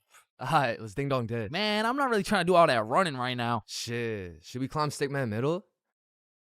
Yes. So we pull up on a scene, shiesties activated. We scan the area for witnesses, nobody. We identify all security cameras and move forward with the plan. So, Stickman Middle rooftop was about 20 feet up, far too high to reach. However, it had a playground with one of those spiderweb johns, and this playground was fenced off, and this fence is what we call the method. So one at a time, we climb up this metal fence, stand on top of it so we were just tall enough to jump and grab the roof, and we pull ourselves onto the rooftop. So Bob and Billy got up first. I jump and get my hands on the rooftop, pull myself up, and the view was insane, bro. Sun setting and everything. So me and the gang are sitting on the roof of our school. Bob brought some of those good old sweet heat Doritos, and we have ourselves a nice little romantic afternoon. When all of a sudden a car pulls up to the courtyard. A dude hops out of the driver's seat. 3 girls hop out of their whip. They're probably 19 or 20, and one of them looks up like, hey, what the fuck? Hey. Yo. Oh, shit. How'd y'all get up there? Shit, it's easy. I mean, we just climbed this fence. You want to try? Yeah, okay, yeah. What do I do? You just gotta stand on the right side of the fence. Okay. Which side's the right side? It's the opposite of left. Is this guy retarded? Oh, okay, yep, okay, I got it.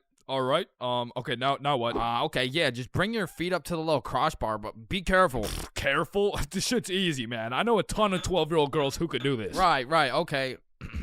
Why does he know a ton of 12-year-old girls? Okay. What do you think I do from here? Dude, I don't think I know what to do. Oh, shit, man. I don't think I know what to do either. No, I'm saying I know. Like, damn, man, how is he so retarded? Ooh, I'm up, boys. Let's Yes, go. sir. Yeah, let's go. Anyways, what's y'all's names? I'm Billy. That's Bob. And I'm Chains. BBC, is it?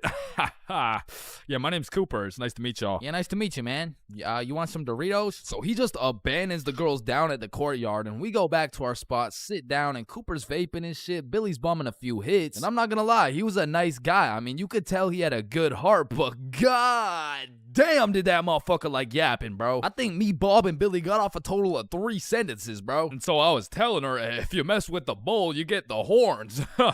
Damn, that's crazy. Bruh, for real? Dead ass? I mean, bro yapped the day away. The sun went down. It was getting cold, so Billy was like, Yo, y'all trying to head back? Yeah, bro, it's getting cold. Yeah, yo, great conversation though, boys. Right. So we all climb down the roof, make it to the courtyard, and say our farewells. Peace out, Alright, see Cooper. you, bro. Yeah, y'all have a good one, man. We head back towards Bob's crib, and to get there, we gotta walk up this small path with a super steep uphill, and as soon as we get to the top of the hill, Billy stops, and he looks back. Yo, what's up? I should have taxed his vape, bro. What? Yeah, like I should have finessed his vape. That shit was nice. Bro, like, you're not doing that. Let's go back to Bob's crib. Say I won't do it right now. Bro, you won't. Bob, you know I would do that shit. Keep it a buck. Alright, watch this then. So Billy, completely alone, walks back down the hill to the courtyard and starts talking to the dude through the driver's window. Yo, Cooper, you think I can have one more hit for the road, bro? Damn, man, you really came all the way back? You're a fiend, huh? Yeah, nah, I got you, man. Bless. And because me and Bob were up on this hill, I vividly remember we got like a bird's eye view of this shit. And obviously, y'all don't know Billy the way I do, but I was 100% convinced he did not have the balls to do this shit, bro. There was no way. Hey, Billy starts hauling ass, and instantly Cooper punches that bitch in reverse. And my heart dropped so fast. We had a bird's eye view of Billy running for his fucking life, and Cooper's right on his ass, and they are both headed right towards me and Bob, bro. So we take our head start and get our ass right back to Bob's crib. But Billy couldn't just run to Bob's crib and have Cooper knowing his address. So instead of taking the path to Bob's crib, this motherfucker runs straight into the prickle bushes, bro. Adrenaline pumping. He's powering through these bushes, getting cuts all over his arms, legs, face, until all that adrenaline crashes and he realizes he can't make it through to the other side. He was stuck. Oh, nah. You fucking idiot! Come back down here and give me my fucking vape! So Billy walks back out of the bushes, walks over to Cooper, hands over the vape. The girls in the back are all laughing and pointing and shit. Billy's aura's decreasing by the second, and just as Billy cuts his loss and starts walking away... Hey, yo, come back. What? Bro, the coil's missing from the vape. You owe me $70. I know what school you go to, man. You got a week to pay me back. Or else. Billy not only lost all the aura he'd been saving up for 13 years on this earth, but now he's $70 in debt with 1 week to figure it out. So every day after that, Billy begs his mom for $10 for lunch money, $10 for pizza, $10 for school supplies until a week had passed. And Billy had his 70 bones saved up. So as agreed upon, me, Bob, and Billy are posted up in the parking lot 1 week after the incident, and just as expected, Cooper pulls up. And this time he's got like 4 shorties in the car. Like, genuinely, how the fuck? So Billy hands over his life savings. Cooper pockets that shit, and with the most shit-eating grin I've ever witnessed, he mutters, "Hey, look, it looks like we got some pizza money for tonight, am I right?" Yes, look at this. Billy got scammed, bro. He got his shit rinsed. $70 could have bought this dude like 3 whole vapes, but I mean, truthfully, that's karma. And the moral of the story is don't steal from people, but more importantly, just don't vape, bro. Yo, Billy just posted his first YouTube video ever. Go check that shit out. Yes, sir. And I just posted a video of me and Chains talking about this story, the raw, uncut, unedited version. So click this link right here if y'all want to tap in. Click that shit. Stole that shit. That's what I do, nigga.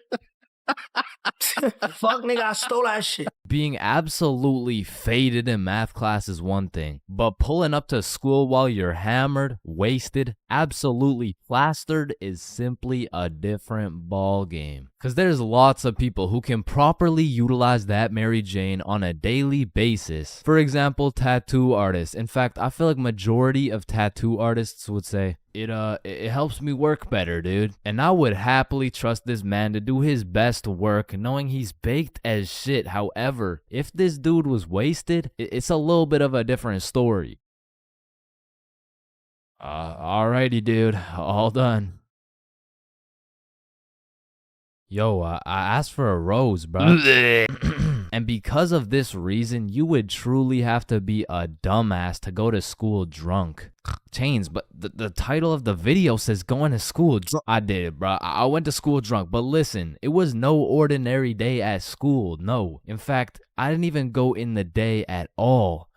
I went drunk to the school dance. Meaning this story takes place when the boys and I were in grade 11. It was a Thursday night, the night of winter ball. And as the boys and I were getting ready, you know, looking like some distinguished young gentlemen, I had realized, damn, none of us have any girls to take to the dance. Fuck, you're right. That means we're gonna have to ask a girl to dance, bro. What?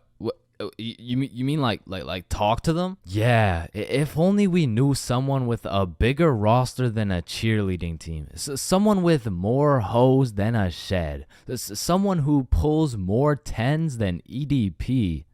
It's Bob. So me and Billy started analyzing Bob. Like how does he pull so many girls, bro? Is it the jawline? I don't know. What about the silky smooth clear skin? Maybe. Or is it those succulent luscious kissable lips? It's the glasses. Yeah.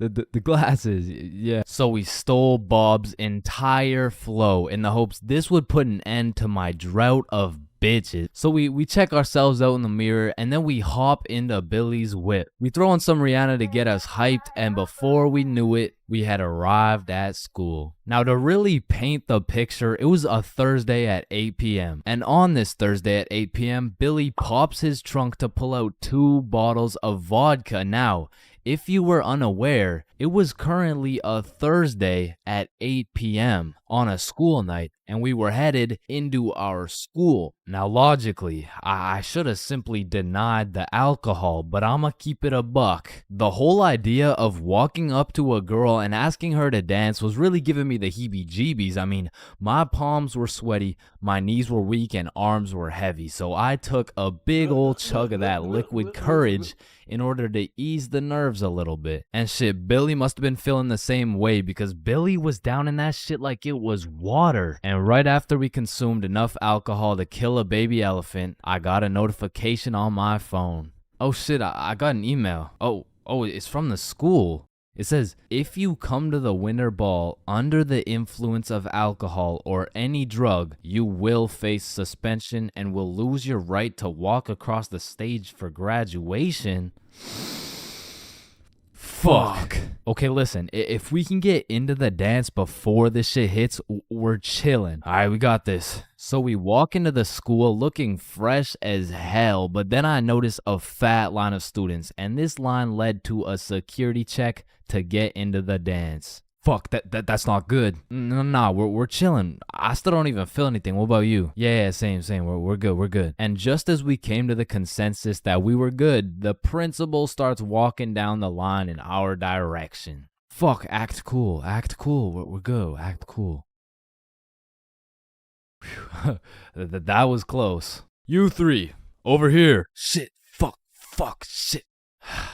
Do you guys know why I called you over here? Nah. Nope.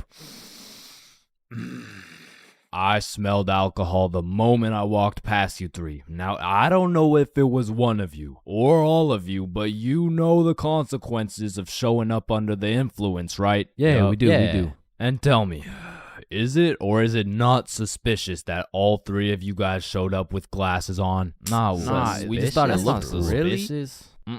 Take them off. Damn. Yes, sir. And although I downed a sizable amount of vodka, it still hadn't kicked in yet. Now, I didn't want to do this to you guys, but look at my finger. This motherfucker starts waving around his magic finger in Billy's face with a flashlight to somehow see if he's drunk. Now, I don't know what the plan was, but I was fucking scared. Okay, he's not bad. Oh, okay, he's good. Now let's see here. And just as this motherfucker puts his finger in my face, that vodka hits, bro. I'm using all the strength I got to keep my balance while I'm getting blinded by this flashlight. Let me try that again.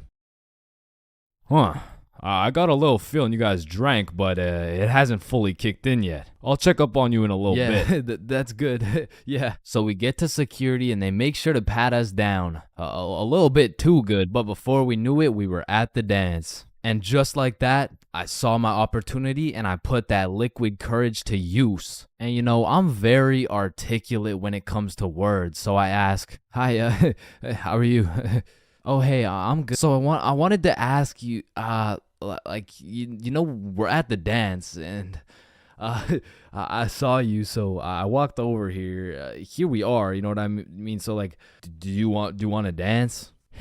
Yeah, sure. It had worked. My plan had finally worked. And just as I was about to feel the female touch I'd been deprived of for all these years, I see Mr. Principal walking in my direction with his finger ready and his flashlight in hand. So I just haul ass, and I don't stop hauling ass until I'm off school grounds. So the moral of the story is, don't go to school drunk, bro.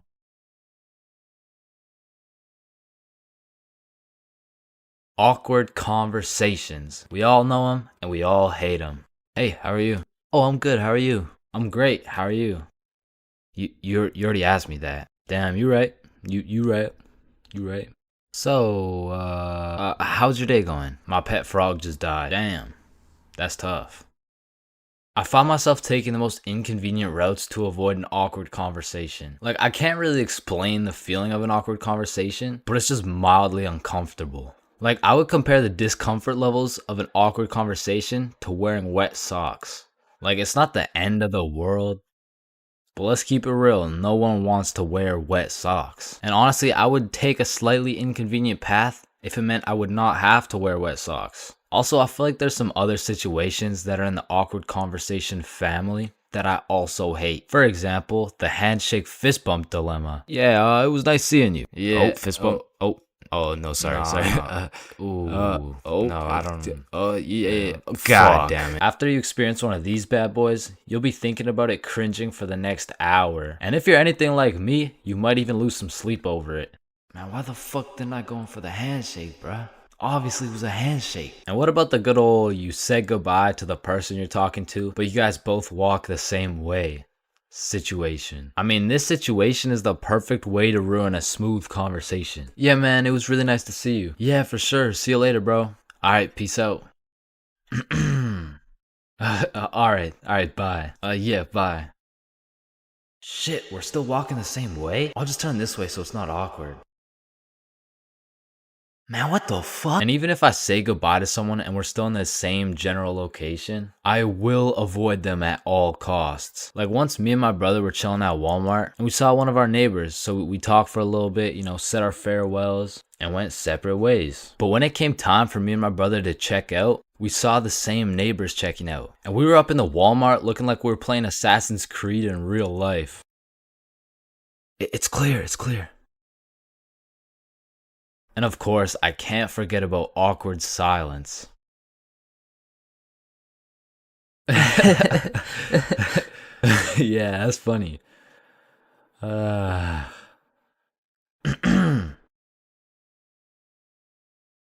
Me personally, I have some procedures in place to avoid awkward silence no matter what. For example, my philosophy is to just say things.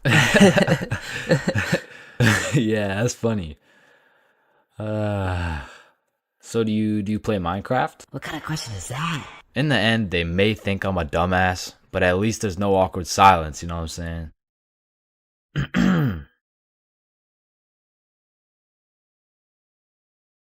Alright, I already touched on the unspeakable things that go down in the high school bathrooms, bro. But there's only one place on earth that is more foul than those bathrooms. And it's the goddamn locker rooms. That room smells like complete and utter dog shit mixed with Axe spray. Like maybe I just went to school with a whole lot of Discord mods, but the rancid smell of the boys' locker room would contaminate anything in a 50-foot radius. And shit, Lord knows what goes down in that questionable place. Like you'll walk in there and see anything, bro. Motherfuckers will be having fights, chicken fights, group fights, sword fights. Like any laws and rules simply don't apply to the boys' locker room. Motherfuckers will be throwing hands, selling drugs, committing arson, committing several counts of fucking tax evasion. Shit, you name it. It's pretty much a GTA lobby in that bitch. Like I remember one day I walked into PE and my teacher was like, "Hey,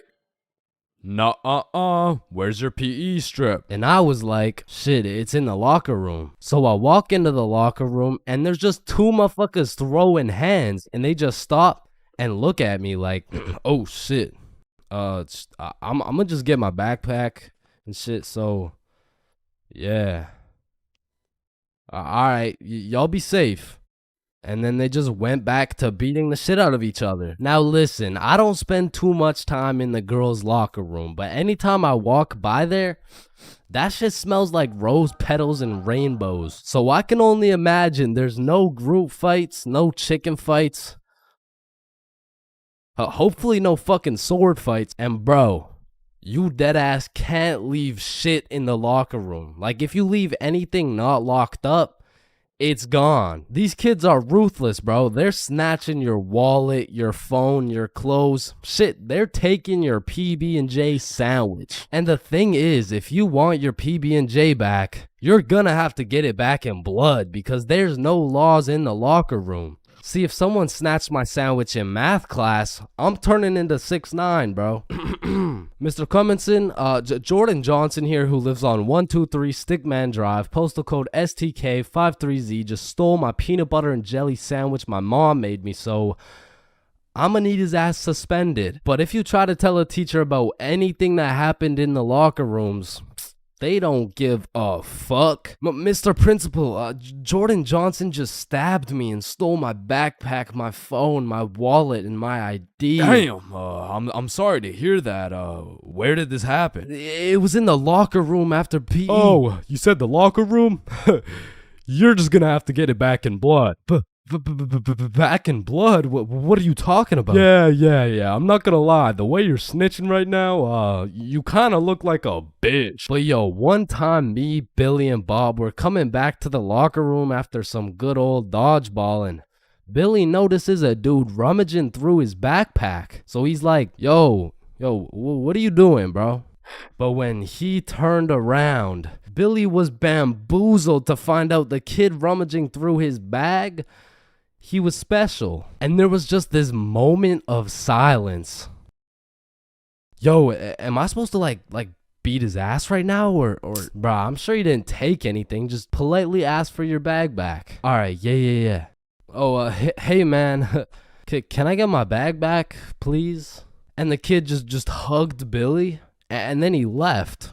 And I'm still confused to this day. But I'm gonna be honest, locker rooms weren't all that bad. Cause sometimes you'd walk in that hole and they would just be throwing a party. Now it still smells like ass, and there was literally no females, but it was still kind of lit. Like you'd walk in there and it would transform into the club.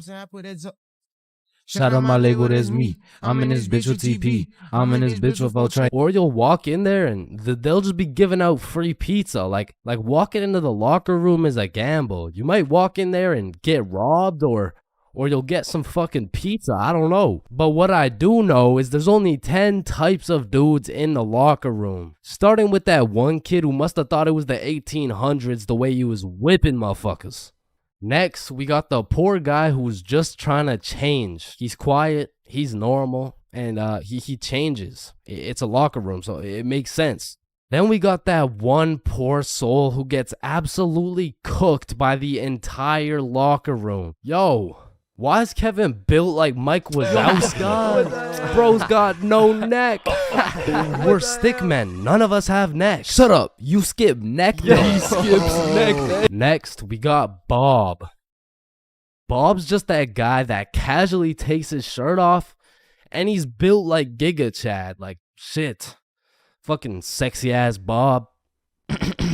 And I don't know why, but there was always that one guy who thought it was a good idea to just whip his nuts out. Unprovoked, uncalled for, completely out of pocket. Like, what do you look like with your nuts out in a room with 30 half-naked sweaty dudes? Like, personally in that situation, I'm keeping my balls in my boxers. Thank you very much. And bro, tell me why there was always one kid who was just dousing himself in Axe spray. And it's always the mustiest motherfucker doing it too. Like, who's gonna tell him that Axe spray doesn't replace taking showers, bruh? And I don't know about your locker room, but for mine, there was always a dude eating. Like, out of all the places on earth, why are you eating in the locker room? Like, for some reason, there's something about eating around a bunch of dudes in their boxers that just doesn't sit right with me. I mean, simply by bringing that sandwich into the locker room makes it contaminated. That sandwich will be tasting like wet dog and Axe spray. And next,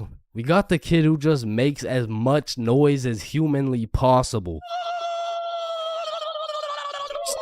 Shut the fuck up. And then there's that one dude who decides he's having a shower. And all power to that guy, but personally, there is no fucking way I'm showering in school. Like, I can't trust this little door to stop these menaces from breaking into my shower. Cause remember, there's no laws in the locker room. Like, it's no jail, but I'm sure if you drop the soap in there, you're gonna get violated. And of course, you got the fiend. There's always a dude fiending for a vape in every locker room. And it's low-key worse in the locker room than the bathrooms. Like, these locker room fiends would do a little bit too much for some nicotine. I've seen them pay $5 for a single hit, and fuck, I don't want to know what they'll do for a hit when they run out of money. And still, I'm not gonna lie, the high school bathrooms get wild. They'll be hotboxed, there'll be fight clubs, but the thing about the bathrooms is a teacher can walk in at any time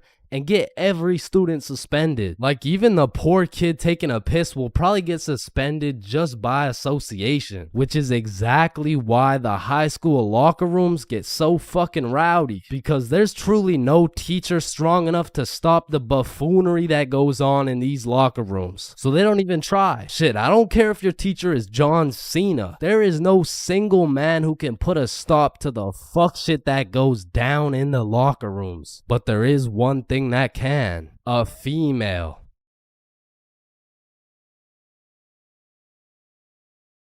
Man, you could be the 47th president of the United States and you'd still get flamed at school. It's just inevitable. It could be your haircut, your clothes, and bro, even when there's nothing to roast, somebody's gonna try and spit out some bullshit anyways. Hey, yo, why does Carl's face look like Spider-Man's left nut? Yo, I can't see it. How do you know what his nuts look like? And bro, when I was in middle school, all my clothes were hand-me-downs I got from my neighbor, and this motherfucker just didn't want to see me win, bro, because I was getting piles of V-neck shirts and jeans that didn't even fit. And not only did my neighbor have no drip, but dude was 10 years older than me, so every fit I made was just a decade too late. And pulling up to school and that shit had me feeling like a rotisserie chicken, the way I was getting cooked at a 360-degree angle, bruh. But my fit wasn't even the only thing that was outdated, because my phone looked like the first phone ever created. And it acted like it too. I mean, I would have to click the screen 5 times and then send a prayer to the heavens just to turn that shit on. And only real G's know the pain of having to whip out an old ass phone around someone else. Like, I remember this one time a girl came up to me and asked if she could add me on Snapchat, and when I gave her my phone, my shit crashed, bro. I think your phone just ran out of battery. Oh no, don't worry, sometimes you just gotta. Yeah, here you go. Actually, I have a boyfriend, so Wait, what gonna... the fuck? And ever since that day, that phone was my #1 op, bro. So much so that the next time a girl came up and asked for my Snapchat, I started fucking malfunctioning, bro. Hey, can I get your Snapchat? No. Oh.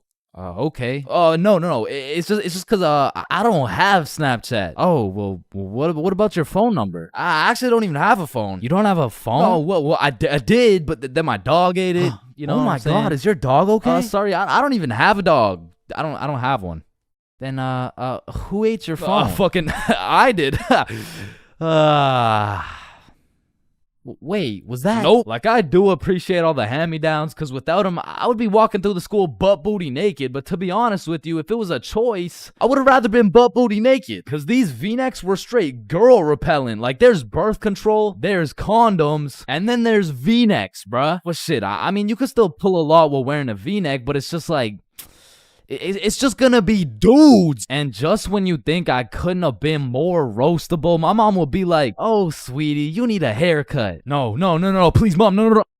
My mom used to take me to this shop that gave out $1 haircuts, bro, and these motherfuckers were straight speed running these cuts. They'd be asking what kind of cut you want while cutting your hair. And by the time you get to show them the cut you want, your shit is already done, bro. And my mom must have not been tipping them either, considering the fact that every time I went back, the cuts kept getting worse and worse. Until one time, I walked out there with my head bleeding, like I asked for a 2 on the sides, and she hit me with a -2. Now, don't get me wrong, when I pulled up to school wearing the most abominable fit known to man with the atrocious haircut and shitter phone combo, I got my shit roasted, flamed, grilled, sauteed, deep fried, and then thrown into the goddamn microwave. Like the type of flaming that has you going home and just taking an extensive look in the mirror, questioning if you should legally change your name to Albert and flee the country. But somehow, this motherfucker Carl got flamed even harder than me just for being Carl. Like, whenever a friend group is created, there's just one dude selected to be the punching bag for the entire group. And you know, I feel bad and shit, but like... it's better Carl than me, bro, so I'm gonna slip a few jabs in if I have to. Yo, what the fuck is Carl eating, bro? Oh, hell nah. Wait, whoa, Chains is eating the exact same thing. Nah, what? Your shit looks like it tastes like cardboard with honey mustard. Wow, how did you know? Like, Carl can't even get a little chuckle out without getting crucified, bruh. Damn, he's fucking that shit up. Looks like he hasn't eaten in weeks, bro. Oh, hell nah, Carl. I know you're not laughing. Yeah, no, I'm not. You're built like SpongeBob Round Pants. You look like a malnourished Santa Claus, bro. Like, god damn, that's a face only a mother can love. What did I do? Now, getting roasted around your boys is tough, but that pales in comparison to the pain and embarrassment of getting roasted in front of your crush, bro. Yo, Chains, what did you get on the science test? I'm not gonna lie, I got like a 76. I'm surprised you're not smarter with that big ass head of yours. Good one, Joe. No, like for real, your shit is massive. Like the sheer amount of brain you could fit in that bitch should make you Einstein. You look like you should be pulling 10,000 IQ plays right now. You look like you got the solution to world hunger somewhere hidden in that big ass noggin. Like how do you even stand up straight with that absolute cranium for a head? But I remember this one time I got my shit flamed so hard in front of an entire audience that I was brought to tears. But I mean, I was 6. I was 6 years old. And the day was December 24th, Christmas Eve. So my mom brought me and my brother to this improv play, and as we sat and waited for the show to begin, this little elf walked up to us like, hey, do you guys want to be a part of the show? Yeah, let's do it. Okay, yeah, I'll do it. And once the show began, they called me and my brother up to the stage and asked us a very simple question. So, what do you guys want for Christmas? Oh, I want a Minecraft sword and a creeper stuffy. And, what about you, little man? And as I looked into that crowd with dead silence, my brain stopped braining, bro. Hey, don't worry, it can be anything. Shit. I want, just kid, what do you want? I wanna... Man, I wanna... I don't even know what I want. Yo, who brought this fucking dumbass on stage, bro? Get the fuck out of here. Now I'm paraphrasing. I mean, I was 6. I don't remember exactly what he said, but that's what it felt like. And as we walked back to our seats, I was super embarrassed. But as the show started, it was actually pretty funny, and people had probably forgot about it by now. But 10 minutes into the show, a character walks on stage with some goofy ass buck teeth. Yo, this guy looks stupid as hell. Oh shit. And this dude proceeds to absolutely cook 6-year-old me with no remorse. Hey, what's your name? I don't know. What? Okay, how's your day? Day? Day? What the fuck is a day? I don't know. Well, what do you know? No. That's just it. I don't know. I just don't know. Shit, I don't think I know anything. And that shit had the whole audience laughing harder than ever. And as I looked around, my brother was laughing and even my mom was laughing. And it was this very moment that I had hit rock bottom. And at the age of 6, I realized I would be put on this earth simply to suffer. And it made me cry, bro. I cried in the middle of this theater. Then the next morning I woke up and it was Christmas. And under the Christmas tree, I saw the best gift of all. It was a Bob pocket tee from ChainsClub.shop. That's right, it's brand new. You can wear it around your homies. You can wear it at school. You can wear it around your mom, your grandma, your great-grandma, maybe not your great-grandma, but damn near anywhere else, and Bob will be posted in your pocket the whole time. Wow, what a perfect thing to get someone for Christmas, am I right? yeah, I'm right. Everyone has encountered countless NPCs during their lives. Like, you know, the people that just spawned in. They didn't have any character development or anything. And to be honest, when you leave their vicinity, they probably just despawn. If you still have no clue what an NPC is, it's a non-playable character. They're like the type of people you could sock in the face and they'd say some NPC-ass line like, "Hey!" And I know at least some NPCs have to exist. Because let's be real, there is no way all 7 billion people on this planet have whole lives from start to finish. That just doesn't add up. And I don't know if any of you guys have ever noticed this, but NPCs all have a spot they go to just do NPC things, bro. For example, if you go to Walmart, that's their natural habitat. You are bound to see at least 15 NPCs at Walmart. And usually the NPCs are trying to avoid eye contact. But if you've ever tried interacting with them, you'll know they always have the most predictable and neutral responses possible.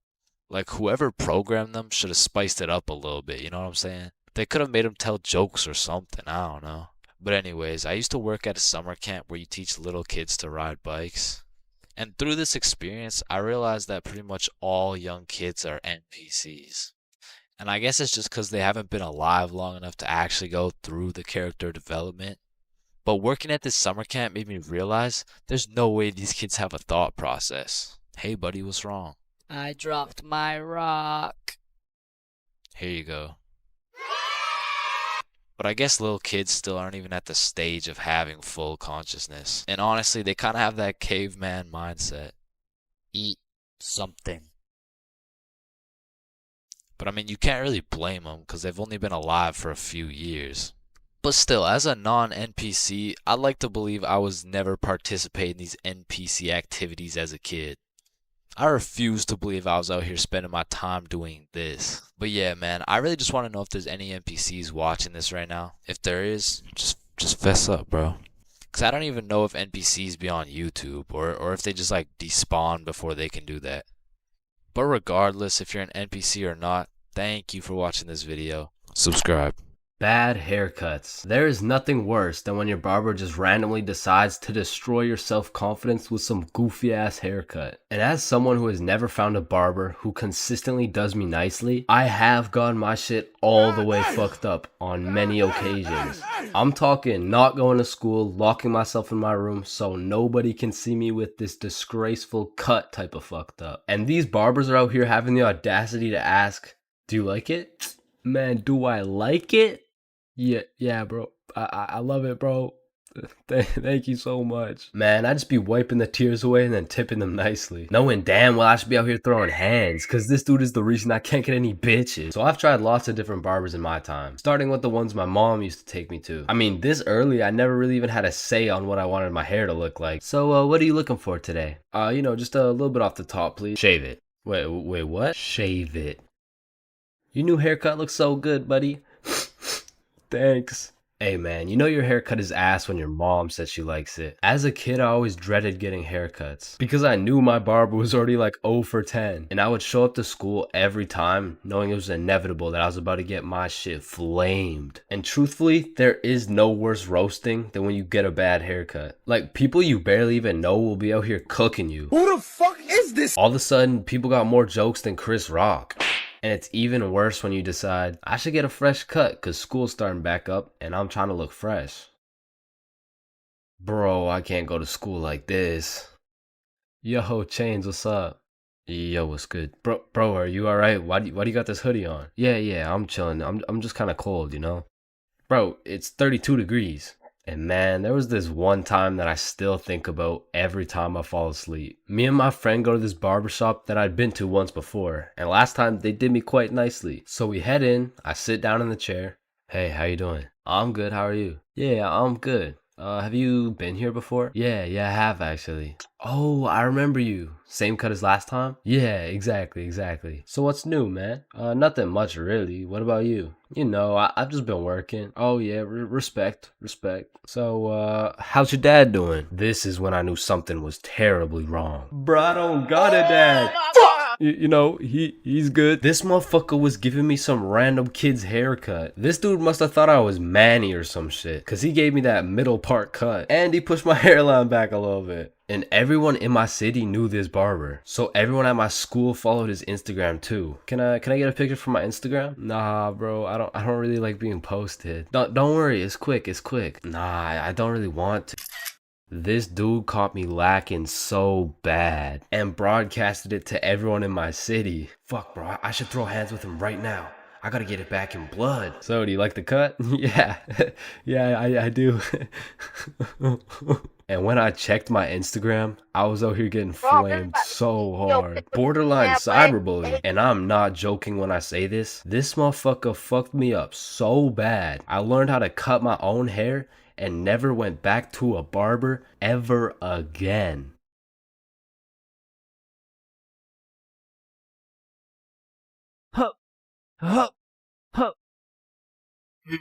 Pain. I've felt pain. He's felt pain. That dude's felt pain. What? No, I haven't felt any pain.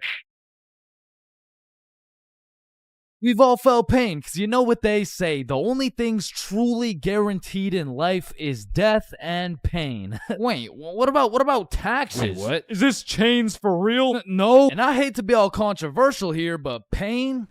That shit hurts, bro. Specifically, the little shit that just does 1 damage has no business hurting so bad. Like stubbing your toe or biting your tongue or fucking paper cuts. Like, that shit shouldn't even hurt, bro. It's paper. It's not scary. Oh, shit. And I still remember the first time in my life I ever took some real damage and felt some real pain. And it was back when I was 4 years old. Which meant I was still learning the controls of life and shit. Like, yeah, I could run, but it was low-key like watching a dude play Fall Guys. If he was drunk and fried and asleep. But regardless, one day I was bored doing 4-year-old shit, and then I seen my arch nemesis, a fucking chair. And I instantly knew what had to be done. I had to assert my athletic dominance by running and jumping over this chair. So I take a deep breath, I run up, jump, and clear this chair clean as hell. Now keep in mind, I was 4 years old, so that was probably the coolest shit I'd ever done in my entire life. So you know I had to show my mom to make her proud of the man I've become. Hey mom, watch this. What the hell are you doing, Chains? Hey man, just watch and learn. Oh, I fucking ate it, bro. Like, that was the type of pain that hits so hard you can fucking taste it, and damn, that shit tasted ass, bruh. Like, have you ever taken a soccer ball straight to the schnoz? Cause that shit will have you smelling pain, tasting pennies, and seeing tears. Which is bad, but like, who the fuck invented the funny bone, bruh? Cause that shit ain't funny. Like, bro, you can't just call some painful ass shit funny and expect it to be humorous. No, the bone is called a humorous. Yeah, shut up. How humorous is this, buddy? Not humorous. Yeah, that's what I thought. And in fact, I think it's the opposite of humorous. Like, yo, did you guys know 1 in 4 dudes is gay? Wait a minute. Gee, I sure hope it's Owen, cause he's sexy as hell.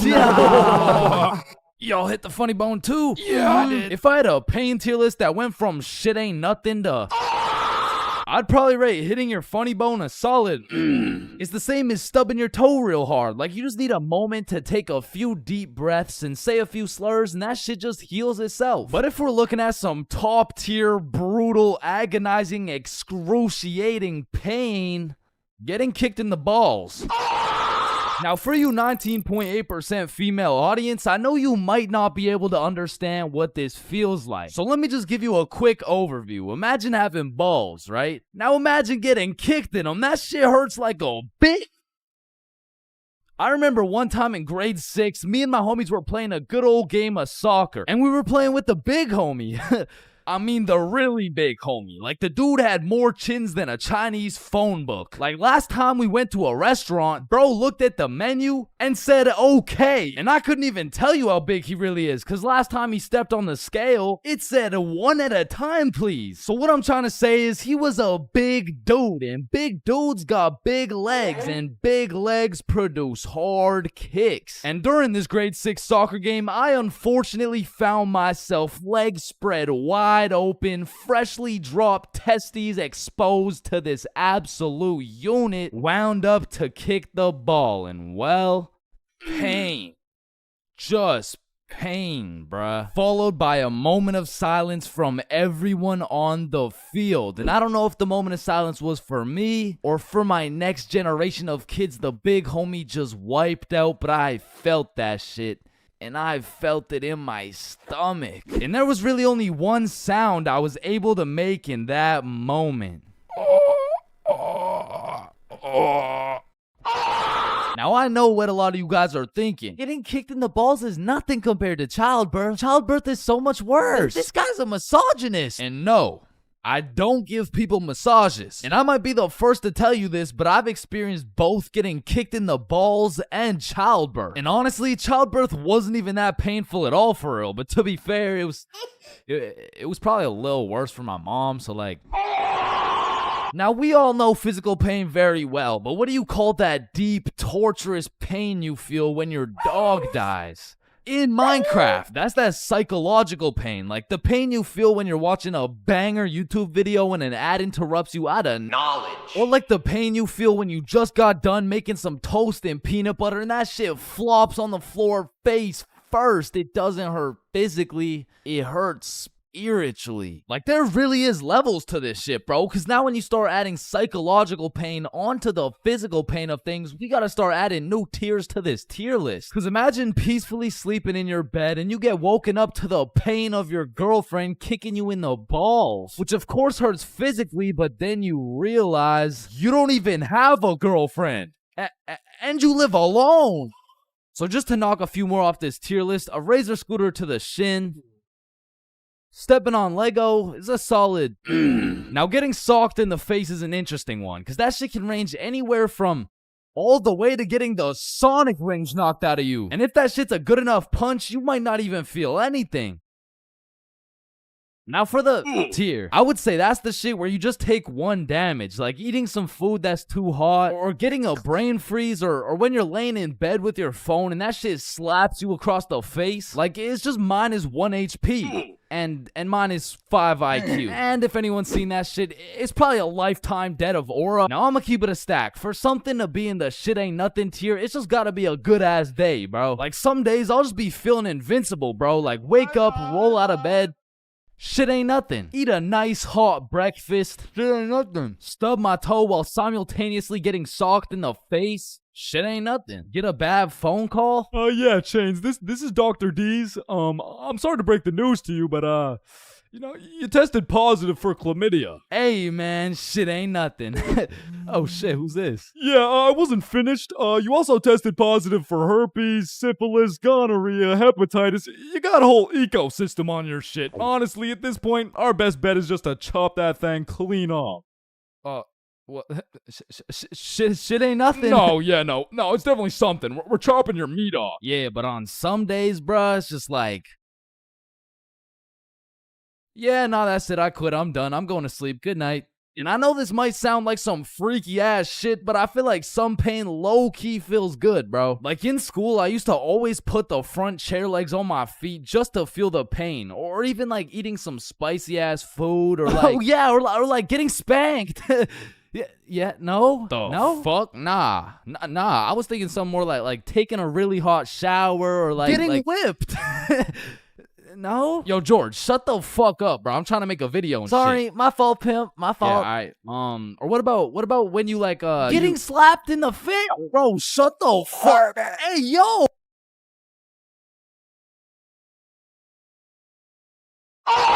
Now, I really don't have many fears, but there are 4 things that I would say I'm truly scared of, which are sleep paralysis, being flipped over while I'm in a porta potty, this thing, and public speaking. And honestly, I can't even really explain why I'm scared of public speaking. I mean, sleep paralysis, you'll have demons chilling in your room while you can't move. The whole porta potty thing, that's just some traumatic shit. And this thing is fucking terrifying. But there's just something about talking in front of more than 5 people that has me shitting bricks. Like, my brain will start showing me the absolute worst case scenarios possible.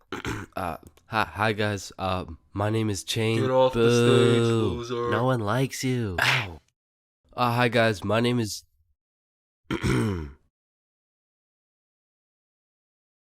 So I volunteer at daycares because I really like young kids. I love young kids. I mean like not love, like they're only 4 years old. No, like I'm not attracted to. Sir, hands behind your back. That's why I'm scared of public speaking. And even worse than normal public speaking was school speeches. And if you saw my going to school high video, you would know I have a pretty bad record when it comes to speeches. Sorry, Tyrannosaurus Rex has short arms. Yeah, Chains, don't worry about it. You can sit down. You could just go tomorrow. It's all right. In fact, after I failed miserably while trying to present my speech well zooted, some motherfuckers was flaming me for it. So you know me, I had to get my get back. So when speeches came around next year, I put my heart and soul into that shit. And it wasn't just a speech, it was a spoken word, so it all had to rhyme. I mean, I was whipping up some heat. I was writing bar after bar like Kendrick. Shit, I had to have a fire extinguisher on standby while I was writing that shit. And I was never the dude to actually study. Like, I would start learning while I was taking the tests. If y equals mx plus b, then who invented the Eiffel Tower?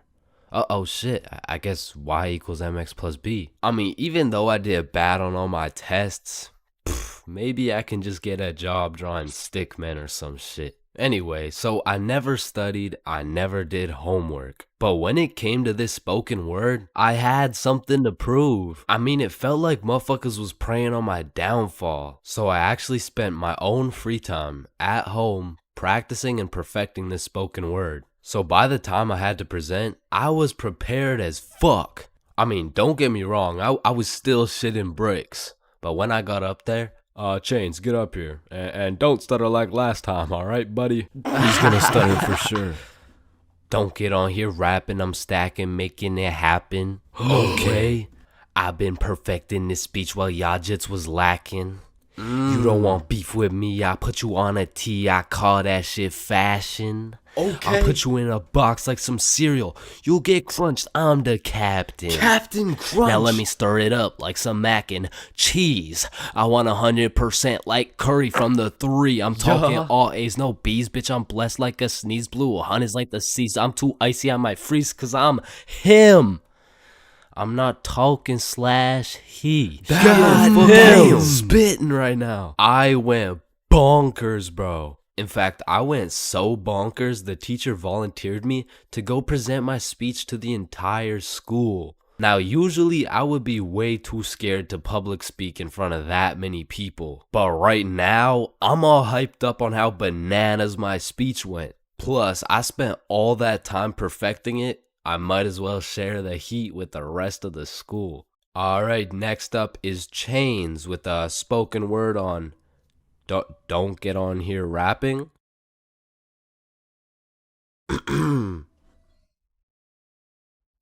uh, uh, don't get on here stacking. I mean rapping, stacking. I'm happing. You don't want beef with me because, quite frankly, I will put you on a t-shirt. I mean, you could call that fashion. so, thank you guys for having me. I fucking fumbled. I folded under the pressure, bro. With the entire school watching my fear of public speaking absolutely crush me. And that is the reason why I have a fear of public speaking.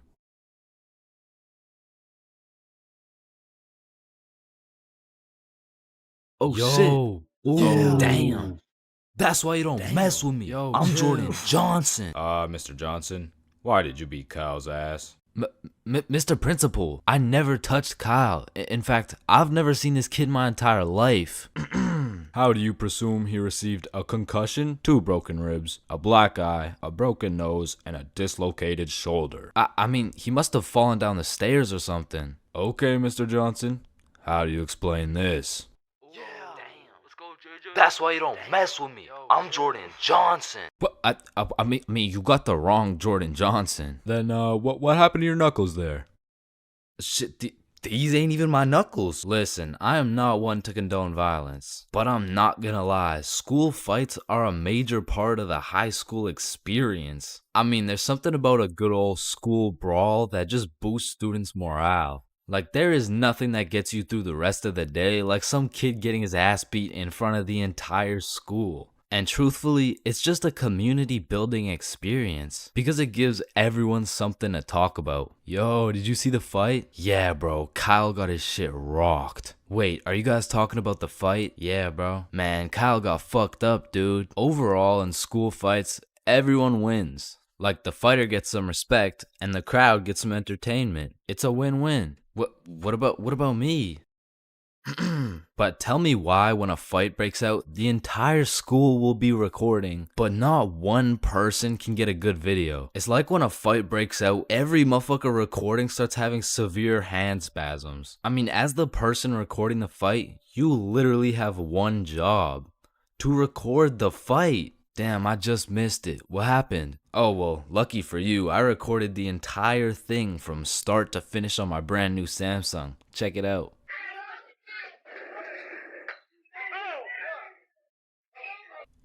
Did anyone else record the fight? Oh shit, yeah, I did on my brand new iPhone 14 that actually records in 4K. Okay, bet. Ooh, Oh. damn. Let's go, JJ. That's why you don't mess with me. But bro, there's just a video of your face for 8 minutes straight. And watching some of these fights are funny as hell. Because some motherfuckers will come in swinging like KSI. Some motherfuckers are out here thinking they're Daniel LaRusso. And some motherfuckers should just not be fighting. Which is honestly the best part. Because where else could you catch a 6'5", 250-pound big body scrapping some 5'2" nerd? Like, the UFC would never let that shit slide. Plus, you get to watch it all for free. But me personally, I've never gotten into a school fight. But don't get me wrong, if someone wanted to catch these hands, I could hit them with the little knuckle sandwich, if you know what I mean. But truth be told, I could never lose a fight. Not because I know how to fight, but because for Bob, shit was on sight. And trust me, you don't fuck with Bob. Bob's got a better record than Floyd Mayweather. And I even heard one time he got into a little altercation with Mike Tyson. All I'ma say is, he dealt with him. But with that being said, we all know that one kid in school who was born to simply beat people's ass. Like, this dude's life purpose was to run people's fade. And of course, I had someone like this at my school. He was the type of dude who had nothing to lose, so he would instigate a fight wherever he could. We'll just call him Jordan. And honestly, he was holding a solid record. I mean, he was probably 12-0. But one day, Jordan picked on the wrong kid. Hey nerd, take off those stupid glasses. And Bob was a man of little words, so Jordan's buffoonery did not faze him. Hey nerd, I said take off those stupid glasses. Hey, stop ignoring me.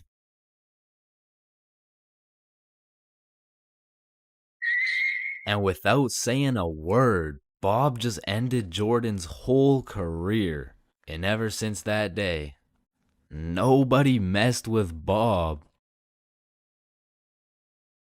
That's why you don't mess with me. Yo, I'm Jordan Johnson. Middle school is just an awkward place, bro. Like middle school dances, awkward. Middle school speeches, awkward. And middle school relationships, in my experience, is the most awkward thing on the face of this planet. I mean, the girl's a whole foot taller, got a deeper voice, and shit, she could probably bench more than you, lil' bro. Like, I hate to break it to you, but you don't got a girlfriend. You are the girlfriend, bro. Middle school just occurs at the craziest time in a teenager's life, cause motherfuckers is just getting slapped by puberty out of nowhere. You'll be walking down the halls and see a bunch of kids who look fresh out of daycare. Then all of a sudden you'll see a grown-ass man built like Shaquille O'Neal thumping his way down to math class. And attendance in middle school was looking like Matthew, here. George, present. Daisy, here. Owen, here. Dude's balls would be dropping halfway through presenting their speech, like, and this is specifically why dinosaurs went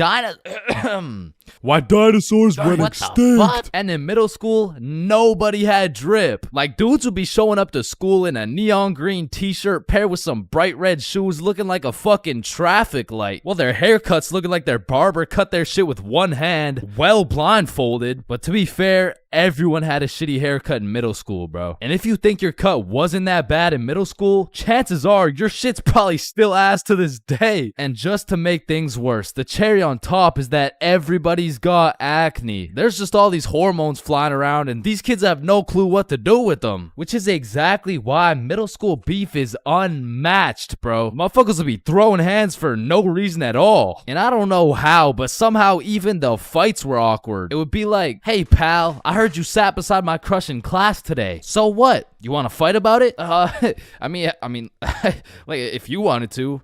That, like, I'm not scared. Like, yeah, we can fight. Okay, let's freaking go, pussy. Fuck, I wasn't ready. Sorry, was that too soon? No shit, Sherlock. Okay, you can hit me back so we're even. But if two dudes were throwing hands and their crush is watching, they're about to fight to the death. But the thing is about middle school fights, I didn't know this was possible, but somehow both motherfuckers end up losing the fight. I remember one lunch at my middle school, a dude whipped out some boxing gloves for no reason at all, and all of a sudden we're running a whole fight club. Kids would be betting their lunch money on who's gonna win and shit, but we never laid down any ground rules. So one day, JJ hit Timmy with a spinning back fist and put his ass to sleep. And I'm hyped because I just doubled my lunch money, but Mr. Principal didn't seem too hyped to see one of his students knocked out on the ground. So of course JJ gets in trouble because he's just that one kid who's always in trouble but never got expelled. Like, I could have swore dude was on his third strike 5 strikes ago. But man, middle school had some characters, bro. There was that one guy that would walk through the halls blasting music on his speaker, the kid who used to sit in his chair like this, the dude who hit puberty and midlife at the same time. Mr. Donaldson, can I get some help on the subtraction?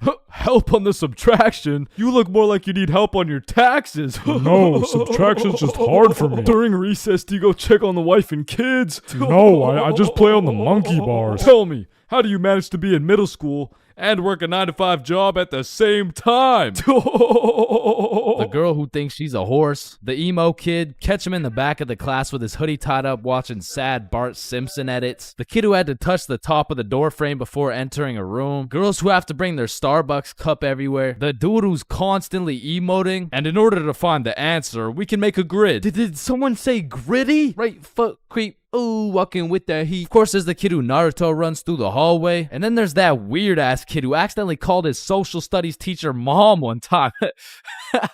It was probably an accident though. Fuck! And I have no idea why, but there's something about teaching middle school that had all these teachers going through a midlife crisis. I remember one day our science teacher was teaching us about rainbows. Does anyone know what a rainbow is? Yes, Jaden. Refraction of light through water droplets. Oh wow, that's right. How did you know that? Reddit. Oh, okay. Where did you read it? Reddit. Yeah, but where did you read it? Reddit. Jaden, I can't do this right now. Just tell me where you found this information. Reddit? God damn it, Jackson. You're the reason my children get their shit whooped every night. Now, I don't know what she had going on in her life, but the way she broke down talking about beating her children to a group of 12-year-olds really gave me the impression that she shouldn't be teaching middle schoolers, bro. And I don't know who was in charge of hiring these teachers, but I also had a deaf teacher, which, you know, is cool and all, but it did make it a little bit harder considering the fact that, you know, she was the fucking music teacher, not to mention the fact that she was also half blind. And I think the idea there was that she could somehow feel the vibrations of the guitar or something, which didn't seem to work too well considering the fact that I got a fucking A in music and I can't play the guitar for shit, but I guess I just like I smelled good or something. I don't know. And I don't know about y'all's experiences, but I feel like kids were just mad touchy in middle school. Like you'd be sitting in math class minding your own business, then for no reason at all, a motherfucker would tase you in the side of the ribs. And I remember when kids first learned about these pressure points, it was all fun and games. Someone would just poke you in the ribs like, pressure point, that tickles. Then there would be a new pressure point dropping every week. It got to the point where these 12-year-olds were hitting pressure point combinations and paralyzing your legs and shit. Hey bro, let me try this new pressure point on you. Yeah, sure, go for it. It tickles. And it was the same shit with this game. Like, you really couldn't trust anybody, bro. Yo, what's that on my leg? Shit. Got him. Oh, shit, there's a bug on you. God damn it, dumbass. Oh, fuck, I just broke my leg. Bro, I'm not stupid. You didn't just break your leg. No, I'm serious, bro. I promise, on everything, on my entire life. I just broke my leg, look. Bro, I remember I got punched so many times, my arm was on life support. It was about to fall off, like, And thinking back to middle school, there's just so many things that make me cringe, bro. But by far the cringiest of them all is the relationships, man. And believe it or not, I had my fair share of middle school relationships. I remember one day I was sitting in class and this girl came up to me and said, Chains, I have a crush on you. And that's really all it took to have a young Chains in love. Head over heels. We went to the movies together. We went to my house and watched movies. Well, we went to her house and we also watched movies. Now that I think about it, all we really did was watch movies. We didn't really talk that much. I mean, I didn't really have a way with my words at the age of 12. So, do you like movies? Yeah. Yeah, I like movies too. That's why we're here at the movie theater. I also like popcorn with the butter. It tastes like I like how it tastes. And one day we went to the mall and I took a good look at my girlfriend of 2 weeks and thought, man, I don't even know this girl. Like who are you? I remember we were inside Zoomies at the time and I said, hey Jessica, you're a great person and all, but I don't really think we're compatible like that. Maybe we should just break up, which was probably the most words I've strung together during the entirety of our relationship. And she says with the straightest face, oh, okay. And then we proceeded to walk out of the mall and bus home together without saying a word. And I remember lying in my bed that night and thinking to myself, damn, I think I'm supposed to be sad right now. So I threw on my hoodie, tied it up, and watched some sad Bart Simpson edits.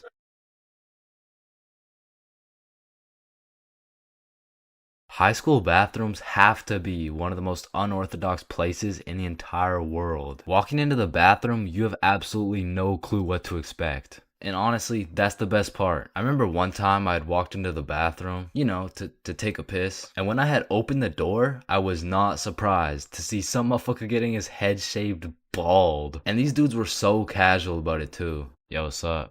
What up? And you know, it's cool and all to be able to be entertained while you're trying to release your bodily fluids. But I mean, sometimes you just want some peace and quiet. Because you truly never know when something like this can happen to you. And that is precisely why I'm scared to ever shit in the school bathroom. And listen, my school bathroom has always been bad, but these TikTok trends that keep popping up made the bathroom situation so much worse. Yo, look at this TikTok. That's kind of funny. 1 week later. Damn, someone took the soap dispensers. Who snatched the blow dryers, bruh? Where the fuck did the urinals go? 1 hour later. Hold up. Who hit a lick on the bathroom? These TikToks had the school announcements like, Guys, I'm begging you, stop with the devious licks. if you see anyone hitting a devious lick in the bathroom, report it to the office immediately. And I'm not gonna lie, this trend was low-key pointless. Like, once you go home, the fuck are you gonna do with the broken blow dryer, bruh? But there was one TikTok bathroom trend that was fire. So, what is the square root of pi? Chains. Yeah, can I go to the bathroom? Be quick. Am I tripping or did I just hear? Yeah, bro. Bathroom functions are a 10 out of 10 TikTok trend. Hey, man, if you're still in high school, I recommend trying it. Anyways, I've obviously never been in the girls' washroom before, but I be seeing way too many TikToks filmed in there. Like, is it just a normal thing for girls to go to the washroom while other girls are just in there hitting the renegade? Like, I wouldn't know, but that whole situation seems a little bit awkward to me. Boom. Boom. Wait, renegade, renegade, renegade. And when it comes to most public schools, the washroom is like the black market of the school. So there's always some dude trying to sell you something. Yo, you need anything right now? I got that Gandalf OG, that Alaskan Thunder, some purple monkey balls, got those Girl Scout cookies. Hey man, just give me a second, I'm kind of busy right now. I got that Sour Diesel, that Granddaddy Purple Deluxe. Trust me, this stuff will blow your socks off. And every once in a while, someone will bring boxing gloves. All of a sudden, the school bathroom turns into the octagon. People are getting knocked out, dropped, and getting hit with the guillotine chokehold. But as soon as a teacher walks in,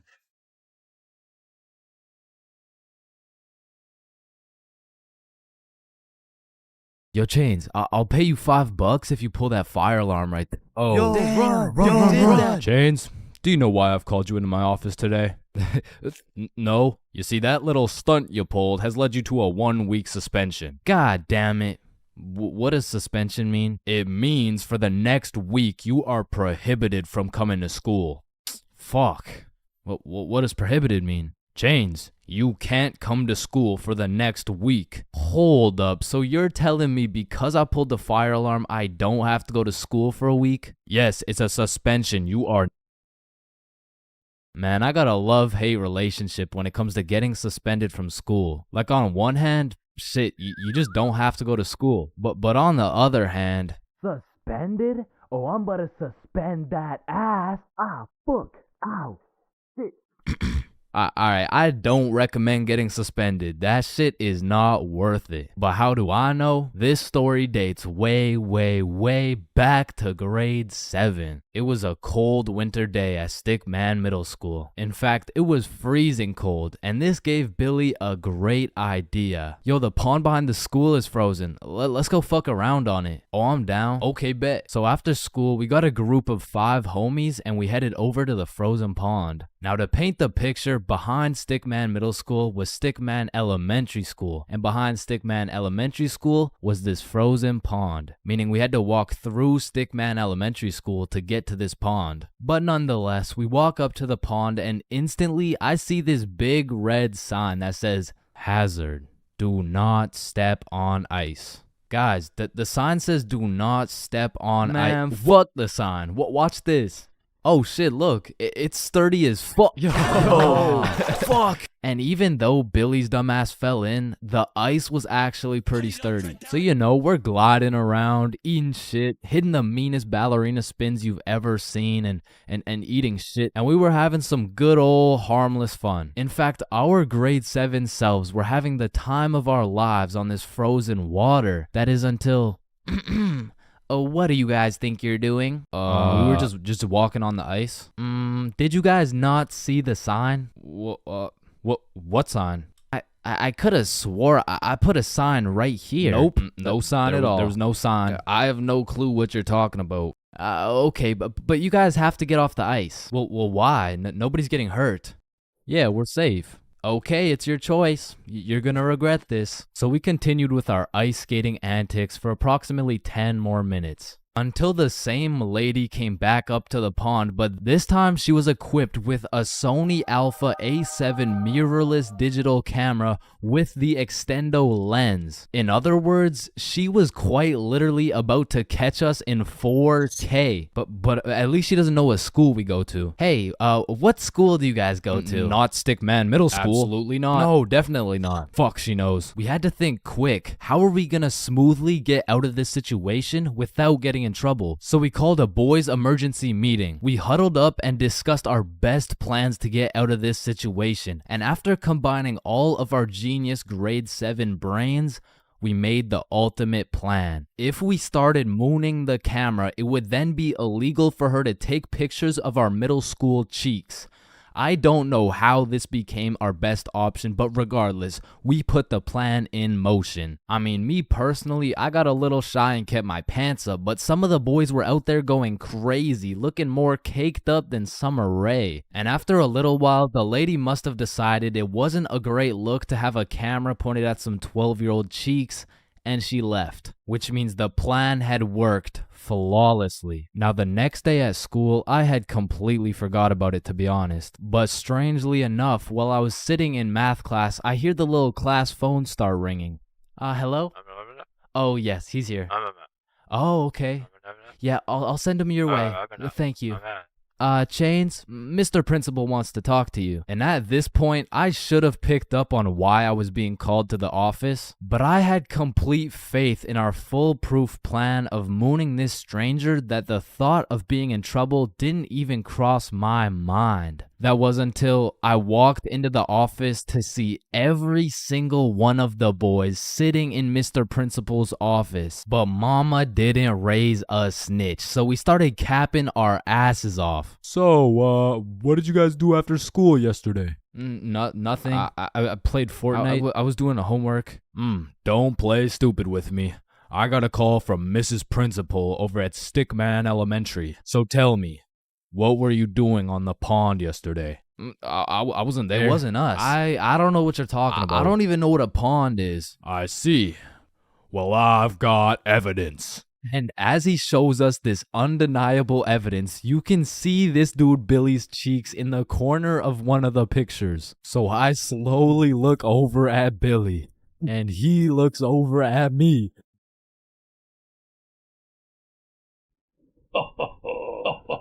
If you don't stop laughing right now, you're all suspended.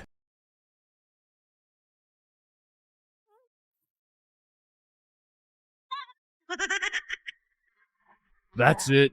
You're all suspended. And as I explained the situation to my mom, let's just say Mama Chains was not happy.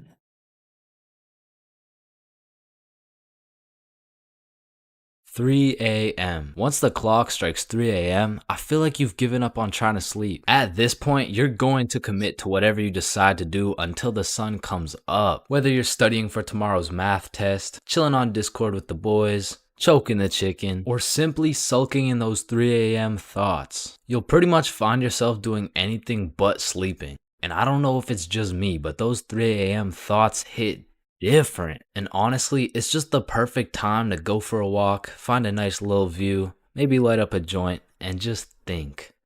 The youngest picture of you is the oldest picture of you.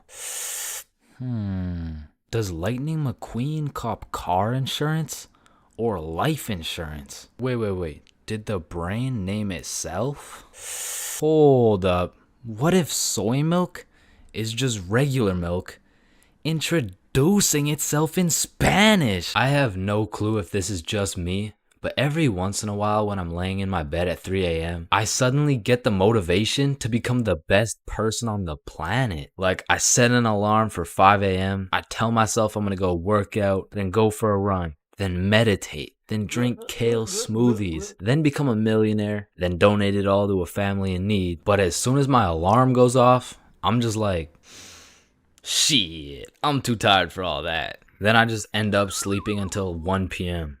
And my brain is constantly playing games with me, bro. Like, tell me why I'll be using all my strength to stay awake during the day thinking, ugh, man, I can't wait to go to sleep tonight. But when it comes time to sleep, I just can't.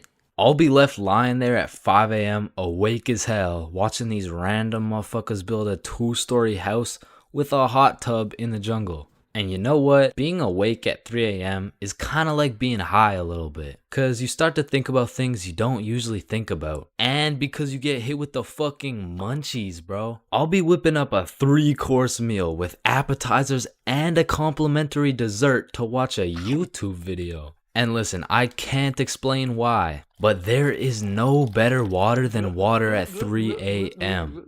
I mean, it's pretty much a part of my sleep schedule now to wake up at 3, chug some water, take a piss, then go back to bed. But sometimes while I'm trying to go back to sleep, my brain just starts showing me a compilation of my top 15 cringiest moments. I mean, I'm having flashbacks to the time in grade 5 when I said a joke and nobody laughed. Guys, why did the monkey fall out of the tree? Why? Yeah, why? Because it was dead. Oh, damn. Or I'll be up all night thinking about that one debate I had 3 years ago, brainstorming about the best things I could have said in each scenario. It's like if I do some cringe shit during the day, I have no choice but to lose some sleep over it at night. It's like my punishment for saying some stupid shit. Like I know one guy who accidentally called his teacher mommy in front of the entire class. And that dude hasn't slept since.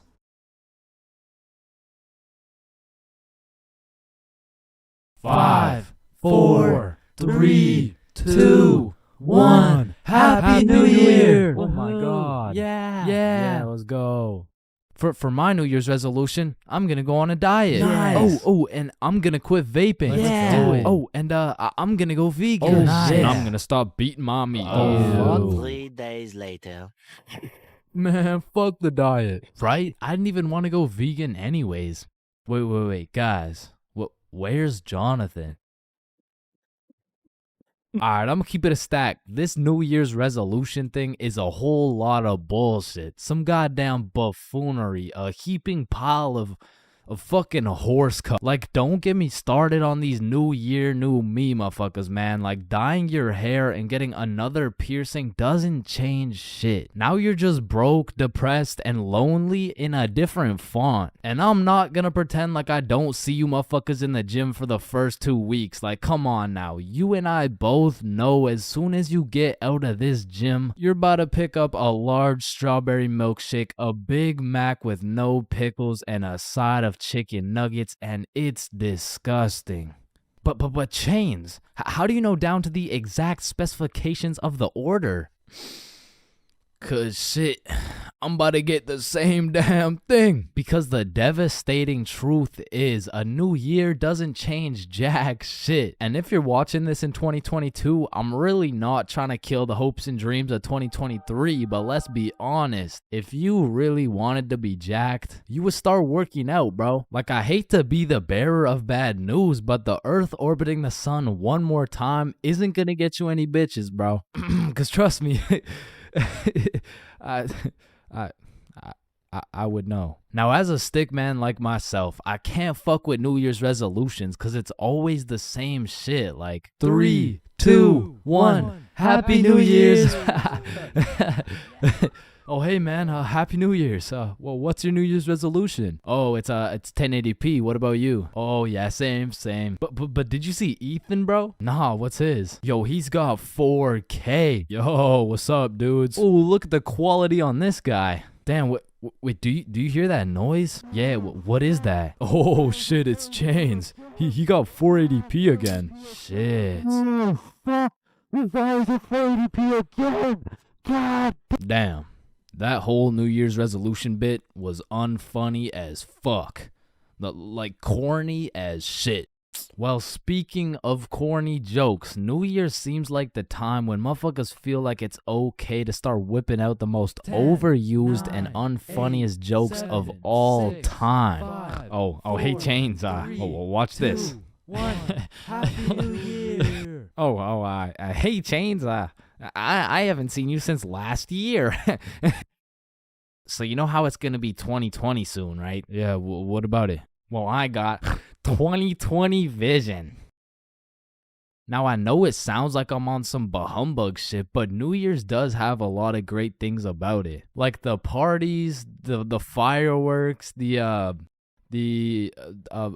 parties. And so you may be thinking, Chains, why are you like the Grinch of New Year's resolutions? Why do you hate New Year's resolutions so much? Well, the truth is, my hatred for New Year's resolutions dates way, way, way back to 2016.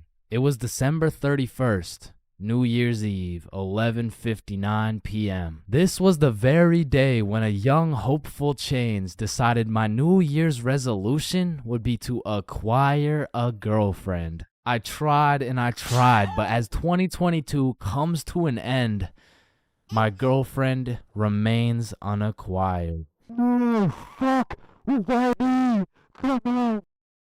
Damn, light bulbs were such a good idea that they became the symbol for good ideas. God damn, I just spilled my water. Why does water make clothes darker if water is clear? What the fuck? Yo, there's two guys coming. On me. Oh, I clapped his ass. Yo, Billy. Yeah, what's up? You see that lamp right there? Yeah. What about it? That lamp in the video game uses real life electricity. Whoa. You know what I just realized? When a morgue worker dies, he still goes into work the next day. Bro, how could he go to work? He's dead. Oh, shit. Oh, whoops. Just dropped the soap. Wait, when you drop the soap, does the soap get dirty or does the floor get clean? Wait, guys. Since I'm alone, I'm the only person in the world to ever see this peanut. Nah, I saw it too. Who the fuck are you? Yo, when did you get so much money? Man, it's the money my grandma inherited me before she died. Yo, that's low key like when your homie dies in Fortnite and you pick up his loot. Come on, bro, my grandma's dead. Not cool. You right, my bad. Man, imagine the guy that discovered milk and think about him convincing someone else to drink it. You did what to the cow? No, trust me, it's good, just drink it. Wait, you drink it too? Yeah, it's really good, look. Aw, hell nah. Damn, bro, mosquitoes are some brave creatures, considering those jits got 1 HP. Facts. Yo, Chains, you need your parachute to skydive. No, you don't. You just need a parachute to skydive twice. No, Chains. Well, what the fuck? Why did you just break my mirror? Well, actually, mirrors don't break. They simply multiply. Oh. Damn, bro. We're all just some walking nut for real. Facts. Damn, for real. It's crazy. It's true, though. Oh, shit. I'm on fire. If you really think about it, you're not on fire. Fire is on you. Call the fire truck. Wait a minute. A fire truck is actually a water truck. Oh, god damn, just call the truck. Jesus. Bro, I was on fire. Why didn't you just call the fire truck? First of all, you weren't on fire. The fire was on you. Second of all, it's a water truck. Bro, I got the munchies. We should cook some cookies or something. Nah, you don't cook cookies. You bake them. What? Then why are they called cookies? Shit, I don't know. Cookies are just cookies. No, that's like saying you cook bacon instead of baking it. Well, actually, you do. What the fuck? Bro, what keeps the hot dog in like hot dog shape?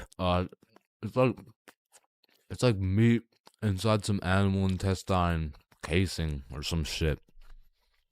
Okay, so it's hot dog meat inside animal casing, right? Yeah. So, hypothetically speaking, once you eat the hot dog, it's still hot dog meat inside animal casing, but you are the animal casing. So, with that being said, when you eat the hot dog, you become the hot dog. Just let me eat my fucking hot dog, bro. And that is why Genghis Khan has the most descendants in human history. I actually know someone with more descendants than Genghis Khan. Well, that's impossible. Who could possibly have more descendants than Genghis Khan? Genghis Khan's dad. Damn, you know Google Maps, right? Yeah, of course. Bro, someone at Google really just said, yup. Let's just have someone drive down every road on fucking Earth. And then they did it.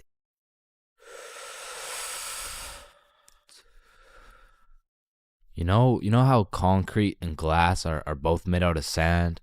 Yeah, what about it?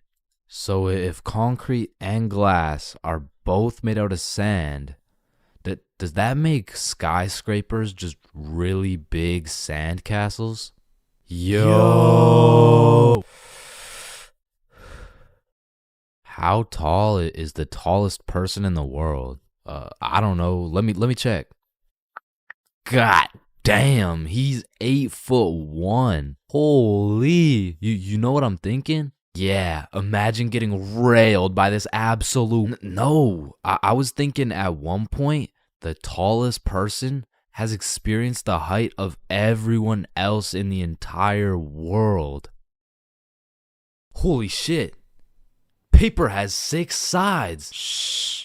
Like we're really just some talking nut for real. Facts. No cap. Damn. Just some breathing semen for real. That's crazy. For real. Facts. So true. Damn. True. For real. Hey little man, what do you want to be when you're older? I want to be a doctor and cure aging and all the diseases.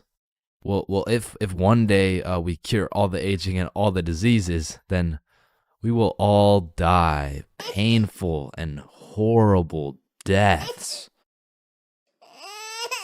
I still don't understand why it's a chair. It just doesn't make any sense. Yo, you know what I just realized? What?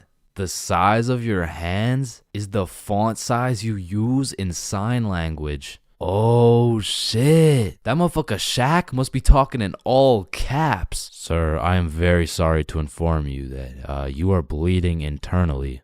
Wait, I'm bleeding internally?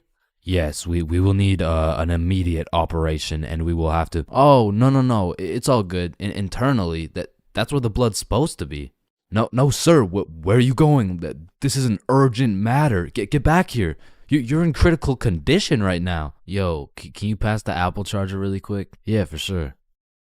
Yo, what if Apple chargers were called apple juice? Whoa. Damn. Yo. Apple juice? Bro. You know what I just realized? You can drink a drink, but you can't food a food. Nah, that one was ass. Yeah, you right. Like, I mean, we're literally just semen that can talk. So true. Facts. That's so crazy. For real. Yo, when you put your socks on inside out, the entire universe is wearing your socks, except you. Fuck. Yo, look, it's a unicorn. Damn, it's got a really unique horn. Unique horn? Unicorn. Unique horn. Unicorn. Unicorn. Unique horn. Unique horn. Unique horn.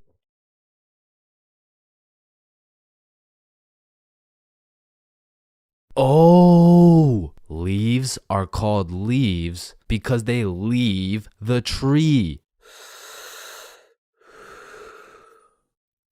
Holy shit, I got an idea. Can you pass me the wrench? Rope.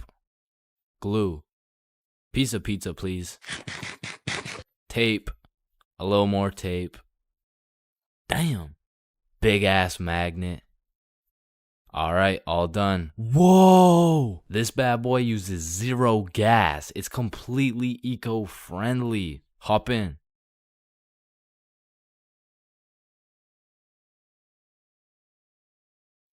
Oh shit, there's a penny. Bro, there's no point in picking up a penny. It's literally worth 1 cent. How much do you make working at Wendy's? 15 an hour? Oh, okay. So you see there are 3,600 seconds in an hour. And because you make $15 an hour, that is exactly 0.416 pennies per second. So with this being said, the second it takes to pick up this penny off the ground is a net positive outcome. Oh, okay.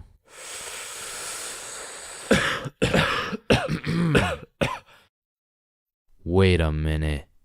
Are stickmen always naked? Holy shit, we are stickmen. What the fuck? Yo.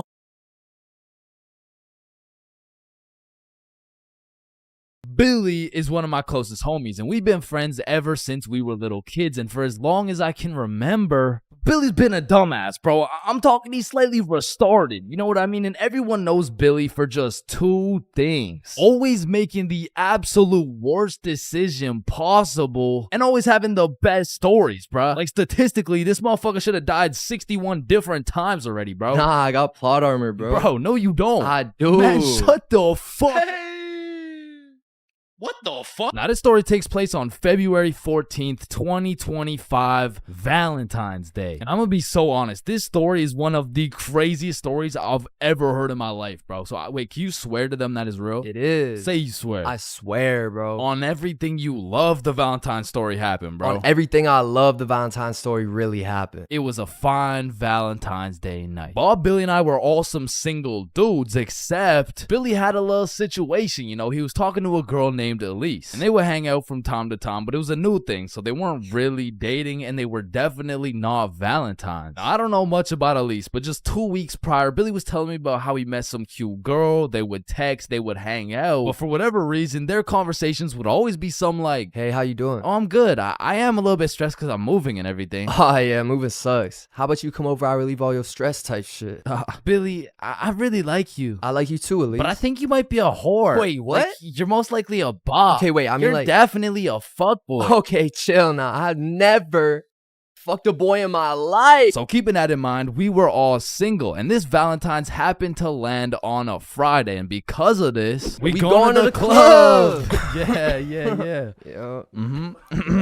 So the plan was simple. We go to the drink store to get something to pregame, go back to my house, and then hit the club, fall in love, and live happily ever after. Now, the problem was Billy was stuck working a 9.5-hour shift until 10 p.m. Now, he was the pizza delivery guy for a chain we'll call Big Caesars. So he's doing his thing, delivering those Valentine's pizzas. Well, me and Bob decided that we would go get the drinks now and meet Billy back at the crib once he's off work. So we hop in the car, we get to the drink store, and at this point it's 9:30 p.m. And so Bob calls Billy to ask what he wants. No answer. I call him. No answer. We both text him. Nothing. Now this was strange because Billy usually responds while he's working, but we shrug it off. We go inside the store and get Billy his go-to bottle.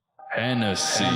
So we go back to my house and get to my room at about 10 p.m. and still no word from Billy. So we're waiting for a good 20 minutes and then I get a text message from Billy. The craziest shit ever just happened. So I'm like, what happened? Bro, it's so crazy, I need to tell you in person. So Billy whips it over to my house, kicks down the door, and instantly starts breaking down the craziest plot I've ever heard, bruh. Yo, listen, this story takes place 1 hour ago. It was 9:30 p.m. and Billy was finishing up a long 9.5-hour shift with his very last delivery of the night, but the problem was his phone was on 1% and he didn't even have a charger. So Billy locks in and memorizes all the directions to get there right before his phone dies. So from one side of the city, Billy goes 100% straight off the dome to the other side of the city for his last delivery on this fine Valentine's Day night. Billy hops out the car, walks up to the house, knocks,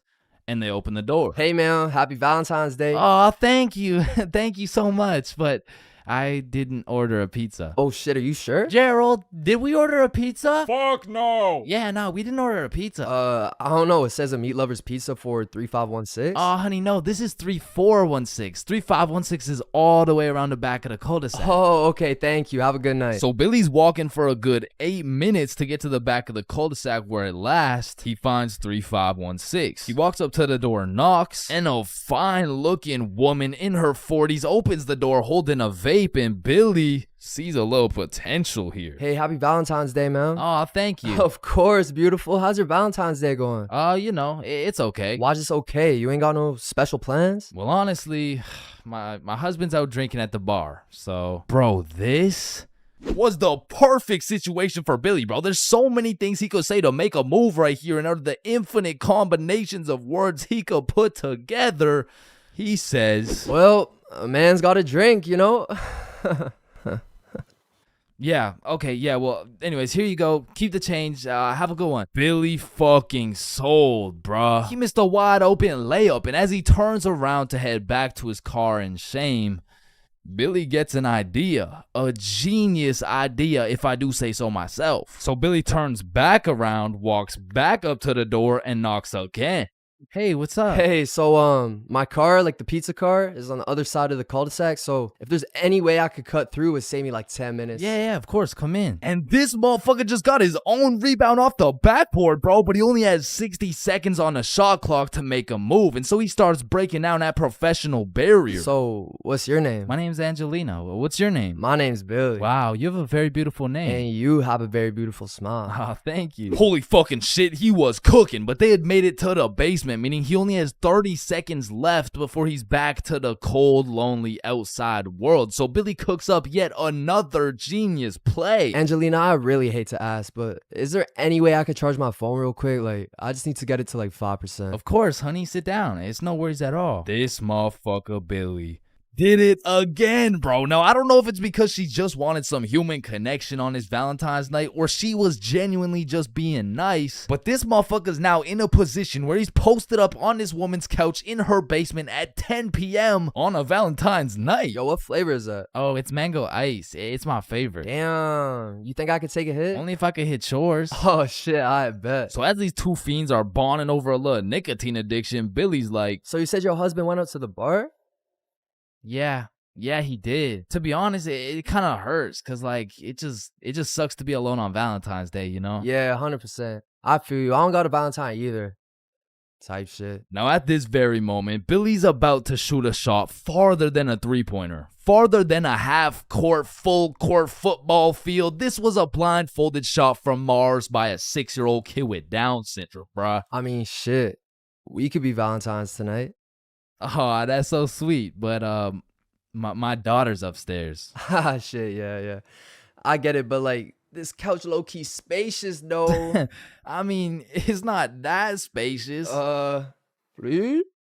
Billy, you're funny. Now, at this moment, Billy's 0 for 3 with these shots. I mean, the defense line was tough. She's got a whole husband and a daughter who's just posted upstairs, probably waiting for that fucking pizza. But to be fair, Billy was still on the court, but his phone was already at a good 3% charge, so he needs a game-winning shot right now, and so he reaches deep into his bag. I'm talking middle school years. He pulls out a shot I never thought I would see in the big 2025. This flavor's fire. Yo, let me show you a new trick. Yeah? What is it? Alright, so it's called a transfer. Basically, me and you just transfer the smoke. Okay, teach me. You gotta come closer though, alright? This motherfucker Billy switched the shot, bro, against all odds. Just 15 minutes ago, he was some bum delivering her Big Caesar's pizza. All of a sudden, now she's hot and ready, bruh. And so Billy's making out with some random dude's wife for a good 5 minutes. Then she's like... Is your phone charged? Yeah, I appreciate it. You know, let me charge everything. Of course, honey, it's my pleasure. Alright, I'm gonna text you. Okay, drive safe. And Billy leaves this married mother's house after making out with her as the fucking pizza delivery guy. Bro, what the fuck? Billy, are you dead ass? I swear to God. Bro, that story is fucking insane. I mean, shit. I'm not done, bro. Because if there's one thing that Big Caesar's taught Billy, it was how to deliver, bruh. So he takes the receipt, boom, takes her number down and texts her. So he drives back to Big Caesar's, goes in, clocks out, hops in a car, drives home, goes inside, showers up, gets out the shower to check his phone. No response. Damn. So Billy tries calling her, straight to voicemail. He changes the no caller ID and calls again, and it rings, meaning she blocked his ass, bro. And I have no clue why she would do such a thing. I mean, like, yeah, she has a husband and like a kid and probably another boyfriend on the side, but damn, say something. And that's the moment when he gets a Snapchat notification. Elise has added you as a friend. Now, Elise is the girl he's been talking to on Snapchat, so why would she even have him unadded in the first place? So Billy's like, you unadded me? And she just hits him back with a WID. Shit, I just got off work. What you doing? Oh, I'm just chilling at home. And then there's a brief pause. Do you know whose house you were just in? Do I know whose house I was just in? I've been to her house before. She doesn't even live close to... Wait. And Billy starts piecing everything together. How Elise was moving houses, all the boxes laid out in that woman's house, how Elise's family loved eating Big Caesars, and the woman's daughter being upstairs the whole time. Oh, fuck. Billy hooked up with his girl's mom. Now, we have no clue what her mom told her, because it makes the most sense that she said something along the lines of, hey, why did the pizza dude take so long? Elise, I think he was flirting with me. Because let's be honest, what is the other option, bruh? Hey, why did the pizza dude take so long? Yeah, no, I mean, I just cheated on your father with the Big Caesar's pizza delivery guy who actually just happens to be your age. So Billy's texting Elise, trying to play it cool, like, oh, I had no clue that was your house. What are the chances? And she just says, yeah, I get my good looks from my mom. And then she blocked him again, bro. Because after telling her 100 times that he's not a hoe, he's not a bop, he's not a fuck boy, I accidentally hooked up with her mom, bro.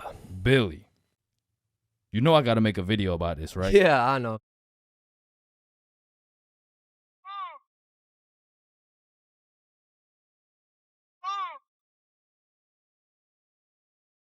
I'm not gonna lie, I think everybody wants to be cool. Like, being cool is just like it's just cool, bro. Like, there's nothing like it. And I know some of y'all are thinking, Chains, with all due respect, bro, how do you know what it's like to be cool? And my answer to that is just look at me, bro. I fucking don't, okay? But I do know someone who is cool. He's a certified cool guy, and his name is Bob. Now, what makes Bob so cool? Is it the sunglasses? Is it the sexy ass face? No. Tell him the answer, Bob. He doesn't talk. The answer is Bob doesn't talk. And a crucial role in being cool is the element of mystery. Now, it's interesting because if we take a look at Jake over here, Jake doesn't talk either. And,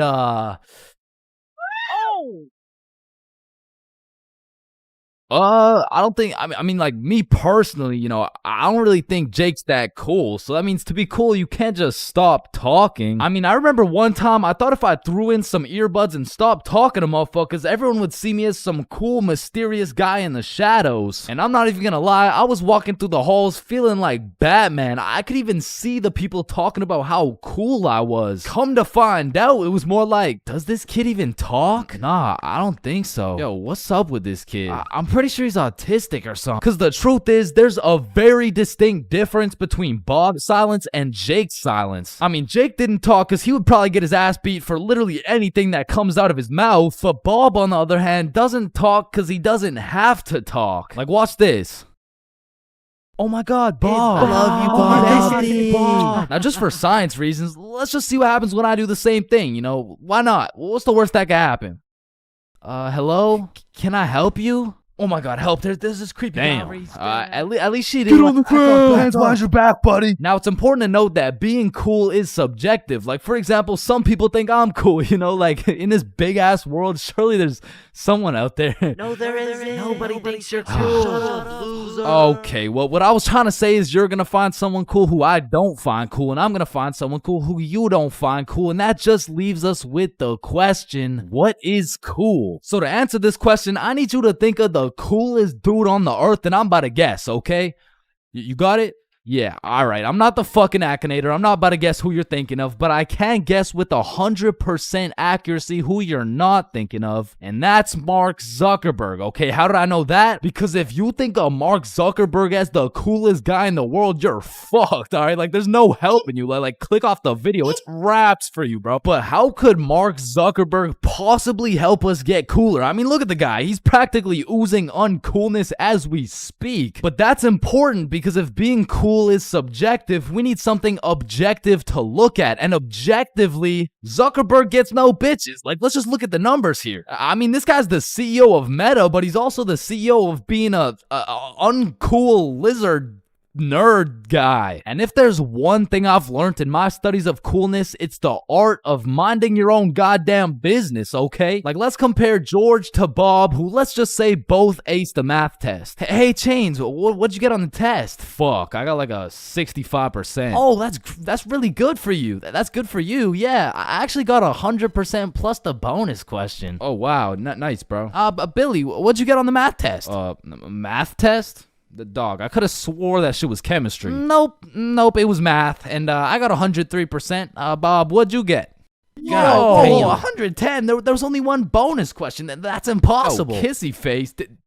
Bob, did you pipe the teacher? And that's probably why Zuck over here is so uncool. He's minding a million people's businesses, probably looking through their cameras and shit like, yeah, fuck you, Mark. And the most important trait for being cool is having confidence. You just can't be cool while shivering your timbers, bro. And I know some of you are thinking, oh, well, I guess it's over for me then. And no, it's not over for you, bro, because confidence is the most fake it till you make it shit ever. Like, you're not gonna say the perfect thing every time. Lord knows I don't. I'm pretty sure I say the wrong thing every time, but if you say that shit with your chest, people let it slide, bro. And I said, no, I wouldn't suck your dick for $20. Oh,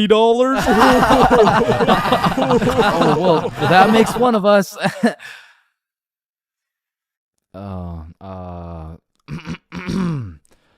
Well, that makes one of us. I love this guy. Now, that's the type of confidence that's gonna take you from a level 1 crook to a level 100 mafia boss. And with that power comes responsibility. Some dudes will become a level 100 mafia boss and start picking on other people because it makes them feel powerful. But a cool guy doesn't yearn for power. He yearns for... fuck, what do you yearn for, bruh?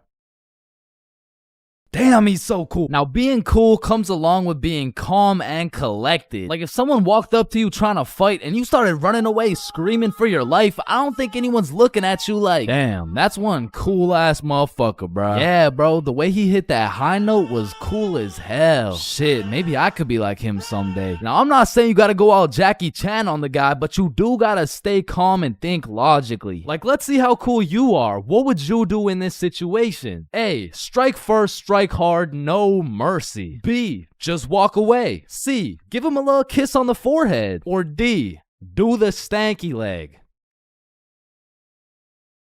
And the correct answer is any of the above, bro, because it's not about what you do, it's about how cool you do it. Except maybe the stanky leg one. I don't think anybody can look cool doing the stanky leg.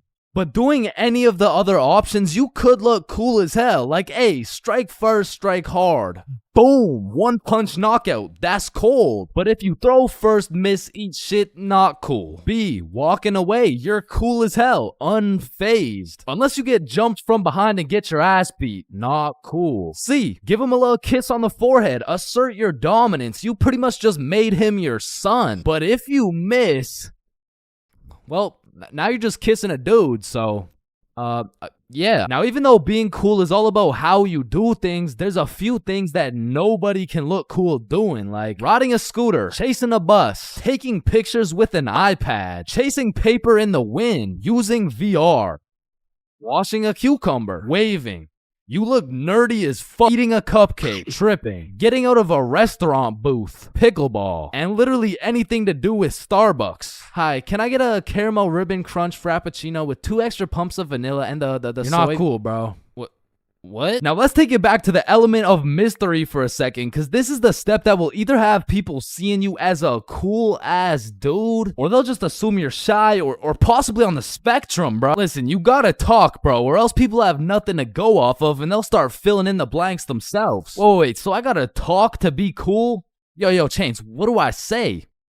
Whatever the fuck you want, bro. Oh, wait, really? Yeah, bro, the truth is the key to being cool is being yourself. And I know that shit sounds corny, and it is, but do you think the coolest dudes on earth give a single fuck about what you think? Hell nah. They're way too busy being cool, bruh. You gotta be like a peach, man. Some people hate peaches, some people love peaches. But at the end of the day, the peach is gonna be a peach. So here, take these sunglasses, and if you haven't heard it today, you're a cool ass dude, bro.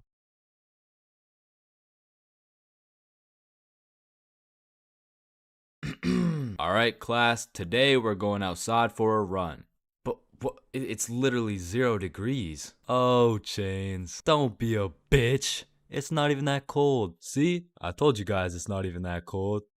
Yeah, for you. Cause you're out here dressed like the Michelin Man. High school PE is something different. And every PE class has 5 different types of people. Like the group of kids who just stand in the corner and occasionally get sniped in the head with a dodgeball. Or the kids who participate and make sure everyone is included. Or the legend who's chilling on Instagram.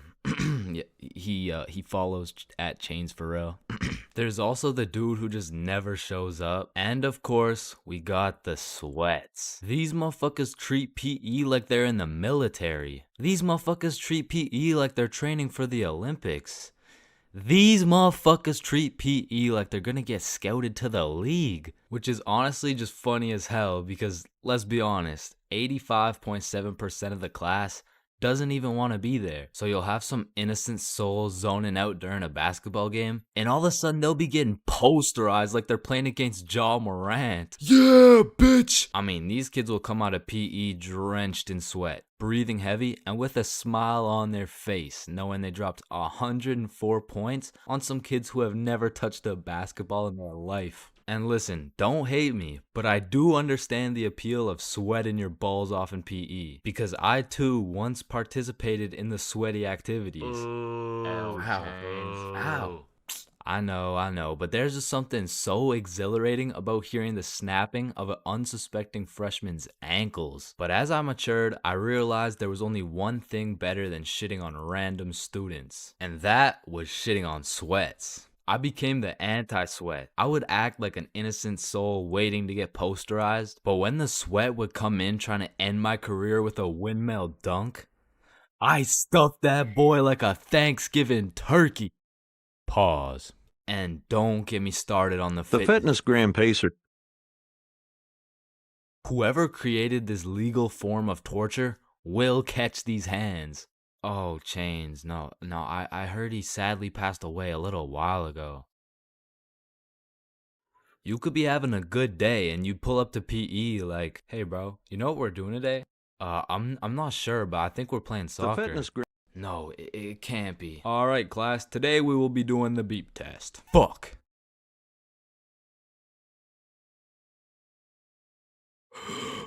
Woo.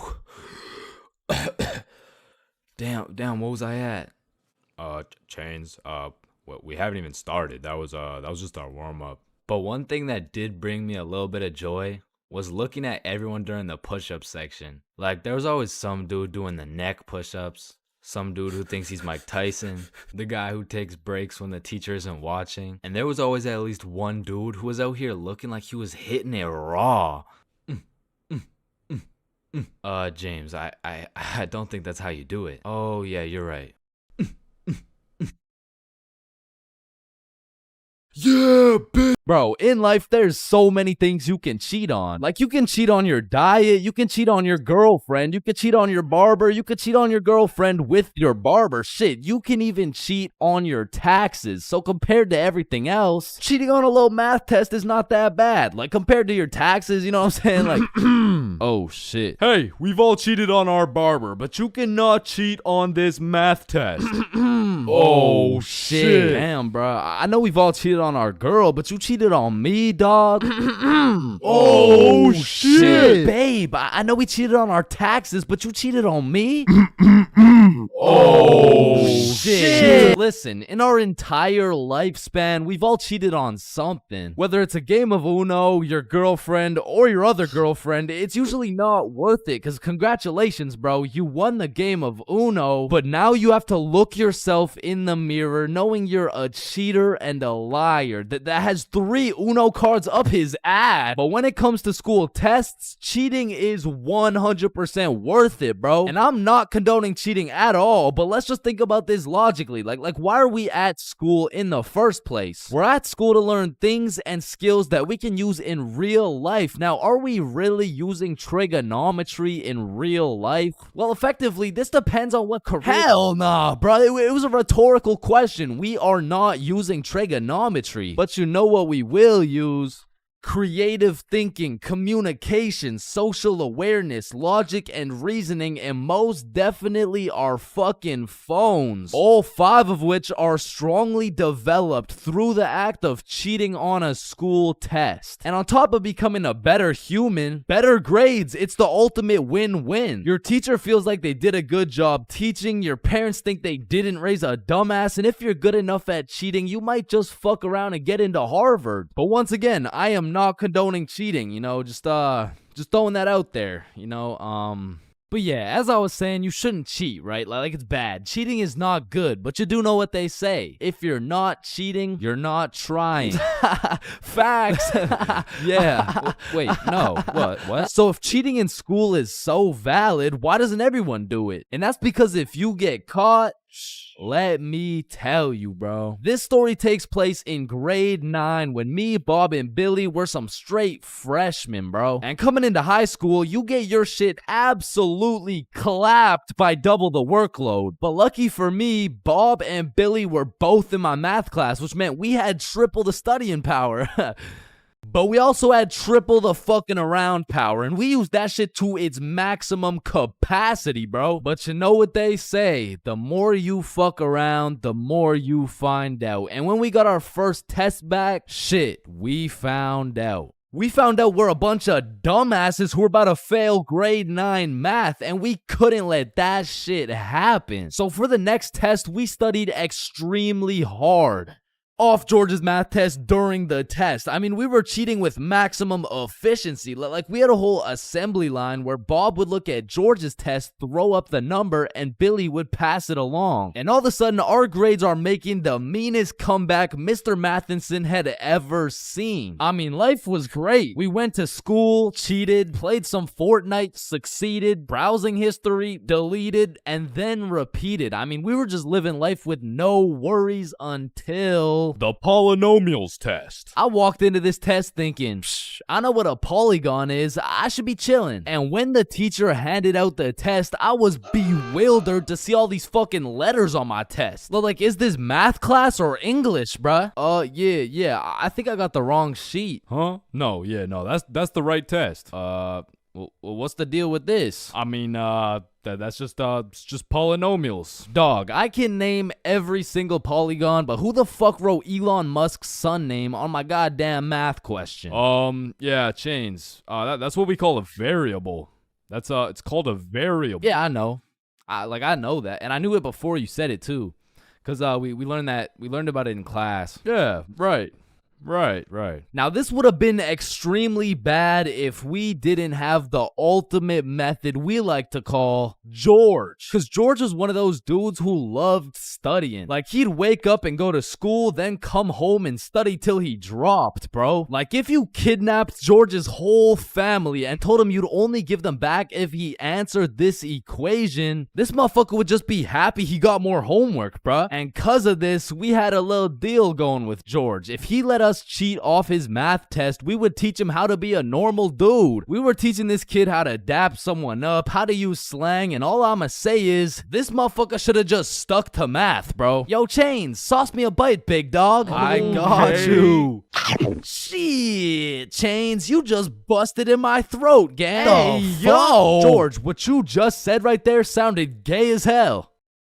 type shit. No. So as I was saying, I'm looking at this math test with more letters than numbers, and it would have been raps for me if it wasn't for the George method. So I'm looking at Billy, Billy's looking at Bob, and Bob's looking at George's test, and we're absolutely flying through this polynomials test. And about halfway through, I look up to get the next answer, and I get jump scared by Mr. Matheson mean mugging my shit. And you can see it in his eyes. He knew exactly what was going down, and he took me, Billy, and Bob's tests and took us to the hallway. What do you guys think you're doing? Polygamy. I'm pretty sure it's like Why did I see you three throwing up your fingers during our test? Well, you see, Mr. Matheson, we're gang affiliated. No, bro, what the fuck? All right, you three, cut this shit. I caught you cheating. All three of you are getting zeros on this test, and I don't want to see it happen again, or I'm contacting your parents. All right, it won't happen again. You're right.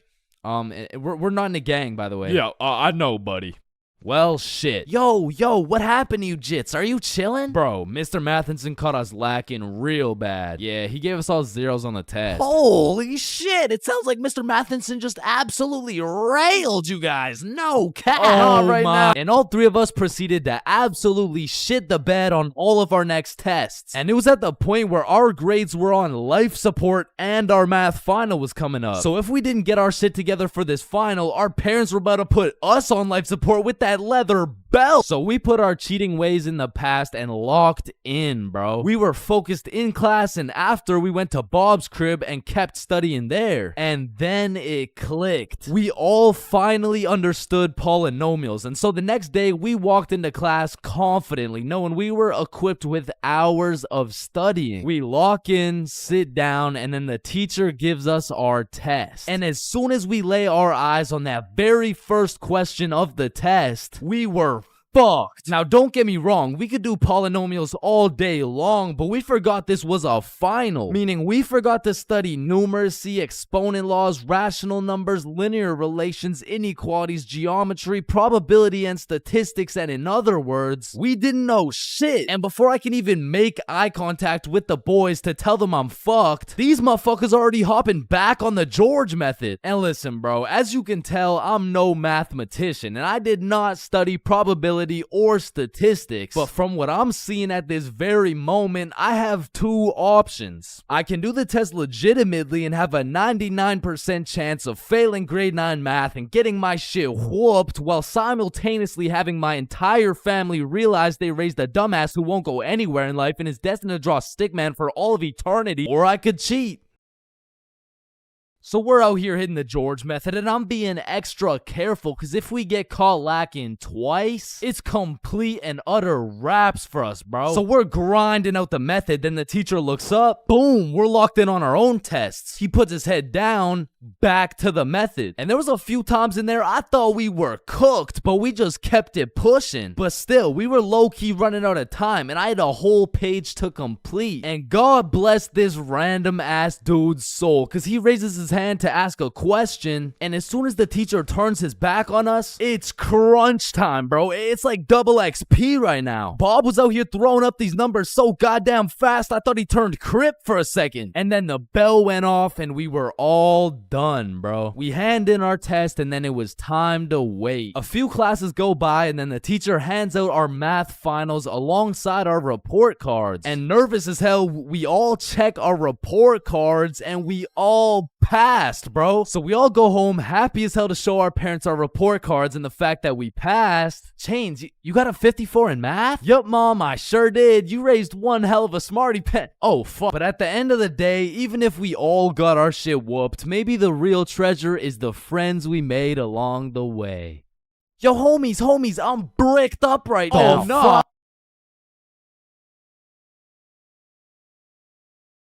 All right, next up we got Billy presenting his baking soda volcano experiment. Hey guys, how we doing? All right, so you see if I put a solid amount of baking soda in here and then a little bit of vinegar here, it's supposed to explode. Oh, no, shit. Fuck. Quickly, Organize a single file line in alphabetical order. Hey, I'm first. No, you're not, bro. I'm first. Your last name is literally Johnson. I have 2 last names. Listen, bro, I'm not saying we shouldn't have school drills and all, but what I am saying is the school drills we do have are straight bullshit. Like, if there was a fire in my class, I'm jumping straight out the window. The fuck? There is no way you'll catch me waiting for Alexander and Arnold to debate who's first in line while I'm out here getting sauteed. And shit, fire drills aren't even close to being the worst of the drills, cause we got lockdown drills. Now, I don't know who planned out these drills, but goddamn, these drills are ass. Now, if you never had lockdown drills, they're pretty much a foolproof plan set in place to completely counter anyone pulling up to school with a strap. You see, the plan is pretty simple. You lock the door, gather all the students into the corner of the class, and you turn the lights out. And the reason we turn the lights out is so we can politely tell the intruder that nobody's home. Now, if every classroom followed these steps perfectly, we might even be able to convince the dude that it's a pro D-Day or something. Now listen, I hate to be the bearer of bad news, I really do, but there's one minor flaw in this plan.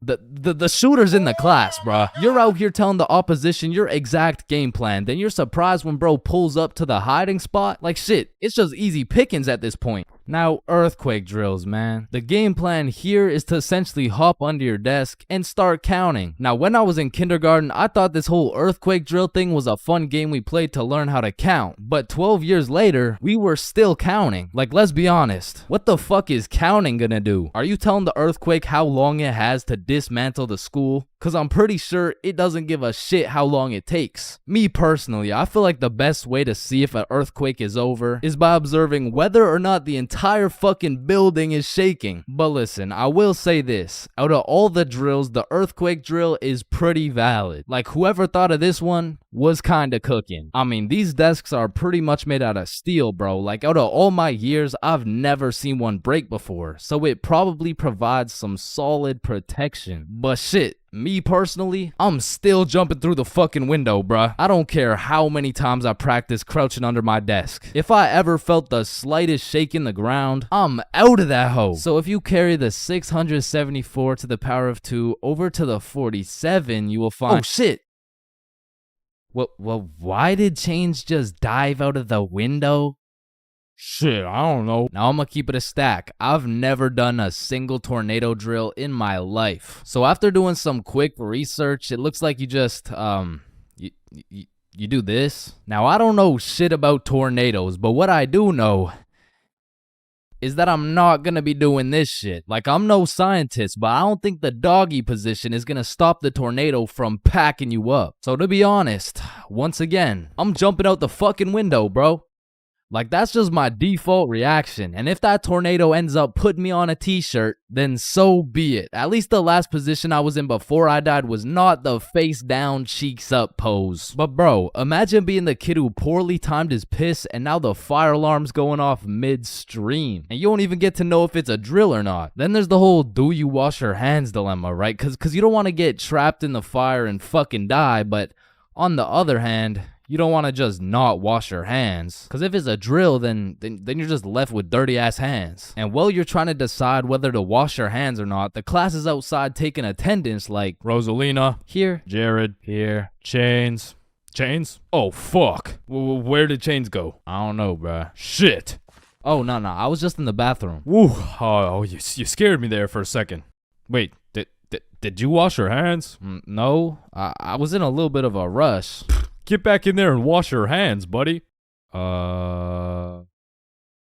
Now, the thing about school drills is they happen pretty often. I mean, every few weeks they throw in a fire drill here and a little earthquake drill there. So when the fire bell actually goes off, motherfuckers just assume it's a drill. They're out here horsing around, making jokes and shit, while the school's actually getting fucking cremated. But after almost all the drills are alphabetical, single file line goes out to the front of the school and on the field with every other class. And the amount of buffoonery that goes down on this field is insane. insane, bro. I mean, everyone walks in with a single file line, but after 5 minutes, that shit looks like a Travis Scott concert, bro. Like, I remember one time my high school got a bomb threat called in, so every class assembled the good old alphabetical line, and we went out onto the field. And we were out there for a minute, bro. I remember looking around, and these motherfuckers were running the world's biggest game of duck, duck, goose. Like, there wasn't a whole ass bomb threat called into our school. That same day, one kid brought a football to the field, and all of a sudden, motherfuckers are running a pickup game while we're waiting to see if our school is gonna explode or not. And of course, the teachers tried to stop it, but these kids just used it as a diversion play and got another touchdown. Alright, so now that we thoroughly dissected each and every school drill, it's only fair we hit them with a tier list.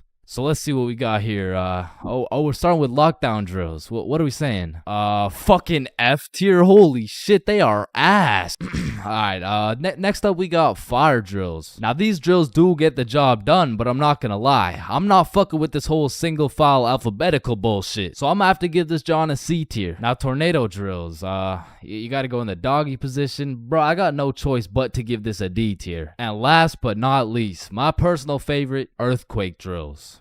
They're still kind of ass, B tier. And bro, I know some of y'all may be thinking, you can't just talk shit about the school drills and not present any better solution. Well, lucky for you, I have devised the best and only way to fully counter any natural or artificial disasters. It's simple. For a guy like me who's 7 feet, 325 pounds, 0.5% body fat, and a 7-foot wingspan, I just simply remove myself from the situation. However, I do understand that I am built different, so for your average Joe, I have devised another plan. It's also simple. The moment some shit goes down, everyone runs at full speed out of the building. And of course, some would argue that not everyone is gonna be able to make it out of the building in time, and that some people are faster and stronger than others, and you know what that's called? Natural selection. You see, if I was principal, instead of running students through these impractical drills, I would be running students through different kind of drills. I would have my students in peak physical condition. Instead of a fire bell, I would have a push-up bell. At any given time, if that shit goes off, you drop down and give me 50, or your ass is getting expelled. You see, this way, when there's a fire, everyone can simply remove themselves from the situation. Or in other circumstances, they can simply intervene.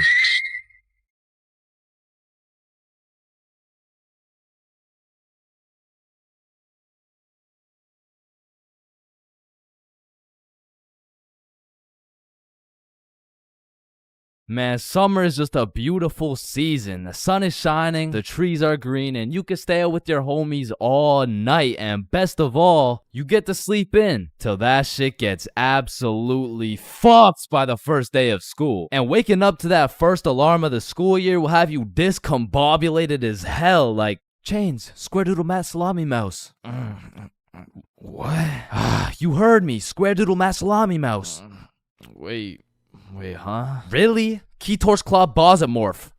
Man, what the fuck are you talking about? What the fuck? And even though getting out of bed early hurts your soul, it's absolutely necessary you spend at least 5 minutes staring at your wall, contemplating your entire life. And if you're a real G, you laid out your toughest fit the night before, so you're low-key hyped to rock that shit to school. So you throw on your new shoes and flick up for the first day of school. And then you walk over to the establishment where you will not only pursue your educational prowess, but you may also dabble in what some call stunting on these hoes. And man, I will say, linking up with your boys on the first day of school just hits different. Like, I be reuniting with the homies like I didn't just see them 12 hours ago. And we're all happy and shit until the school bell reminds me I just got my ass locked up for another 10 months. And I don't know about y'all, but I don't think I've ever made it to my first class of the year on time. Like, it'll be 9:15 and my dumbass will still be trying to figure out how to make it to room 347 by 8:55.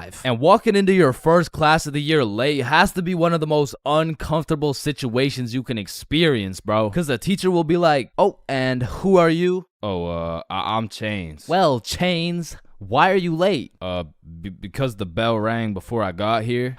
"Alright, whatever. We waited for you before we started introductions." "Oh, no, you shouldn't have." "Well, you're welcome. We just wanted you to feel..." "No, like, you really shouldn't have. Like, I don't want to do this shit. And tell me why all these teachers have been copy-pasting the same icebreaker games since preschool. Like that one where you have to start with an adjective that starts with the same letter as your name. Like, how do you have a group of legal adults in a circle, awkward as hell, talking about, hi guys, I'm Super Sarah.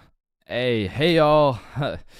I'm Awesome Aiden, and I'm a Marvelous Marvin. Shit, if we don't stop doing these fucking icebreakers, I'm about to joyfully jump off a cliff. And after we're done grinding out icebreakers, these teachers have the audacity to show a whole 50-slide PowerPoint all about them. Like, the fuck? This class is supposed to be the study of math, not the study of your daughter's soccer games, bro. And I'm not even gonna lie, my dumb ass will be out there taking notes, wondering how this 7-year-old's goals per game ratio is gonna help me on my trigonometry test. Then just as soon as you survive all that bullshit, you gotta go to the next class and do that shit again. And by the time you've learned half your teacher's favorite hiking spots and relationship statuses, you're relieved to hear the lunch bell, only to find out the cafeteria's serving straight ass with a side of booty for lunch. And my standards aren't even high. Like, during summer, I was on a seafood diet, as they would say. When I see food, I eat that shit. But when it comes to this cafeteria food, I could even bring myself to smell that abomination they're calling meatloaf. But even though the food was straight dookie, I won't lie, it's kind of nice being back at the lunch table freestyling with the homies. But of course, all good things must come to an end. So the bell rings and I go to depart ways with the homies. Alright, peace out, man. Yeah, see ya, bro. Oh shit, are we going the same way? Damn, yeah, I guess so.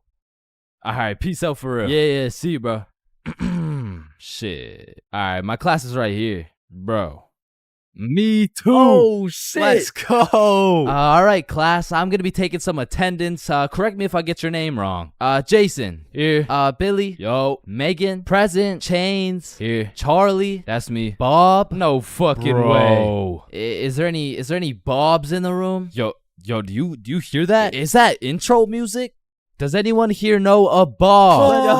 Oh, man, nothing beats a class where you got all the boys sitting together. Like, from the jump, you already know you're all about to fail the fuck out of that shit, but it's gonna be fun as hell. Alright, so, everyone introduce yourselves and tell us what you did over summer break. My name's Bartholomew. My name's Bartholomew, and I'm not gonna lie to you guys, I had a pretty rough summer. I mean, I crashed my car, my girlfriend broke up with me, someone robbed my house, my grandma got jumped the other day. No, bro, not the grandma. You three in the back, disrespectful. And what's crazy about the first day of the school year is how these teachers will act all nice, talking about, it's so lovely to see all your beautiful faces, and it's also nice to see you, Aiden. Wait, what the fuck? We're gonna have an amazing, fun year, and guess what? There's no homework today. Knowing damn well they're about to make up for it with twice as much homework tomorrow. Like, they'll for real be handing out kindergarten-ass coloring sheets the first day, and then tomorrow you're getting your ass whooped by some calculus worksheets. And I didn't even talk about the motherfuckers you'll be seeing in the halls on the first day. Like, I don't know what these dudes be going through in those 2 months, but motherfuckers be going from Arthur Kennedy to AK real fast, bro. Oh shit, is that you, Arthur? Oh, gee, don't be dropping the government name like that. Government name? But that's just your first name. Hey fam, it's AK. Aight, man. What you been up to, bro? Hey fam, I'm trapping, trying to make it out of the mud, you know? The mud? You live in a gated community. Oh shit, that's the ops right there, fam. Get down. The ops? That's just fucking Edward. Or the way these new freshmen be walking like they're scared a senior's gonna slap the books out of their hands and take their Fortnite V-Bucks gift card. Like, bro, you freshmen are worried about the wrong V-card. Like, I don't know why, but the day these kids go from sophomore to seniors, they instantly decide to pull an EDP. Like, bro, you're 18 and she's fresh out of middle school. That's a whole crime. But that's not the only crime motherfuckers be committing on the first day of school. Some dudes be pulling up to school with the most atrocious fits known to man. Like, there's no fucking way you laid out this ramen noodle chicken soup ass fit the night before, slept on it, then woke up and thought, oh yeah, the hoes are gonna love this one. Like, I'm not gonna lie, you could never catch me wearing the types of fit these motherfuckers be wearing, bro. Like, that shit should have never made it out the closet. Like, I don't condone bullying, But all I'ma say is, your actions have consequences, bro. Speaking of consequences, every year it seems like the rules teachers tell you on the first day keep getting more strict. Like you'll be walking into the first class of the year all jolly and shit. All of a sudden you're getting your shit smacked by the longest list of class rules you've ever seen. Hey class, I'm super excited to have you. We're gonna have so much fun this year, but first, I'm gonna go over some of the class rules. Okay, so there will be no negativity, no phones, no food, no talking when I'm talking. Actually, no talking ever, no laughing, no smiling, breathe as quiet as possible, no washroom breaks, and last but not least, no having fun. So yeah, guys, like I said, I think we're gonna have a lot of fun this year. And just like that, man, summer's over and you're back to school. It's possibly one of the worst times of the year. Like, do you really think it's a coincidence that when school starts up, the sun just starts hiding and the leaves start dying? You see what I'm implying? But I will say, one day you might just look back on these times as the good old days and you might just start crying. Wrong, she get wicked, yeah.